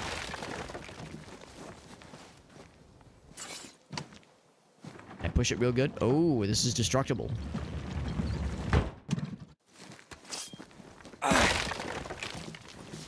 We pushed it real good. And got a couple of nice things for our troubles. And a dead person, always its own reward. Alright, I need to know. I need to know what that one tiny little freaking pint-sized corpse had. It couldn't have been anything exciting or amazing. I'm gonna prepare my disappointment. I'm charging up my disappointment. Also, I like how the dead body never really fully disappeared, so it's just like swirling everywhere. And also, if I like move my camera, it turns into little twinklies. Little twinkly fellows. Oddly enough, that corpse had more interesting things on him than the cart thing that I rolled away earlier. A few seconds ago. So it was less disappointing than the other thing. That required significantly more effort. It makes me think I never actually explored this area all the way. The way that there's like obviously stuff I never fully explored and looted. Oh. I was gonna say, did I not take... What else is there left to take? I'm just taking and taking. I've got nothing else to take, nothing else to give. What more do you want from me? Is what that little bag is saying, probably. So in that case, stick with the original plan. We're just gonna at least unlock that shortcut that we saw from a distance but could not engage with. Because I guess, like I said, I never actually like saw this all the way to the end. It's weird too because I've seen this in this game in the past, where we would reach a new area, and when we reached the new area, it would uncover a bunch of the map, even before we had fully explored it. So I could very much have seen previous Alex, getting to like maybe right here and being like, oh yeah, the map is revealed. I've probably already been over there. And just hecked off with myself. So here'd be the shortcut. We saw it earlier. It have saved us a lot of trouble if I would have done this earlier. But we're doing it now. So the rope is traversable. Life is good. Anything cool up here? It almost looks like I could jump across there, but that's the deal breaker though. There's no gamer paint. Well, it's not so much paint. It's more like, well, sometimes it's paint. Sometimes it's ribbon. Other times it's like a weird kind of mossy growth. Basically gamer paint though. Same idea. Same philosophy. So sure enough, let's head to the encampment. We'll fast travel to the Dark Wood and do some questions down there. As I sprint fastly.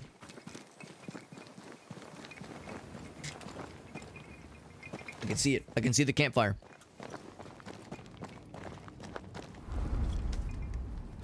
So from here... Oh, wait, I got a... Whoops, wrong thing. I got some kind of point. Some kind of pointy. I don't know if there's anything I can do with it, though, right now.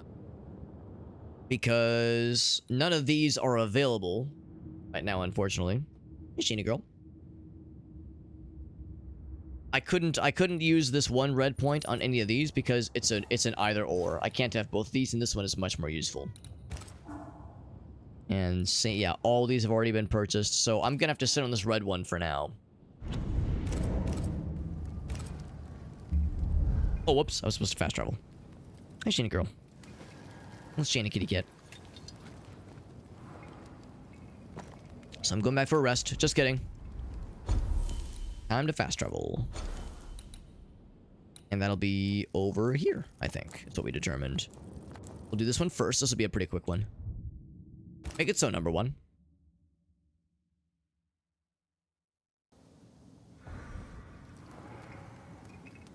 From our very first haunting case. This is a really interesting one. I really liked this one. This haunting case was a particular one because it was the first one that we found. And I think it's expected that this is the first one you would find. And it was particularly, like, a surprise. There was a lot of left turns with this particular case that I thought was done really well. And did a good job of, like, preparing you for, like, there's gonna be some fucked up shit with some of these haunting cases. Get ready for that shit. It was also, like, in some ways too good. Like, it did too good of a job, because I remember the next couple of haunting cases after this one were kind of a letdown, relatively, because this one was so engaging and so fascinating. The next two after this were, like, just kind of boring by comparison, but still interesting. Just not as interesting. Assuming that there's, like, a way... I see now that... I'm trying to figure out, like...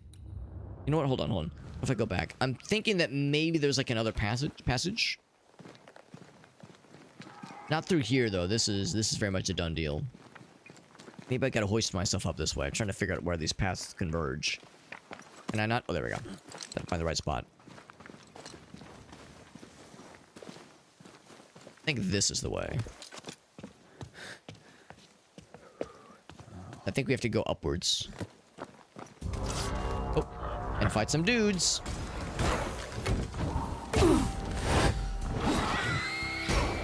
Started punching a tree, apparently. Hogging all the fun.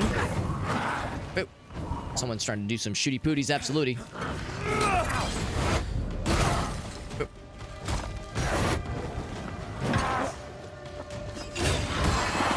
Oh, that was satisfying. Managed to kick them both. Like how it knocked a bunch of his armor away as well. Whoa! Extra life donation. What the hell? That was unexpected, but thank you. That was very nice of you.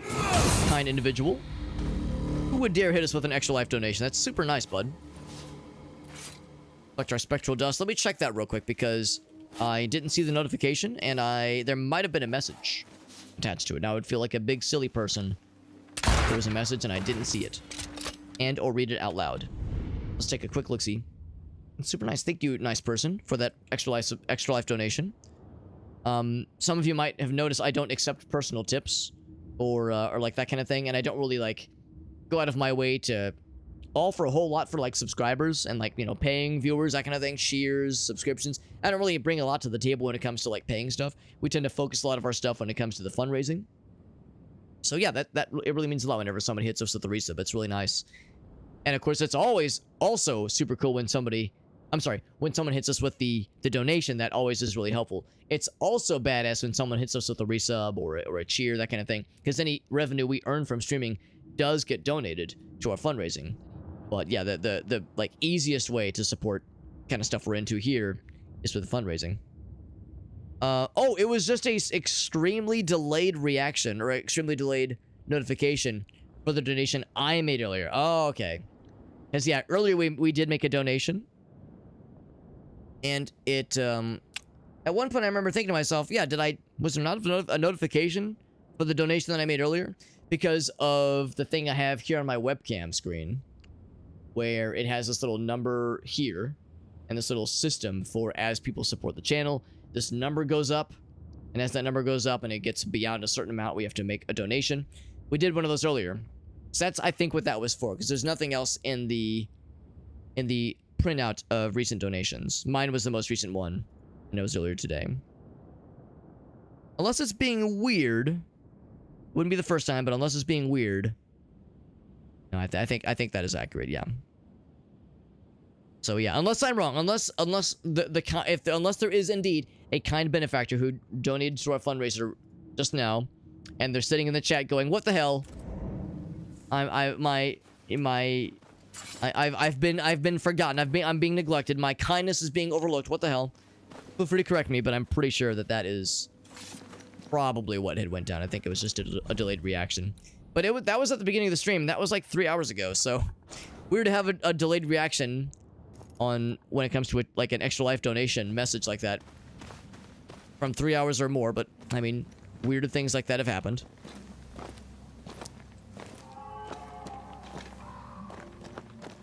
So I think we're going up. Kind of up and around. This was all originally a miasma. That was since vanquished.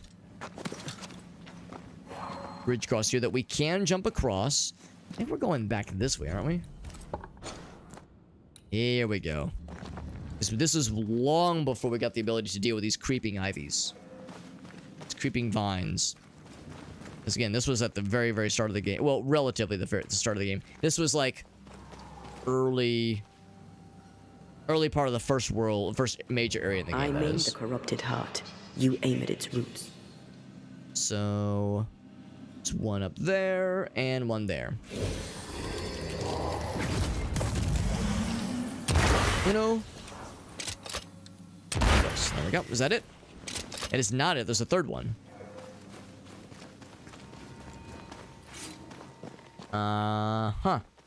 Is it down? It's down. No roots. That's sneaky. Just how I like it. That's a sneaky one. So what lays beyond this wretched creation? Looks like it is going to be another scourge fight, possibly an unending one. We could fight as many times as we wanted to. Red. Everything's red. Everything's red. They want us to make them dead. There's an angry specter nearby. Summon it before it ambushes us. Sure enough, let's fuck it up. And I think this will be an endless one, which means we could do it as many times as we want to kind of farm resources. Scourge time, baby.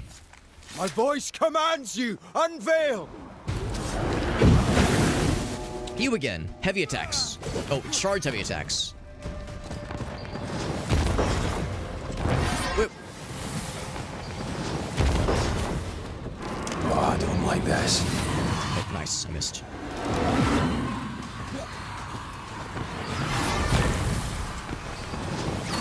I keep underestimating the distance that the charged attack can reach. Oop.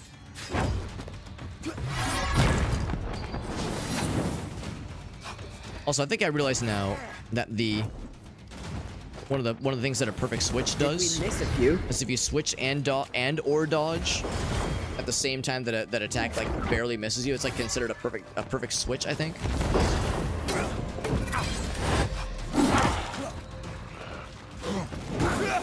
Fancy a rip? Punch! I love that uppercut. Love it a whole bunch.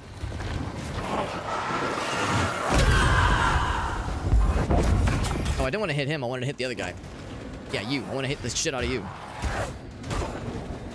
I really can't do charge attacks as her, but I can do charge attacks as you. Does that do good damage? Yeah, pretty good, actually. Is somebody else doing some shit? Thought there was someone else about to try some bullshit.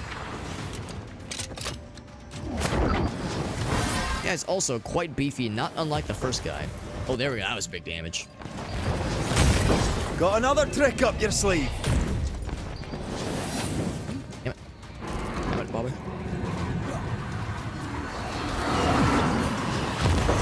There is someone trying to pull some shenanigans. You're within gun range, Red.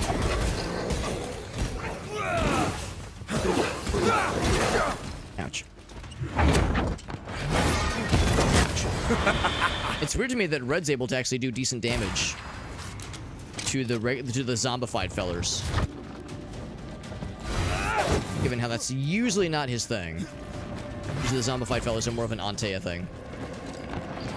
It's going all out.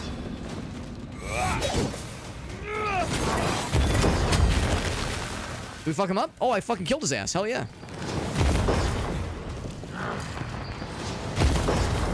Help. Oh.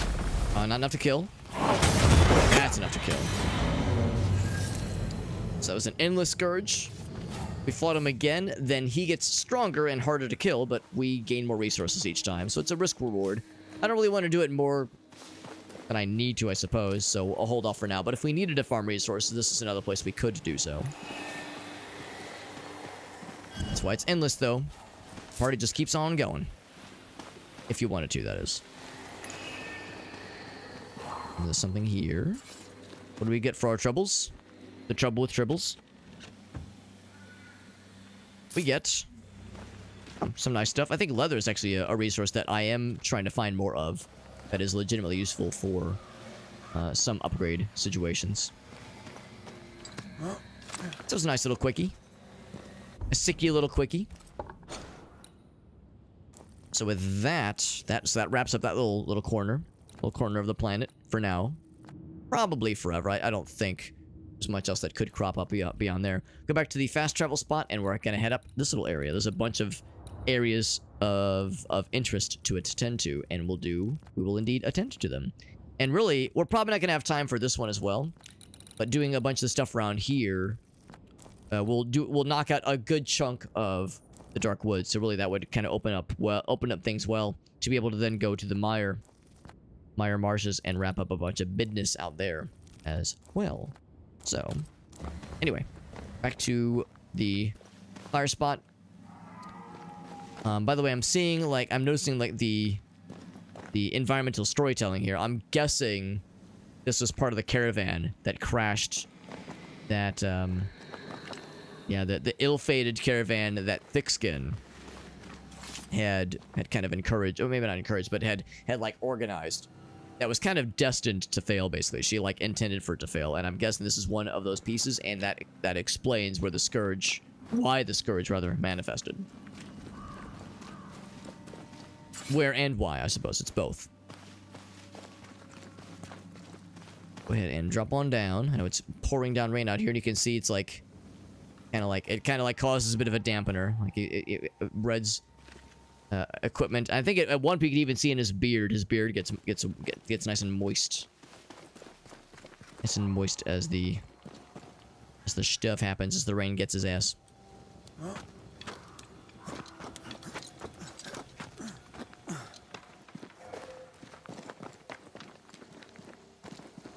Pretty sure I can confidently retrace my steps without having to rely too much on the map. Lean-to is fairly easy to find, especially from a distance. And one nice thing that I do appreciate is this game's consistency. Whenever there is a rest stop, there's always that kind of blue, kind of swirling smoke signal of sorts. It's like a swirling. It's not really smoke, but it's like this thing here. That's always an indicator for here's a rest stop and also a fast travel stop, crucially.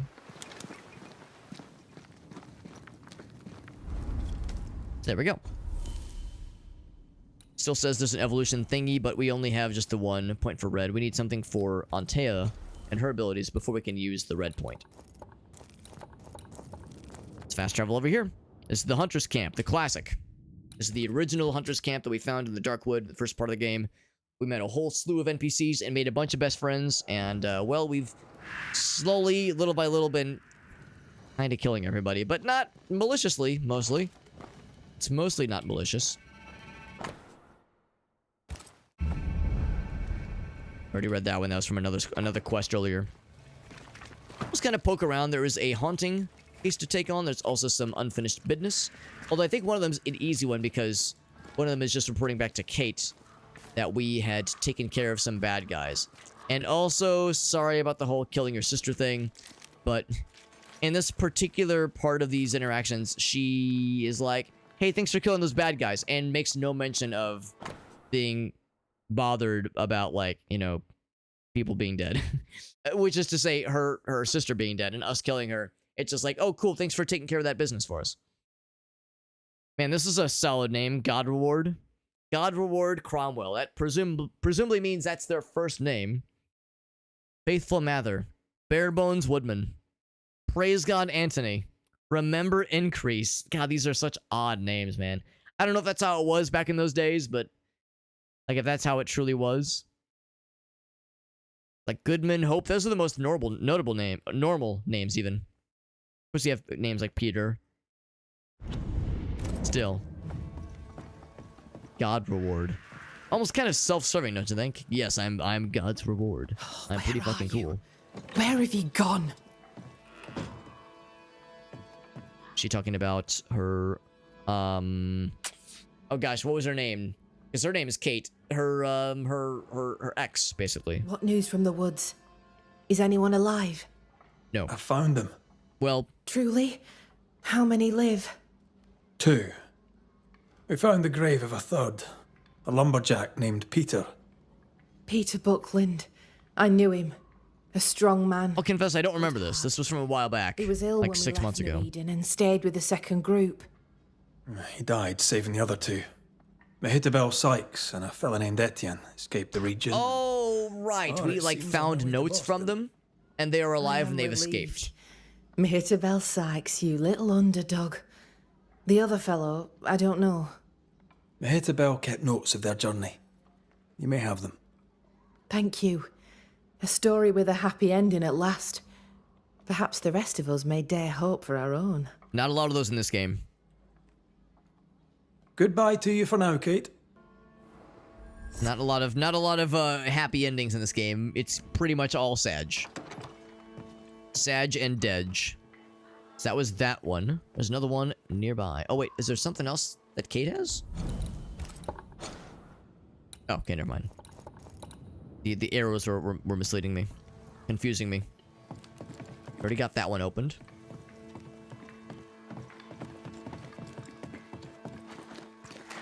Next activity opportunity is... No way. Is it this dude? No way it's this guy. Banisher. Arthur, This guy hates our ass. how goes it? It goes to shit is how it goes. Every damnable time. And I can't say I what blame else? him for hating us. You owe me. Maybe you can pay off a little of your debt. The camp needs nails faster than I can learn how to make the buggering things. You could bring me some. I remember Nellie mentioning a blacksmith in Fort Jericho. Perhaps a merchant there may still sell his craft. You have anything useful to sell, by the way? Decide for yourself. Don't suppose there's anything. Actually, I do have an overabundance of the dollars, so this is probably like a horrible ripoff because I know he's like ratcheted up his prices crazy huge. But got nothing better to do. Nothing better to spend these dollars on. Go ahead and scoop those up. Yeah, resources I'm not quite as in need of. And of course, I've got a lot of other things that I probably don't need. I like how I have exactly 666 wild chervil. And almost 666 leather. Also, I was wrong. Leather's not the one that's in short order. It's fur that's in short order. So if I wanted to, or even needed to, I could sell 1 billion, you know, these waxy caps. Or the crisp moss. Or, yeah, or the wild chervil. What an odd coincidence that I have almost 666 of that one and this guy. And the leather as well. Like, what an odd coincidence.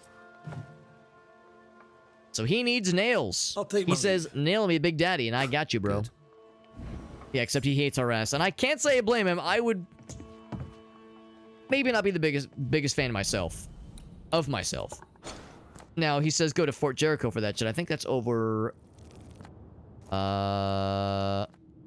Fuck, where was Fort Jericho for that matter? It's not like a location on the map per se.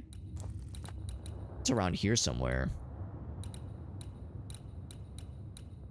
I'll see watch. So yeah, I thought that was Fort Jericho. Fort Jorkin Co. Jorkin on my co. She jorkin on my co until I anyway. If I zoom out, oh, there it is. Yeah, it's all the way up there. So we can't really do this one for now. So that one will have to remain unresolved. In that case, we got nothing else to do but some haunting cases. And also Sincere Paris. And their shop. At some point, maybe I should then... Maybe I'm, like, surprised. Oh, actually, it looks like there's another opportunity here. So we're not done, necessarily, with the Harrows. There's another activity that's popped up there. Maybe it's something else with Ishmael. And then also, I didn't think that there actually was a shop anymore, since the shopkeep is dead. Oh, he runs the shop. Oh, that answers my question then. Okay. So at some point, I should head back there. We just didn't see him when we stopped by the Harrows last. But maybe, like, once we take care of whatever business he has in the wilderness, he'll actually be at the shop and can sell us some things, because he might have some stuff for us. Not gonna get my hopes up, but much like the blacksmith fella, he at least had a couple things. In the meantime, though, let's go ahead and head over here and see what kind of mystery we can dredge up. Come on, gang, I smell a mystery. Because I remember this lady. We've talked with her a number of times, but she is, like, not much for talking, honestly. She is, Can I just jump into the window? Yeah, she is always been kind of curt with us. Is this the right house? This is not the right house. Okay, so never mind. Maybe it's not who I think it's gonna be. Because, yeah, the person who lives there is, like, always been kind of short on words to say and you know, general friendliness, general pleasantries and such.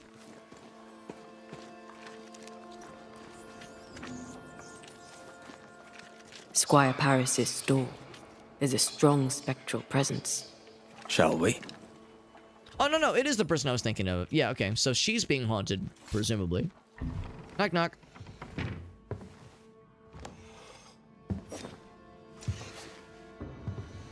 And she's not the biggest fan of us. Never really has been. Jane. Banisher? That's my name. Don't wear it out. Where's the older gentleman I met before? He died. I was out hunting, and when I came back, his spirit had gone. It was wrong to leave him to die alone. His ghost now haunts you. But you know that, right? Leave his spirit alone, Banisher. It's no small thing to be haunted. It's no small thing to be dead. The You'll be dead. Squire has always protected me. That's more than I can say for most people. Now I'll do the same for him. Dear Jane, too kind. Squire Paris, sorry to see you this way. Not as sorry as I am. I'm a banisher, you know. I could help you, both of you. That's what I do. I don't know. This is new to me. Being dead is Jane new to me. stands Fair. by me, though I'm dead. Oh, remarkable woman. You've only ever stood by me. Now, Banisher, we have work to do, as I'm sure do you, elsewhere. Kind of an odd case where when a haunting case is, like, been determined, usually we have to, like, oh, find the dead person, how did they die, this and that. Like, this is the first case where it's like, yep, you know you're being haunted, right? And the guy just appears, yep, I'm haunting her, yep, this is real. This is the thing I'm doing, all right. Oh, by the way, can I steal this thing behind you? No, it's locked. Okay, fair. Can I at least buy or sell things to you? Somewhere else to be? Nothing? Okay. Well, is there anything that we can... Oh, yeah, she's being big haunted. Oh, big haunted right there. Anything over this way? There's spectral juice to be juiced, to be pulped about. Yeah, this... Of course, we don't need to be a ghost to know about this. Or to read it, rather. Boston, so this had been a year or two before the events of this game, I think. Numerous and assiduous examinations. I cannot conceal the unfortunate truth. Your health fades inexorably. Inexorably, rather, is the proper pronunciation. Your days of bold mercantile expedition are over, unfortunately. Gotta work less and work lighter, so maybe he had some kind of illness then. Knowing your tenacity, I must insist for your own good, adjourn all voyages, and if you must travel, preserve yourself. Do not travel far without resting, and never travel alone. Your chest pains and short breath may find remission if you heed my advice. Otherwise, it's not good. Please, you've earned it, he says. So he had health troubles already. We might need to sneak around the house. Not sneak, but explore a little bit around the house. You there? A word, if I may. Oh. Well, this is an odd case where the ghost wants us to, you know, is willing to talk with us, but the haunting subject is unwilling to talk. We must talk. I think he means you. Wonderful. Go on then. Another ghost. I'm guessing from your rigging that, like Mr. McWraith here, you're a banisher. Antea Duarte. Yes, I'm a banisher. Red can see you, by the way. I'm right here. Oh, interesting. Being dead, it seems, comes with a whole new set of rules, and I do not wish to learn them. As I'm sure you're aware, someone, somewhere, has made a mistake. Several mistakes, in fact. Oh, aye. Yes. You go on. I'm not supposed to be dead, and even if I were, I shouldn't be here talking to you. I seem to be haunting Jane. I'd like to implore you to do whatever it is you do and send me on my way. How did you die? How did you die? My heart gave up on me. I felt a terrible pain in my chest. My head spun, the world tilted, then it all slowly faded away to nothing. My heart gave up, and who could blame it? Poor me. I died alone. But I died with dignity. At least there's that. Had someone been there, they likely couldn't have helped. True. Still, some company would have been nice. Are you in love with her? You must be joking. But I was gonna say, I don't Love think there was that undeclared is kind a of thing common going reason on. for a ghost to linger. I am not a man of undeclared emotion, Mr. McWraith. And yet, what brings him to linger? Do you have any unfinished business that could be keeping you here? Business was my trade. Trade was my business. But I'm not here because of unsold stock. I must be here for Jane. She was my bodyguard. The contract was informal, but we obeyed it to the letter. For my part, for years I helped to track a group of mercenaries known as the Hummingbirds. Go on. I'd rather not. Jane's proudly Pennacook, and the story is her own. She'd tell it to you before she tells your man. She doesn't much trust white men. Can't say I blame her. Shocked. I'm Keep shocked. talking. Before we left New Eden Town, Jane had a secret. She was working on a map. I suspect she was up to something dangerous. Unfinished business. I'd like to see that map. If you look behind me, you'll find her quarters. Be discreet. I've betrayed her trust enough. That is like quite telling that he's willing to share all this with us, knowing that it's gonna not go well if she finds out. Oh, look at she's actually watching. Yeah. So when I just waltz on in, yeah, be discreet, bro, as she's like staring at us. If I go over to talk, wait, are you willing to talk with me? She is whittling something as she stares knowingly, yeah. Threateningly, even with that knife. Yeah, whittle that thing, yeah. She says, this is gonna be your ass. Or your penis. Something. It's gonna be something of yours. Waltzing in the front door, huh? Can't imagine this going well, but I mean, she knows she can see the ghost, I think she can see him. And she saw us talking to him, and he probably was like, yeah, that house right there. She probably saw this, this little arrangement here. We have 3 major items to investigate. None of them require ghost shenanigans. So, Jane's private journal. The sound of war, but we were too few. Oh, okay. This was probably from her background then. The hummingbirds. Oh, were they the mercenaries that like fucked up her village maybe originally? Yeah, that's exactly it. Most were too sick to fight. Yeah. With chains on her. Brutal. Yeah. Ash and gunpowder, she says. How do you rebuild a life after such horror? Yeah. With help. Hopefully. With help. And Squire Paris seems willing. I wonder about the epidemic. Was it a local disease or something else? I would suspect something else. Given the historical context and, like, how that shit went down previously. I'm assuming you pronounce his name as Paris.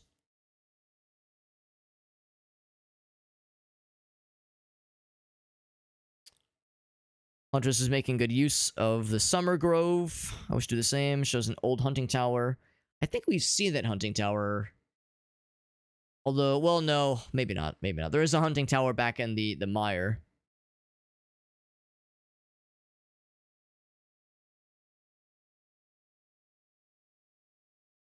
If I catch sight or smell of you trespassing on my hunting grounds, I shall go to war, saith Jane. So I'm guessing, yeah, this Teddy Shepherd guy had wrote to Paris, the gentleman fella. Says, I want to use this hunting ground. And if she leaves me alone, I'll be grateful. And she says, fuck you. She's very defensive about that particular patch of forest. Like you with the blanket when the night is cold. I like my blankies. Is that so wrong? Is that so wrong? Hiding something. Check the register in the safe. Jane doesn't trust her boss. Interesting. We should poke through the squire's books. That's where we're going next. And that's not here. This is her house.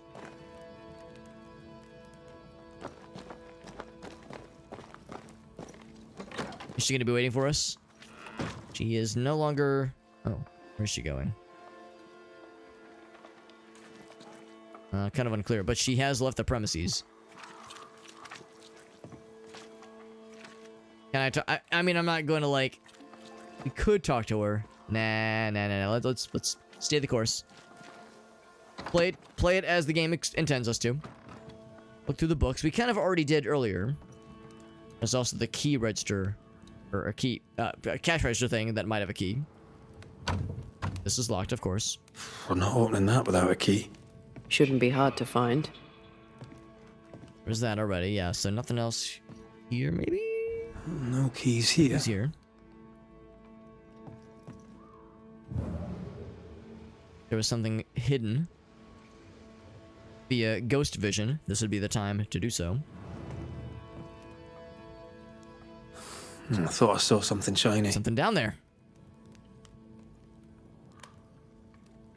Did I get it? It didn't say I got it, but I thought, yeah. Oh, I know. I thought there was something. I thought there was like a little something. Maybe it was just a trick of the lighting, but I thought a little something was there. Oh, that's sneaky. What's going on back there? Nothing! As I'm fucking firing my musket down here. Can't unlock that, obviously. I'm being really sneaky. Yes, I'm stealthing through his goods. No one will suspect a thing. Oh, that was where the key was. I was like, maybe I'm opening up a secret, like maybe there was like a false door, or maybe there was like something barring a passage. No, that's just what the key was hanging off of. I wouldn't have kept a key here. You probably would. And I'm guessing I can't use that to open this. Yeah, that'd be too convenient. That's something special, but it will open this. I think. Yes, it do. It do open this. And a reward for such an act is... Squire's Archives. Squire's Archives. There's two of them. First, the register. So, 1690. Again, this is like a few years, I think, before the events of this game. Acquired 24 bushels of corn from the Pennacook. Wait. Pennacook, is that Jane? No, it's not Jane. Hold on. That's a name we saw earlier. Sold bushels of corn in New Eden. Is Pennacook the that's not the fucking hummingbird dudes, is it? Sold 210 blankets. I don't know, man. I'm a little bit nervous about a situation like this that involves a native girl and like her village getting destroyed and a fuck ton of blankets being sold. I think Pennacook's is the hummingbirds. I think. Paris had traded with the Pennacook. Oh, no. Jane's people. They were the Pennacook. Oh, okay, that makes more sense. Maybe he thought he'd make a profit on her. He's the type. Don't be so cynical. That's my job. What about this one? So he befriended her so he could, like, trade with her people, I suppose. Which is a little weird. Okay, so then maybe the blankets thing isn't where I was thinking it was going. Because there was mention of a plague or some kind of epidemic. So that's where my brain started to go kind of in that direction. Mayor Fidel Marbury. I wonder, Jane, there's no way Jane was her original name. I wonder, like, what her real name is. Indentured to Squire Sincere Paris for 7 years. Certificate this 12th day of December. So she was, I think this is like 1695, so they were two years short then. This is a way to bring... Okay, yeah, so this is a way to bring his ghost forward at least. Jane's freedom, then hired her as his bodyguard. That was generous of him. This contract is the ghost tie. Right. We should talk to the squire. Can I talk to Jane? It'd be nice to, although she probably won't hear much of it. Jane. Banisher? You know what? Yeah, show me your wares real quick. May I see your wares? Given that there You may might even be an buy event them that might have to transpire at If you some have the point. coin. She has very little to sell, although she does have some fur. But no, nothing of significant worth or anything. We found a contract between you and Squire Paris. Are you still his indentured servant? Not anymore. Likely. Touchy subject. I am a free woman. Once I was in chains, but I was free in my heart. The squire bought my freedom. In exchange, I gave him my protection. Is the contract still in force? My contract with Paris is good because my word is good. It needs no written paper. And You also white he's men dead. love to be told what is true by what is written down, when the truth is right before your eyes. All right, fair. I wasn't really I'll leave you expecting any Good day. super fascinating tidbits from that conversation, but I figured I'd try it, see where it led us. Squire will be the big one. No, his name is Squire. What now? No, his name is Sincere. It's a little bit tricky. You traded with the Pennacook, Jane's people. As I traded with many of the tribes. How do you think I met Jane? Does Jane know? Does she know you traded with her people? I would have suspected no. She does not, and I like it that way. Best not to wake the sleeping dog. Soon I shall be gone, and all this shall be history, unwritten and forgotten. You took her into your employ. Why? Jane was to be sold, sent overseas as a slave. It pulled my heart. I could not allow it. So I bought her at auction and gave her her freedom. The irresistible river of commerce could, I thought, flow on without her. Was it really, an altruistic pull, or was there something else going down? Hummingbird mercenaries massacred Jane's people. She likely seeks revenge. Ah, right. Oh, right, that little detail. You don't seem surprised. You don't seem surprised. Why do you think we came to a backwater like New Eden? She knew the hummingbirds had been here. I wonder if it's this that's keeping you here. I wonder also if we've Yes, of course. if we've interacted with the Must be. hummingbirds at some point Right. and just forgot about it. That's sad. Can I go now? Jane wants revenge on the mercenaries who killed her people. Maybe that's why you're still here. Give us something to work with, Paris. Jane had a cache of weapons in the wood. The fiery grove, as she described it. I presume it to mean that the trees there are autumn red. Arms in the woods. Red leaf trees. Noted. Sounds like that's our next destination. We'll take our leave, Squire Paris. I'll set up shop by my graveside. You'll find me there. Set up shop. You're probably not going to be doing a lot of Let's merchantiling find there. this Fiery grove. How far away is it? Probably not that far. Actually, it is beyond where we've currently explored, which is interesting. So, and I mean, we're fully capable of going there. We have the ability to go past this creeping ivy.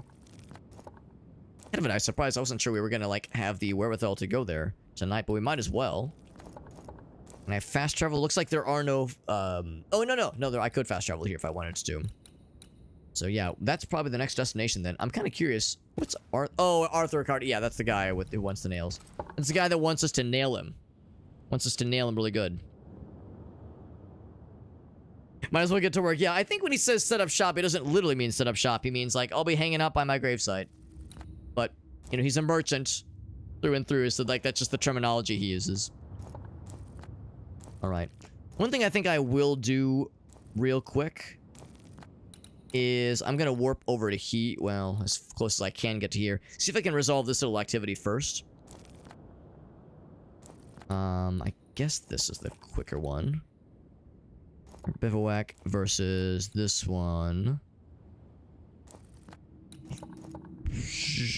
Oh, wait, hold on. I would have to go through the caves. Crap, that would be kind of not the bestest way to get here.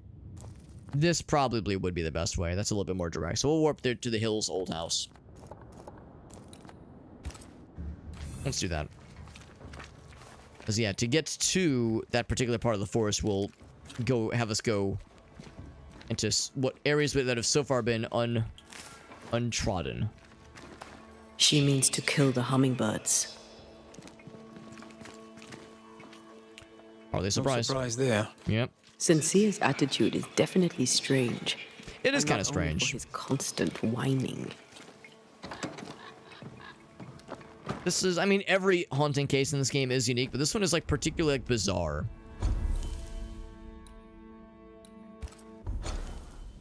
We're gonna go because I'm thinking this will probably also involve Ishmael. He's like the only living guy left in that little region. I do really do believe that everybody else is dead. There's like no other NPCs I can think of. So once we like get him situated, presumably he'll like return to his shop and we'll be able to buy stuff from him.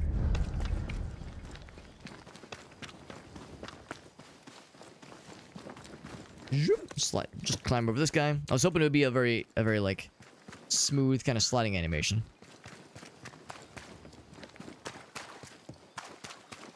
And I'm gonna feel like a big dumbass if I'm going the wrong way, but yeah, we just gotta keep following this road until we get to this guy. Should be like pretty obvious once we reach it.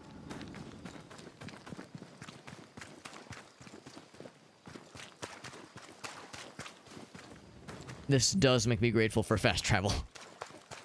Having to manually hoof it like this. I feel like it's not too egregious, and it doesn't take it really that long to get from point A to point B. But it does make me grateful we don't have to do this. We don't have to do this kind of thing too often. Like it's usually more exploring as opposed to just kind of W keying from one place to the other. More just trying to find our way. I think I keep going straight. Not showing up on my... Oh wait, it just showed up as I clicked away. So yeah. Yeah, in fact, we've already been here. Iris Constance's package, if you catch my drift. We were here earlier tonight, actually. Yeah, this was an area where this is where we like first started to kind of delve into the...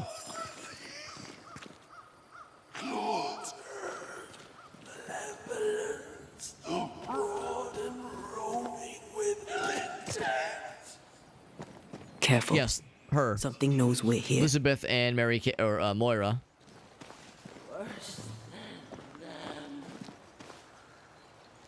It's probably, yeah, we were talking about this earlier, how it's like, there's a very good chance that because that ended in a way that well, no, it was Moira that was pissed. Oh, yeah. Wait, no, it wasn't Moira. That sounded like Elizabeth. That is Elizabeth's voice. Oh, no, I'm getting my wires crossed. Moira was the living person. Elizabeth was the ghost who swore revenge on how that all went down, and sure enough, that's exactly what this is leading to. I can't say I'm surprised. nor do I necessarily blame her. Let's, I think if I just go down this way. There we go. There's another miasma has propped up. It's going to be some kind of scourge. And it will forcefully put the spirit to bed for the time being, at least. Might be a boss battle? Probably like a more of a mini boss battle. Not if you look through my eyes. Because Elizabeth was already putting a bunch of these out anyway. Last time, that is. She kept, like, rebuilding these things.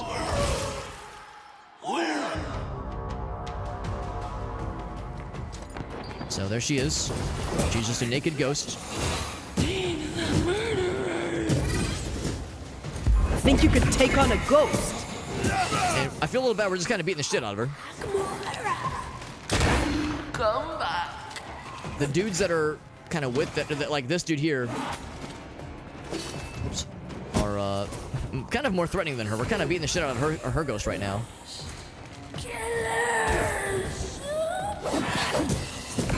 Oh, I was gonna say, can I not pop those things? I absolutely can pop them.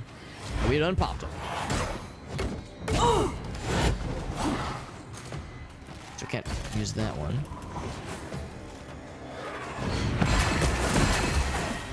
We kind of killed her by accident. I was more focused on this guy because he's the bigger threat. Now he's dead. For good this time.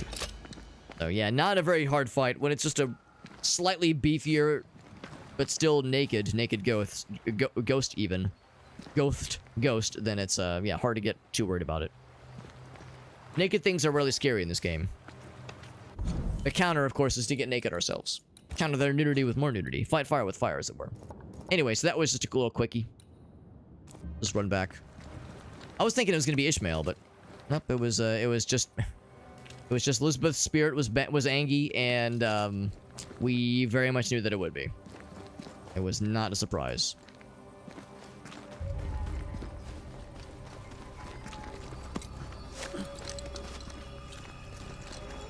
When a ghost in this game vows revenge, believe them, is the lesson to be learned here.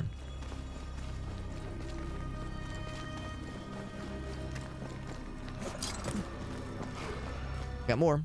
Now hold on. Is there like another more convenient way I could get back to fast travel zone? Looks like there really is not.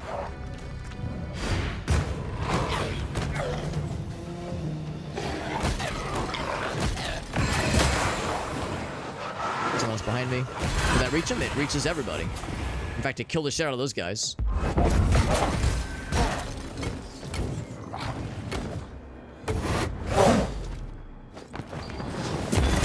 Try this on for size. All right, that was easy. Very stylish too. That's a very satisfying kind of flowy, kind of like tumbling around, bouncing from bad guy to bad guy, kind of ping-ponging back against them. That's always like a very fun and satisfying rhythm. To switch back and forth between the two characters and kind of play off their strengths. It's always satisfying. This way we go. And this is the correct way, I believe. Yes, it'll eventually lead us back to the same rest zone. Rest stop. In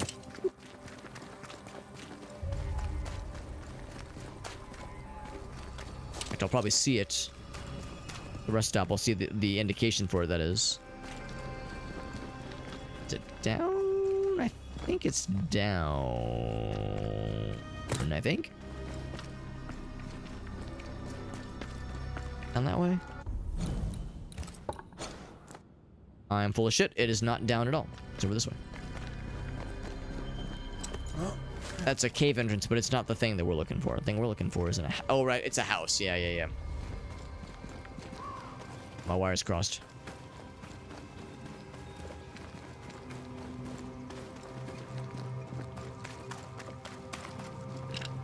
There? Yes, this is it. I think. There we go. That's what I was looking for. A little smoke signal.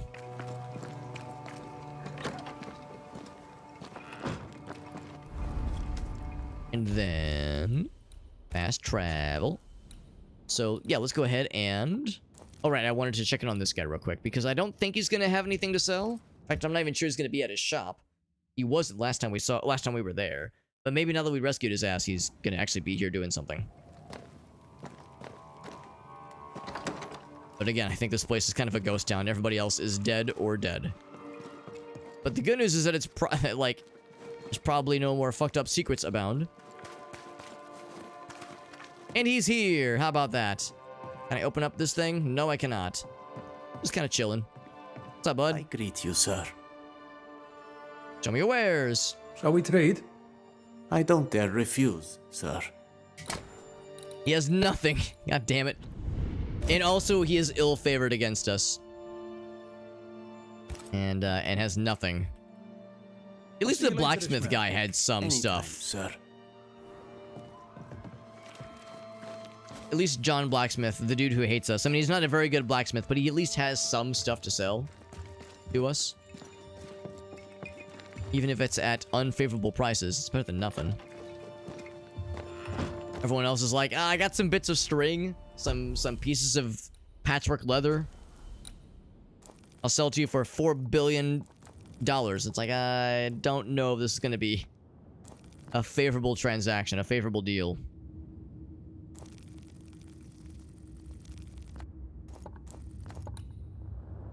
There's another activity back at the camp. Wait, but there's that one that we know about already. And then there was the one that we... was the one we resolved already. So there's another one that's opened up here? Well, all the reason to travel here, I suppose.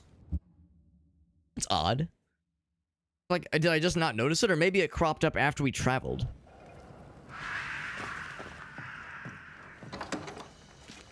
Let's see if we can find it then. It might involve Kate, actually.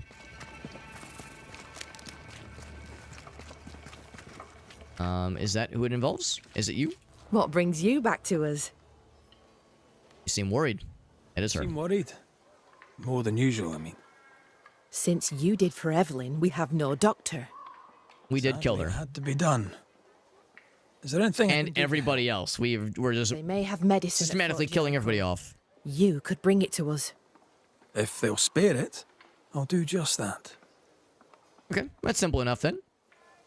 Goodbye to you for now, Kate. To Fort Jericho then. Which, same kind of thing. That's going to put us beyond what we've currently explored. So, in fact, look at that. Both back-to-back. Nails and medicine. We'll be able to kill multiple birds with a single stone once we get there. But first, we're heading this way. So, back to the fucking thing. Yeah, back to the fast travel. Speaking of ping-pong, I'm just bouncing from one spot to the other. I'm a bouncy boy. What can I say?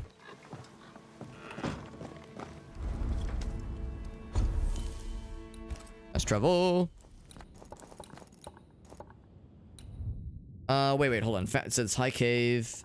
That should be fine. Yeah. As long as it's not like an underground spot that's above that where there's like where like the town or like the people are like above us, and I've made for a an unrealistic situation where I have to like go all like explore like a whole dungeon to be able to get to the top area. I think we should be okay.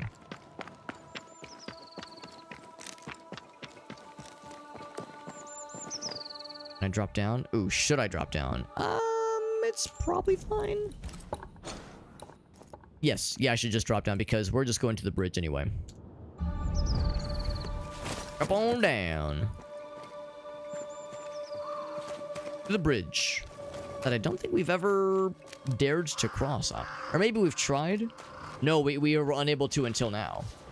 We only fairly recently got the ability to cross this thing because of the hecking ivies blocking that shit. We shall unblock that shit. Is the guy that manages the bridge here? That rock. A letter from the dead, perhaps. Oh, no kidding. I might hold off on activating that for now, because I'm trying to, like, you know, keep my eyes on the prize, so to speak. One of the few NPCs we haven't seen in a long time was the guy that like, managed the bridge for the Huntress camp. out here, or maybe it was, yeah, in fact, I think it was right here. Because he was the one that allowed us to explore the north area the first time. See, so he is one of the few NPCs that still remain, so maybe it's a situation involving him. Of course, we're in front of a bridge area right now. There's a spot there to shoot. Is there a third one? Yes, there's a third one down there. I think I'll start it from here. Also, shoot this guy. Go down there.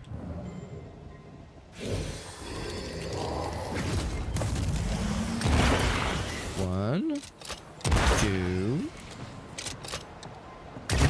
There we go. Fancy my own garden. Trust me, you don't want to. Bridge is open. All right, cool. Now there is a dead body down there that I would like to liberate from the weight of his wares, the weight of his of the things in his inventory.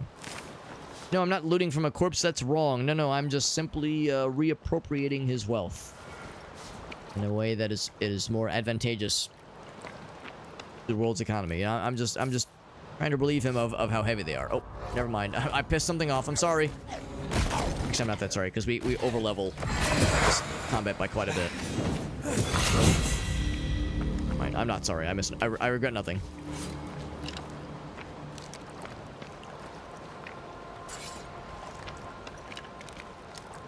Well, I was gonna say, it almost looks white. It's because of the lighting. The lighting, it's actually red, but yeah, it's like that. There's like a weird lighting phenomenon that's making it look white. I was like, what the fuck happened here? I thought it was a blood splatter. You're telling me it was something else? A very different kind of splatter? One of those things. I'm trying to get those soul shards whenever I stumble upon them, now knowing that you can actually destroy the little shards and gain them as a resource. Because at first I thought they were just a thing in the background. You know, never an indication you could actually kill them or break them down. So leave the rock for now. We'll come back for it though. Oh yeah. In fact, it's probably on the map. Yes, it is very much on the map. Jane's fiery grove. Let's search around. For the red trees is what we heard. I heard that. See some greens and some yellers.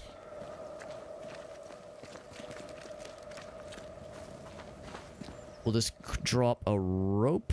No, this is just a regular climbing wall, which means this is always available. We could drop down. In fact, we'll probably need to eventually. There's some shit going on down there for sure. These trees are more brown than red. I'm assuming it'll be like a pretty obvious color. Oh, maybe? I have a multitude of colors here. I had to guess, it's probably a large... Oh, yeah. It could be in a lot of these places. Multiple points of interest as well. A fancy yellow one, for that matter, so... We'll be here for a minute.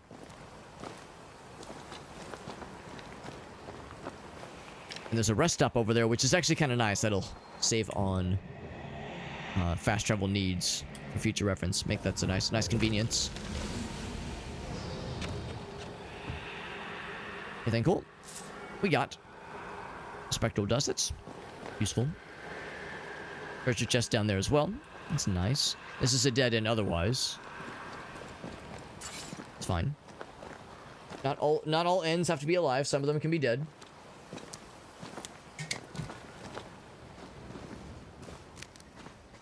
So we can go ahead and drop down. If I were to explore the other path...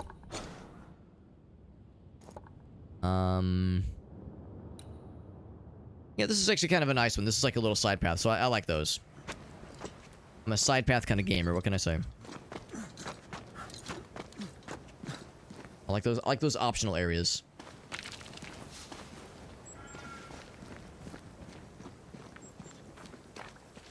This seems like there would be something significant here. You know, a tree uprooted like this, that seems not like a small deal.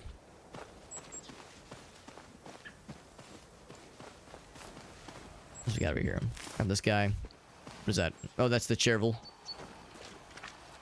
Chervil. Oh yeah, I like that. I like that guy. I like how he's working on some kind of Warhammer series right now. Chervil. Henry Chervil.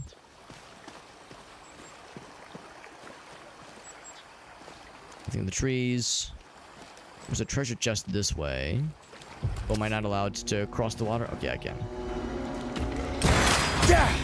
We are pretty over leveled for this. Well, not pretty, but somewhat over leveled for this area. And it wants it for its own. One of these big boys.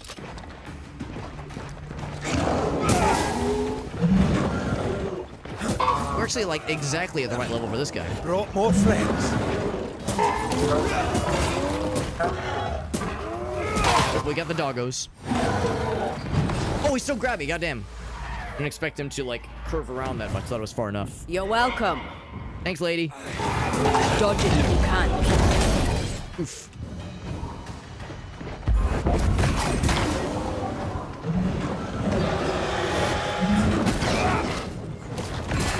There we go. Broke that shit. Oh, it's one of these fast boys.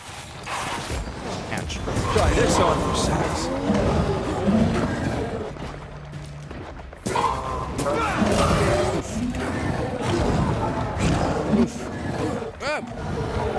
Get out of there. Over the big punch. Nut punch. It kind of hit him in the nuts. That's your face. More of a kidney punch, but that works. Here gets his boo. What, my genius Henry Cavill joke wasn't a fucking banger? You kidding me? Sometimes like there's like a really like stretch. Ooh, that's kind of red. It's more orange. Sometimes there's like a really like ungood, like a very not good stretch of a joke or of a pun or something, and I think, that one should stay in the drafts, Alex. But then I think that for like another couple seconds, then I go, yeah, you know what? Full send. What's the worst that could happen? Before I can hear the sounds of my friends murdering me for hitting them with like a pun that's just like disgusting and stupid. What's the worst that could happen? Alex says while like everybody in earshot is like actively throttling him to death. And also like justified. A justified throttling. Joke's on you. Joke's on you. Throttling me just gets me more erect. You think you're not doing me a favor right now, I say.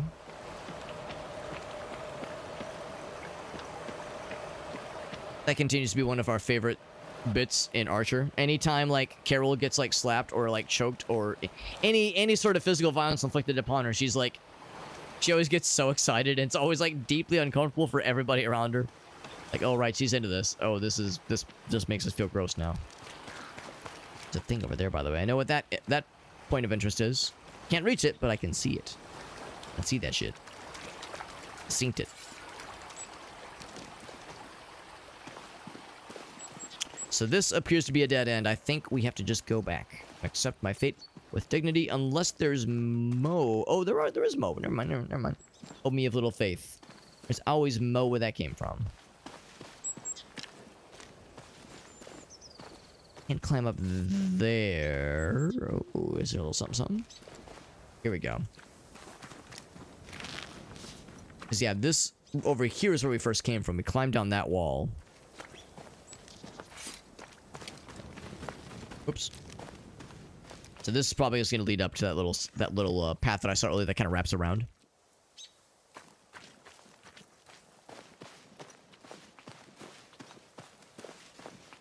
There's the watchtower. This is the place, then. Well, at least I think it is, because still nothing of red trees that I can see. But, I mean, watchtower, or hunting tower, whatever you want to call it, looks legit. Unless there's multiple towers. That wouldn't surprise me, I suppose. Hello, dead guy. Sorry you're dead. But I'll make use of your 8 leather, I guess. Not really doing you a lot of good. Unless, hold on. Unless the leather... Oh, God. I hope the leather isn't, like, from the fucking, like, patchwork skin. I'm just gonna assume the leather was in his bag and was not... I didn't just, like, flay him. Whereas, like, dry, jerkified... Jane's watchtower. Skin. Got a big man. Big man on campus.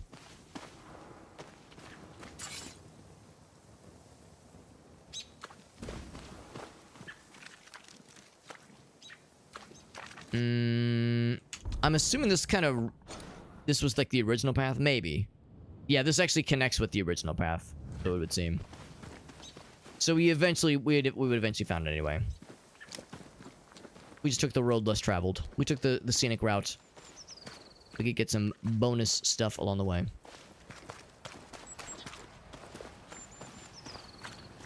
Actually, hold on. I'm kind of curious. Where does this lead? Because I wasn't expecting to go up necessarily. It would make poor quality leather. I would assume so. Especially like dried and sun exposed human skin. Can't imagine that would possibly be the good stuff.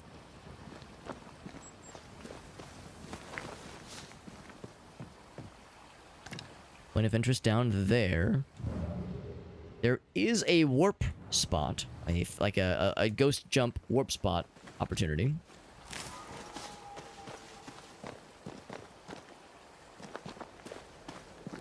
But it does not present itself here. Try this on for size. Oh, that was very satisfying. Going for that uppercut. And getting that guy's ass. From all the way over downtown. Call on me. That was satisfying.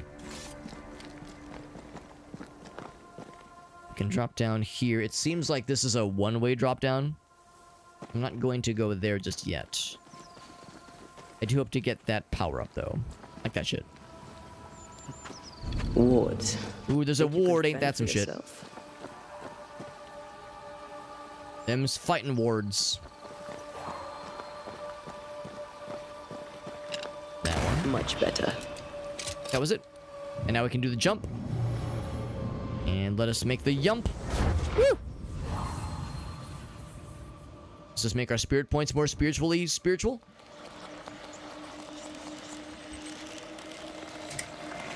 We have terrible skin for leather. I believe it. Also, we get very old. No collagen left. I believe it. I believe it. Now, granted, I was not planning on testing this theory anytime soon, Meerkat, but yeah.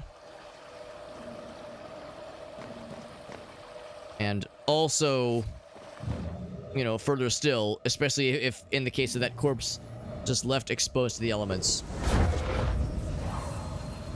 Makes it extra not good. When it was already not good. Sneeze so powerfully you might have lost some brain cells. And also you're here, Meerkat. It's gonna be hard to beat the allegations. The losing your brain cells allegations. The longer you stick around here, man, the worse it becomes. It's like the hauntings in this game, you know, the longer the ghost hangs around and you know, unknowingly or knowingly drains from its subject. Like the more desperate they become and more effective they become. Same energy. Same kind of idea here. So get it, you're losing brain cells from multiple fronts. I'm seeing stars a little bit, man. Yeah, I've had that happen a couple times. Usually if I'm sick. So hope you're not coming down with something. 'Cause that's no funsies. Okay. I think what I might do is I think this is a pretty good save spot, like stopping point. There's stuff to knock out still, obviously a couple points of interest, and the main quest area here. I know that the fella said that he'd be like hanging out around his grave. I'm assuming his grave is out here because I know she said that he died. That Jane said he died somewhere in the wilderness, presumably alone, and I suppose we have to believe that. There is a there's a campfire, like a rest stop somewhere around here. Also noticed there is what might be some kind of opening that could maybe lead us somewhere into the next spot somewhere if we so chose. Because there is one more like major area in the game, maybe two. This is a pretty large area, but of course the marshes and the harrows are pretty large. There's at least one more major area. Fort Jericho, of course, being one up top. But also, looking closer, you can see there's actually parts of the Dark Wood that we've not fully explored, for that matter. So, remember where that came from, too. But anyway, yeah, so we'll pick up where this left off next time. We'll explore the, the guard tower, fight the bad guys that are guarding it, and resolve this little hunting case. This fun little hunting case. Manual save, yes please. There we go. October 3rd, 1:54 a.m. Beautiful.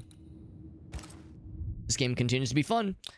It is a surprisingly long game. I'm always down for some surprising length. This game has a surprising amount of length, and it's good. It continues to be good. I think we're probably not going to be able to play much more of it this week, because I'm kind of like, I want to make sure I'm keeping up with the Darktide stuff. So we have Darktide, a Darktide Dare Drop campaign to keep up with. We have goals we're working towards there.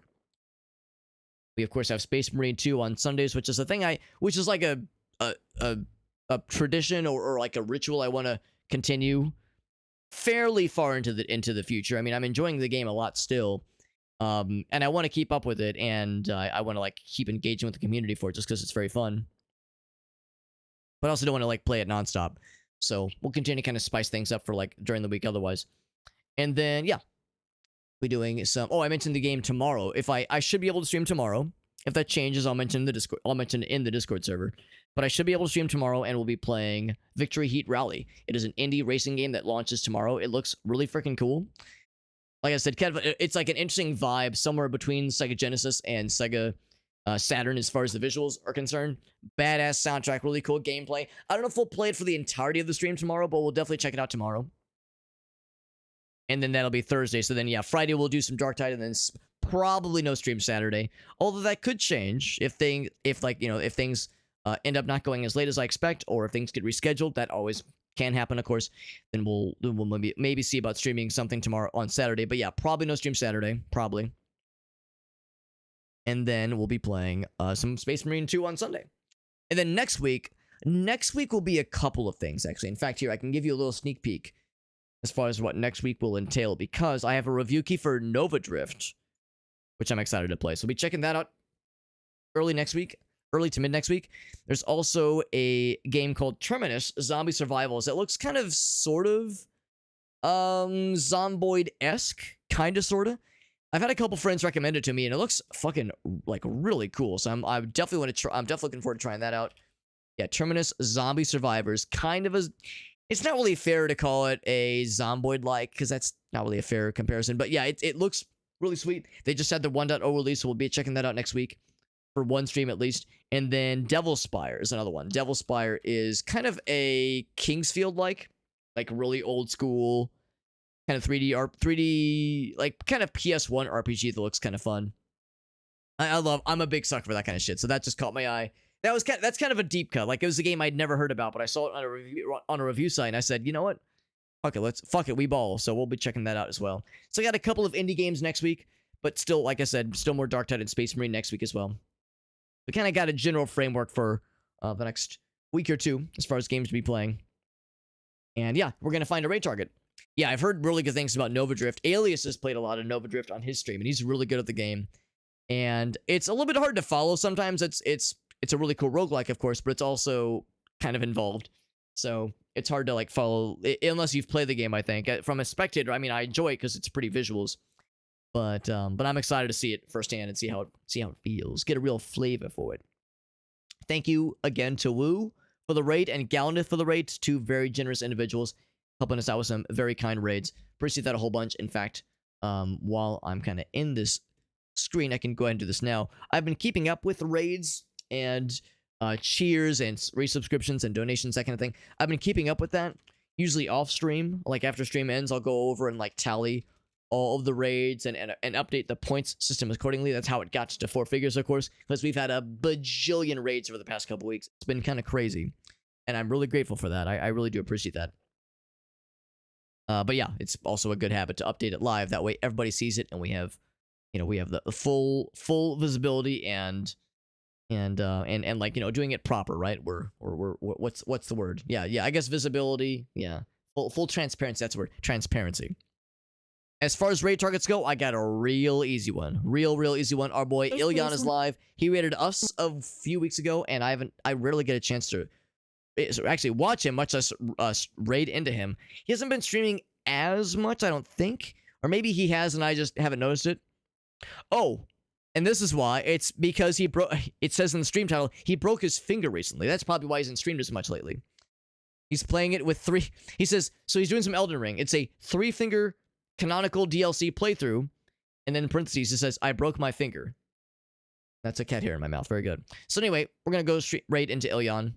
He rated us a while back. Always a cool dude. Plays lots of Noita. Plays lots of Souls-like games. I know he does like Mech Warrior and BattleTech, that kind of thing. Very much a variety guy, but also very good at the games he plays. My socials page is in the chat as always. It has all of my links. I'll post it one more time just because it's fun. Just because fun. Because funny. Socials page has all of my links. The Linktree page has everything that is me flavored you could ever hope for. Social media and TikTok and Instagram and Twitter, all that shit's out there in the Linktree page. It has my YouTube channels that I maintain. That includes the main channel as well as the secondary channel that I use as a stream archive. The main channel has my shorts and my compilations and highlight reels. Also is what I multi-stream to. I multi-stream to YouTube and TikTok and Facebook and Trovo, but Twitch is the main one, so I recommend following me there if nothing else. And the Discord server, we're going to be doing some giveaways. Not this Friday, but probably next Friday. We're going to have a few giveaway keys for Darktide and one giveaway key for the game we've been playing tonight, Banishers, Ghost of New Eden. And maybe more after that, maybe more beyond that, but we have at least a few keys for Darktide, and yeah, one key for tonight's game as well. So, yeah, all good stuff, friends, all good stuff. I'll see you guys around. We're going to raid Ilion. Thank you for being here. Thank you again to Galnith for the raid, and to Woo as well for the raid. Appreciate you guys. And like I said, the plan is to be back tomorrow for more streams. If that changes, I have a weekly scheduled channel where all schedule updates go.